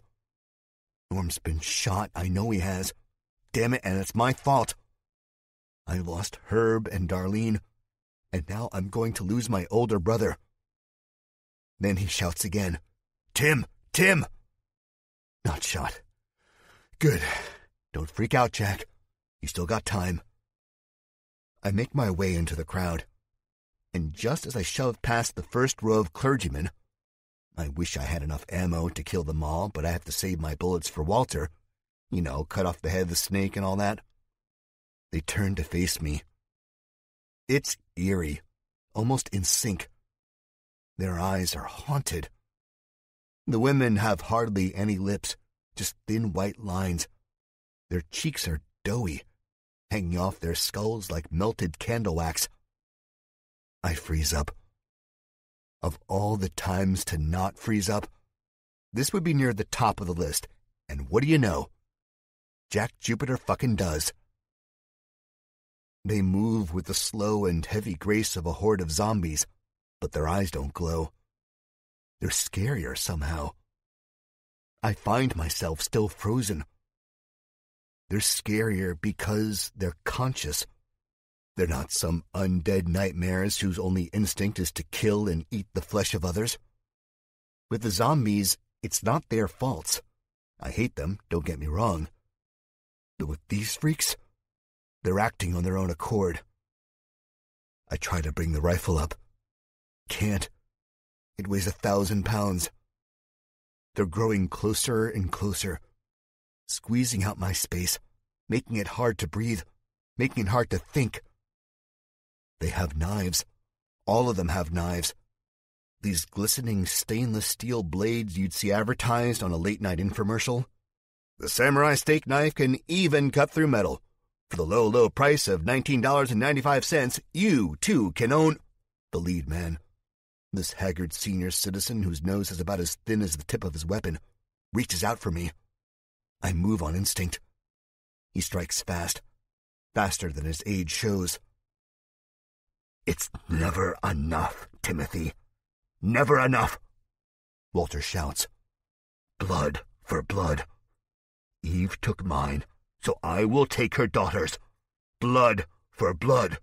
Blood for a blood. Blood for a blood." The men and women began to chant in front of me, their voices oddly calm, expectantly chilling. Blood for blood. Blood for blood. The man coming for me does too. A slight smile on his face, a crazed look in his eyes, whispering, "Blood for blood. Blood for blood. Blood." Norm crawls out of the sea of robes. He scrabbles up onto the far end of the platform. He's weaponless. Where it has gone, I don't know. The old man tries to stab me again. This time, I'm not fast enough. I barely get out of the way. The blade cuts a smooth red arc across my ribs. I cry out in anguish, feeling the cold burning that comes with a cut this deep. I'm trying to watch my older brother and trying not to get stabbed at the same time. It's a lot harder than you'd think. The clergymen surround me. I somehow find myself in a circle of red, contracting. Their blades are held high. A woman shrieks from behind. I turn around just in time, block her blow with the tiger-striped assault rifle. A spark shines in the filtered moonlight. Another female, this one no older than her teens, makes a move. Again, I hate what I have to do, and it makes me feel like an even bigger monster. But I do it. I swing the rifle like a baseball bat and knock her flat on her ass. A gap opens up in the tight circle. I see my way to the stage. It's a straight shot. If I'm fast, I can make it. I also see Norm now fist-fighting with the robed men who climb the stage after him. Screams, blows landing. My eyes go wide as he loses his footing and falls on his face. Walter doesn't seem to take any notice. He's staring at Tim with those dead eyes. Norm rolls over and kicks a man in the face. The man flies off of the platform, arms pinwheeling. He lands with a crack I'm able to hear over the chanting voices. Blood for blood, blood for blood. Another knife comes at me, gleaming in the darkness. I scream as it nicks my shoulder, drawing a fresh rivulet of warm blood down my flesh. I swing the rifle again, knocking the teeth out of the old man's whose blade it belonged to. But I lose the rifle in the process. Third time's the charm, right? I instantly reach for the magnum on my hip and find it's gone. Someone must have ripped it clean in the chaos. The bashed man crumbles to the floor, and I use him as a starting block. His bones grind beneath the soles of my boots. No weapons or common sense, but Jack Jupiter is off, going for the gold. 84. I see Tim rush Walter. Walter is quick, very quick for a dead man. He slices the blade through the air. I can hear the wind. Tim is not so quick. He catches the sharp edge of the blade across his stomach, up his neck, and finally under his chin. No, I shout. Tim screams. A spray of blood splashes onto the platform, staining the dirty gray a deep red. Tim's shirt is open. His skin hangs and flaps. The blow is deep, but I don't think it's fatal. Tim doesn't move, though, so I could be wrong. God, I hope I'm not wrong. Now Norm gets his footing. His face is crimson with rage and hate and malice. It's almost frightening to look at this man. He's not my older brother. He's something monstrous. I've seen Norm mad before. I don't know how many times I pissed him off back when we were younger, and how many times he stalked me around the neighborhood like he was a lion and I was a wounded gazelle. But this is so much worse. His one true love, his best friend, has been wounded, and Norm means to rip the head off of the man who did it to him, even if Norm is the wounded gazelle in this instance. And he is. His face is a mask of blood. It runs down his brow and into his eyes. He almost looks like a zombie. I can help. I can help while Walter is distracted. So I make a move. The first thing I do is grab Tim and pull him to the other side of the platform. Abby starts to lay into the crowd of robed men, her gun rat-a-tat-tat-ting. Bodies fall, but they still come for her. They still move with a zombie-like gait, the type of walking that tells you they will stop at nothing. Abby shoots until she can't shoot anymore. From across the food court, her back against the Dairy Queen's counter, she shouts, "Save them, Jack! Save them!" I'm torn. Meanwhile, the fighting to my right continues between Walter and Norm. Blows are exchanged. Walter laughs. The knife slices through the air. I can't watch. I can't let myself watch. I have to free Carmen. She can help me get Tim out of here, and then I can help Norm defeat this ugly masked bastard once and for all. As hard as it is, I cross the platform. Movement outside. Through the sandbag-covered doors, I see the slow, lumbering shadows of the dead. They've breached the fence. They've come for us. All of a sudden, I find it difficult to breathe. The clock is ticking ever faster, and here's me, a man who no longer believes in time. Jesus Christ, what do I do? Save the fucking day, Jack. Yes. Now that Tim is in the clear for the time being, and trying not to look at my elder brother, who now screams in pain and fury. Dear God, did he get stabbed? I reach Carmen. She's mumbling through the gag, her forehead wrinkled, eyes bulging. I pull the gag free. It's slimy with spit, red with blood. "Watch out!" she yells. Now it's my turn for my eyes to bulge. I spin around. A robed man yells through gritted teeth. He brings the blade down in a wide arc. I don't have much time to think, but I have to. God, I wish Darlene was here. She does the thinking for me. I need her now more than ever. If I move out of the way, Carmen is going to get her head cleaved open. If I don't move, I'm going to end up getting my face chopped off. A blink of an eye. That's all I have. I don't move. I stand my ground and put my hands up. My fingers clamp around the base of the blade, which is a few inches short of machete length. That otherworldly force must be smiling on me now. I slide my hand down to his wrist. I whip his arm in the direction away from Carmen. We part. I see this guy is not an old man, not a woman. He's big, buff. All the prior confidence I had wheezes out of me. He comes at me full force, that blade held high.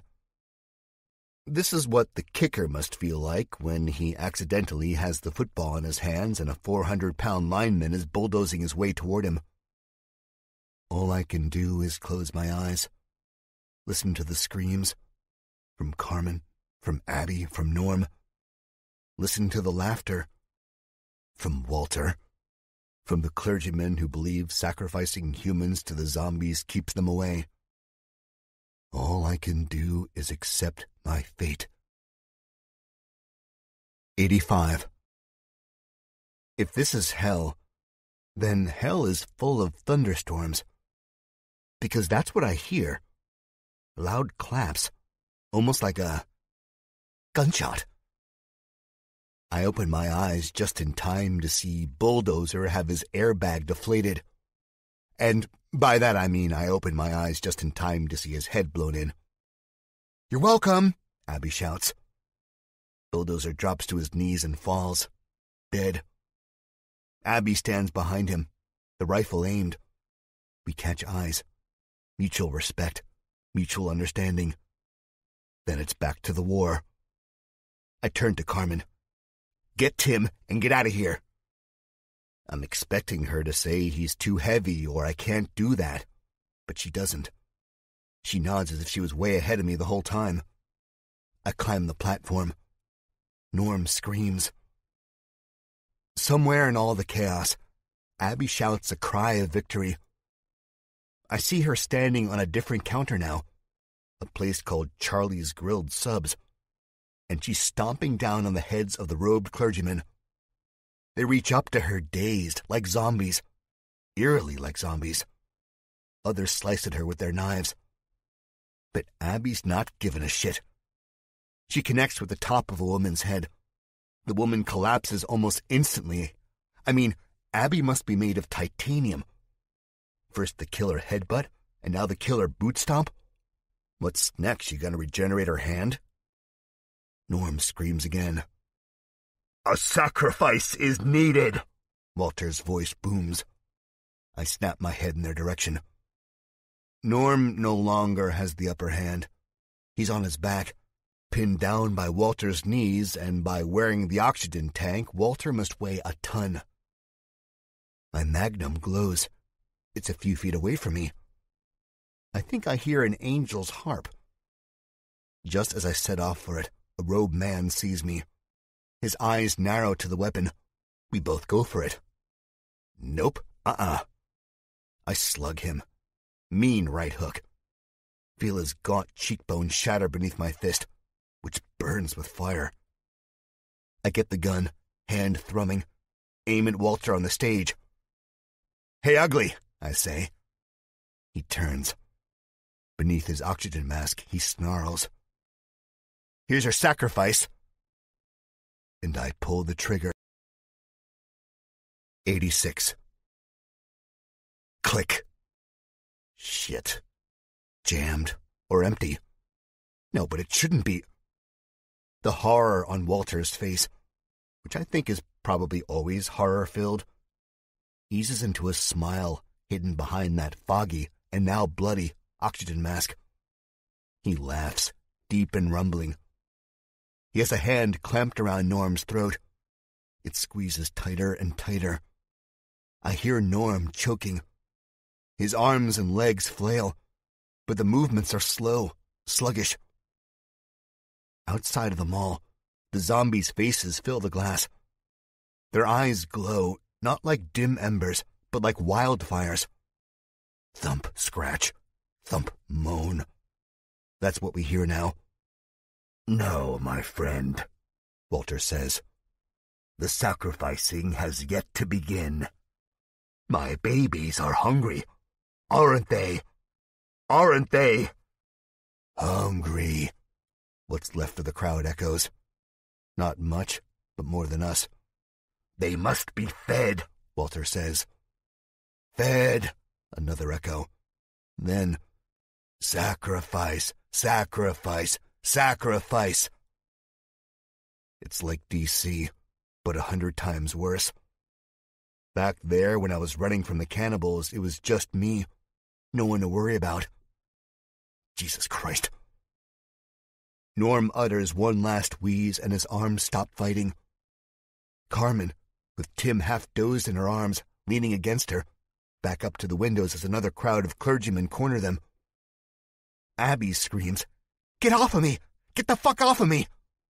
Across the way, Abby is pulled from the counter. I pull the trigger again. Click, click, click. Now I'm backing up. I hit a wall. Turn around.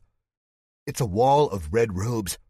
Their faces are bloody. Their faces are hungry. I'm thinking of Darlene. God, I hope she's all right. I hope she's running back to Haven. I hope she doesn't see this. Arms seize me. I go rigid. I try to fight. Try to resist. Useless. 87. Hope can come in many sounds. And just when I think all hope is dead, it comes in the form of a bark. 88. Heads turn in the crowd, one by one. The domino effect. The last head to turn is Walter's. From around the side of him, I see the big black Labrador tear through the people. I don't believe it, but some of these robed clergymen shriek as if Cupcake is a monster from another planet, as if they've never seen a dog before. I'm on my knees. As happy as I am to see Cupcake, I'm even more happy to see Walter turn. Then, emerging from the shadows like a gunslinger on a dusty road, is Darlene. She is covered in blood. I don't think it's her blood. I can't fathom what she had to get through, who she had to get through to get to us. Bloody, yeah, but she looks better than all of the rest of us, which I guess isn't saying much. "No sacrifices today," she says. Walt takes one look at her. "Kill the bitch," he says. But the distraction, that's all I need. This time I don't hate myself for what I do. I'm past that. I lean back, crack my head against the man behind me, Bulldozer Jr.'s, groin. Except he's so big I barely clip his beanbag. It's enough for him to double over and shout out in pain. Darlene aims and fires toward us. A man behind me screams. Walter runs for cover, but I'm on him. A punch to the gut. All the breath whooshes out of him so fast that I actually see his oxygen mask go starch white with fog. He drops the blade he was about to kill me with. It clangs off the platform and is lost in the sea of dead red robes. Chaos follows. Carmen screams as she fights the clergyman. Abby screams as she protects Norm, who is passed out. Darlene runs toward us. I almost want to turn and shout, "No, get out of here!" but can't. There's no time. More gunshots go off, and I try not to think of any of my group shot or dead. I lunge at Walter again. If I can't shoot him, I'll beat him to death. But he's strong. These crazy pricks are always strong. Ask Butch Hazard. He catches my fist and swings back with his left. It catches me on the jaw, causes my vision to fuzz out. I stumble back. A gunshot goes off much too close to my ear. A quick glance shows Darlene fighting her way toward me, burying slugs and red-robed assholes. Suddenly, moonlight floods the food court, illuminating Walter's haggard face. His left eyebrow is covered in red. There's a gash there about 2 inches long. I bet I look worse. His hand slowly goes to the cut, touches the fresh blood, and holds it in front of his face. Then his features change. Somehow he looks more crazed, more psychotic. I won't lie and say I'm not scared. I'm fucking terrified. He comes at me like a raging bull, moving much too fast for a half-corpse of a man. Walter spears me. I hit the mall floor with bone-cracking force, and we are sliding. We come to a stop at the front doors. Jack! Darlene. Gunshots. The doors behind rattle and shake in their frames. Smeared blood and pus blurs the zombies' yellow eyes. Jesus Christ, there must be 100 of them. They smash their faces into the glass, gnash their teeth, claw with missing fingertips and bony nubs. But that's the least of my worries, because Walter mounts me. He really does weigh more than he looks. Then again, all the weight is in the oxygen tank. He throws a fury of punches at me that catch me in the face, the ribs, the neck. Cupcake runs beneath the platform. I see him through bleary, bloody eyes. As my consciousness slips, he looks like a dream. He jumps, flies through the air, teeth bared. Walter doesn't even know what hits him. Cupcake clamps down on the side of his body, growling. Fresh blood sprays as he rips the fabric and the skin like Walter is a chew toy. Walter, distracted again, lays off of me, though he's still pinning me down. I find I don't have the strength to swing at him. I can barely lift my arm. Walter backhands Cupcake. Cupcake yelps and whines. He lets go of Walter's side. "Stupid fucking dog," Walter seethes. Then he turns back to me. More gunshots go off. People are screaming. Or am I screaming? I can't tell anymore. The world gets blurry, distant. Where's Darlene? God, I hope she's okay. I think I see Herb. No, but he's dead. I killed him.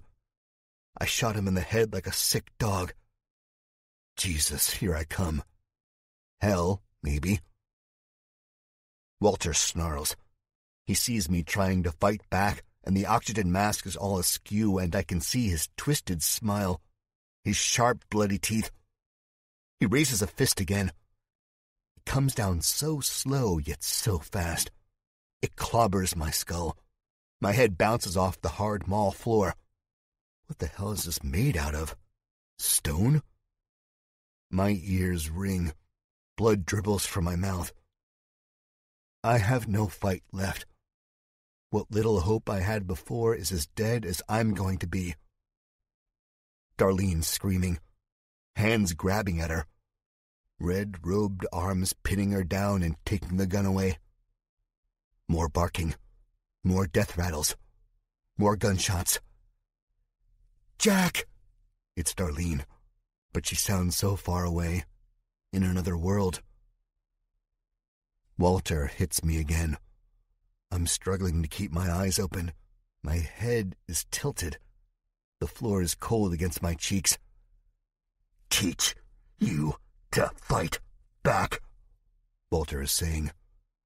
Each pause between words is another hit, another blast that brings me closer to death. Jack! Jack! Gunshots.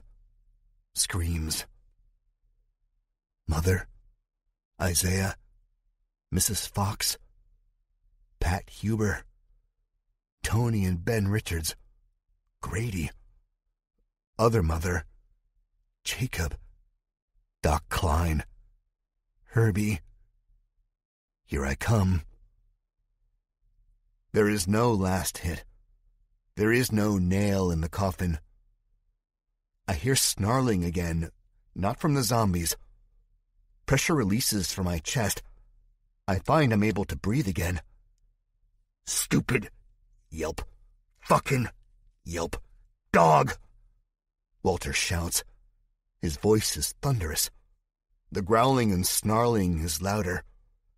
I'm able to lift my head, though the world is distorted and pigeon feather gray. Cupcake has a mouthful of Walter's arm. Blood squirts from between his clamped jaws. Walter is beating Cupcake with his free hand, bashing his head. The dog's eyes show whites, but he won't let go. God, is he dead? Please don't let him be dead. Bloody foam leaks from his mouth. I have to stop this. Walter grabs him by the scruff of his neck and vaults him across the floor. Come on, Jack, find that inner strength. Find the reserve tank. But it's empty.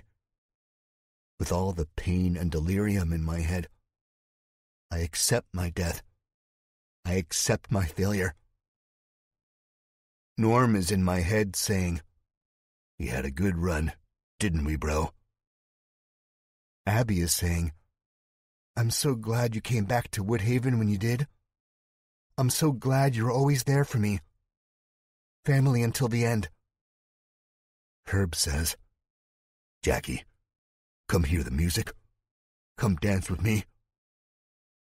Darlene is last. She steps forward. She's glowing. She says, "See if you can come back from this." What? No, I heard that.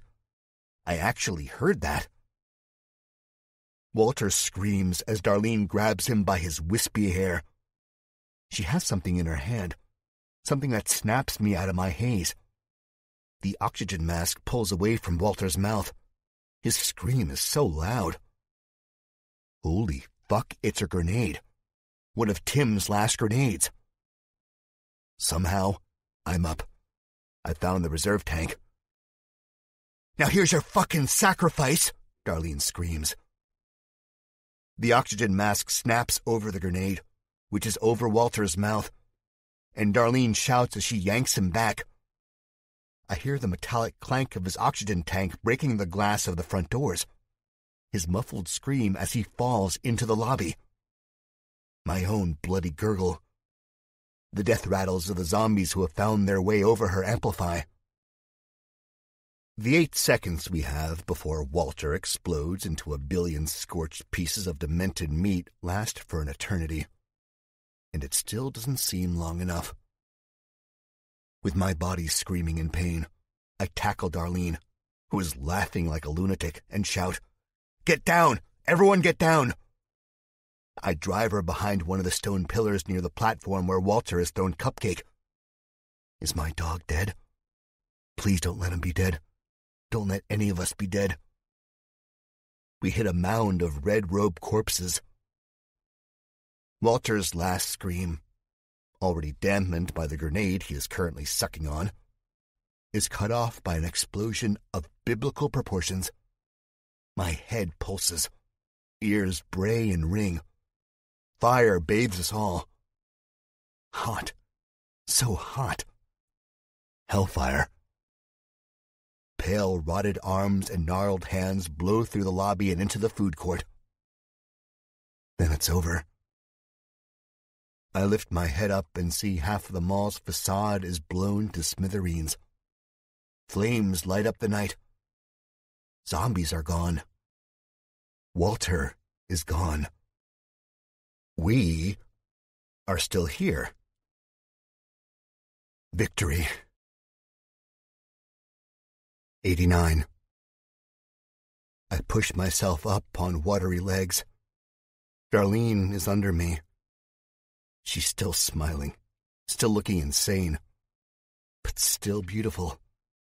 I almost fall, have to catch myself on a fractured pillar. "Jack? Darlene?" Abby shouts. It's like hearing her through earplugs. I stick a finger inside and try to swab them out. No luck. She's by the Charlie still. "Where's Norm?" I shout, seeing he's no longer on the platform because the platform has flipped over. "Norm!" Tim shouts. I look to my left by the carousel, see Carmen and Tim on the ground. Carmen is bleeding, dazed. Tim is okay. As I scan the food court for my older brother, I see the dead men and women where I was held before Walter and I got into that final fight. They are not dead because of the explosion. They're shot. Darlene killed them. Like a gunslinger, I think. Silence until gunshots ripple through the food court, scaring us all. The explosive noise not as loud now that my ears are fucked. It's Abby shooting running robed figures. She cuts down a lot, but more get away, running back the way we'd come. "Norm!" I shout. I know I've lost him, I think. Never get off easy, Jack. It's the way of the world now. Way of Ugh. Muffled. It comes from under the platform. Hope swells. In the ruins of this beautiful battlefield, I hear my brother. "Come on, Dix," Norm says. "Over here." Tim and I dig him out, much to the disagreement of my injuries. Broken ribs, beaten face, third-degree burns, you name it. "Thanks," Norm says when he's free. He's bloody. He's bruised. One eye swollen. Like Eden all over again, I think. "But you still owe me that Slim Jim." Then he bends over and starts coughing. Slim Jim. Cupcake. I rush back over to where Darlene is. "Cupcake," I say. My voice is hoarse. "Cupcake!" "No, Jack, don't look," Darlene says. She's huddled over Cupcake's body. His bloody body. "Cupcake!" I shout, the effort burning my vocal cords. My chest tightens as I look at the dead dog in front of me. Another dead family member. Then the tears come. Slow at first. A thunderstorm seconds later. "Cupcake," I whisper. Darlene turns and hugs me tight. Dull pain comes with the force of her arms. Her insane haze breaks, and we sob together. I bring a bloody hand up to wipe my face. Eyes close. World goes dark. Thump, thump. "Cupcake?" My voice is breathless. Thump, thump, thump, thump, thump. "Cupcake!" He turns his bloody face up at me, straining, ears flowing out behind him like long black hair. Darlene and I part. Against every twinge of pain and protest in my body, I run forward, nearly falling on my face on 3 occasions. Cupcake's tail continues to wag, slow but steady, like a beating heart. 90. Cupcake's beaten up pretty bad, but I think he'll be okay. Tim and Norm embrace each other, exclaiming in mutual shared pain. Tim has torn his singed shirt and wrapped it around his torso to keep the flapped open skin and blood in place. It's gruesome, but I think he'll be okay too. Carmen kisses Darlene on one cheek and doesn't even say, "Yuck." Abby pats me on the back. Norm hobbles over to me. "We did it, little bro." "We did," I answer. I bend down and speak softly to Cupcake. "It's all right, boy. We're going to fix you up." "I can't believe I did that," Darlene says, breathless, looking at the ruined front of the building. "I second that," Abby says. I grab her around the waist, inhaling her sweet, smoky scent. "You did what you had to. I'm proud." She grabs my hand. Then we kiss. We reach the outside, and the air is cooler out here. The zombies coming toward the flames never see us, nor do they care. Darlene tells me she loves me, and I tell her I love her too. Cupcake's whines grow into soft barks, a good sign. We move on, as a family, beaten, broken, but still alive, still together. Haven's repaired fences loom in the morning haze. Muted sunlight rises in the distance. "Hey," a man says. "Hey, it's them! It's them!" Tim waves. He doesn't get his arms up very high, but he does. Carmen waves too, jumping up and down. "Hey," she calls back. The thought of them mistaking us for zombies crosses my mind. We look pretty messed up. We'll be all right. Darlene, whose hands have been hovering around my waist out of fear of me losing my balance and falling over with Cupcake in my arms, squeezes me, pulls me closer. We smile at each other. There's both relief and love in her eyes. The entrance screeches as the fence swings open. We are not greeted by soldiers, but by Eve herself. Tabby and Olive are behind her. Her face is a mask of tears. Carmen sprints the rest of the distance and jumps into her mother's arms. It makes my body go weak. It makes me want to cry myself. Darlene doesn't rush. Eve and Carmen part. Eve stares daggers at her eldest daughter. "I can't believe you defied me," Eve says. Darlene doesn't answer. They keep on staring. Everyone is staring now. I'm starting to get uncomfortable. Eve's face melts. She breaks into a wide smile. "But I'm so proud of you. Of all of you." Now they rush into each other's arms, crying, kissing, telling each other, "I love you." Norm and Abby and Tim laugh. Mike is there at the fence shortly after. He hugs Abby. They kiss. "Let's get you guys fixed up," Eve says once the reunion is over. "You all look horrible." "Thank you," I say. "For the offer, not for saying we look horrible." They all laugh. I crack a smile. We head through the entrance back into the settlement. As I pass over the threshold with my fiancé at my side and Cupcake in my arms, a thought crosses my mind, an eerie one that explains so much.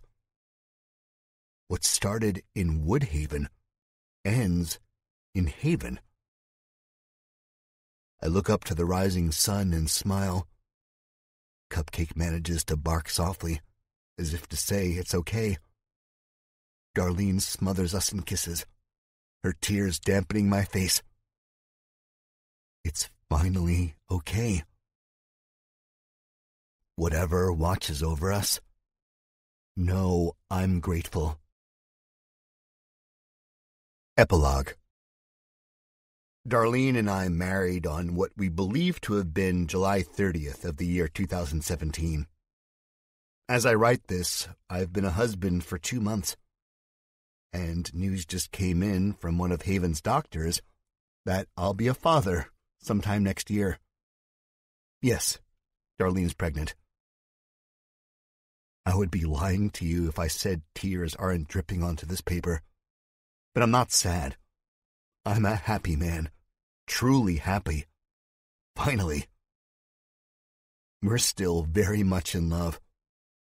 Legions of zombies, scores of madmen and women, and thousands of miles of travel couldn't come between us. And nothing ever will. Our wedding took place on a beautiful day. We married on a beach. Cliché, maybe, but we could have gotten married at a drive-through wedding chapel somewhere in Vegas and it wouldn't have made any difference to me. The ceremony took place on the coast of the park, not far from where we built a nice home. Norm was my best man.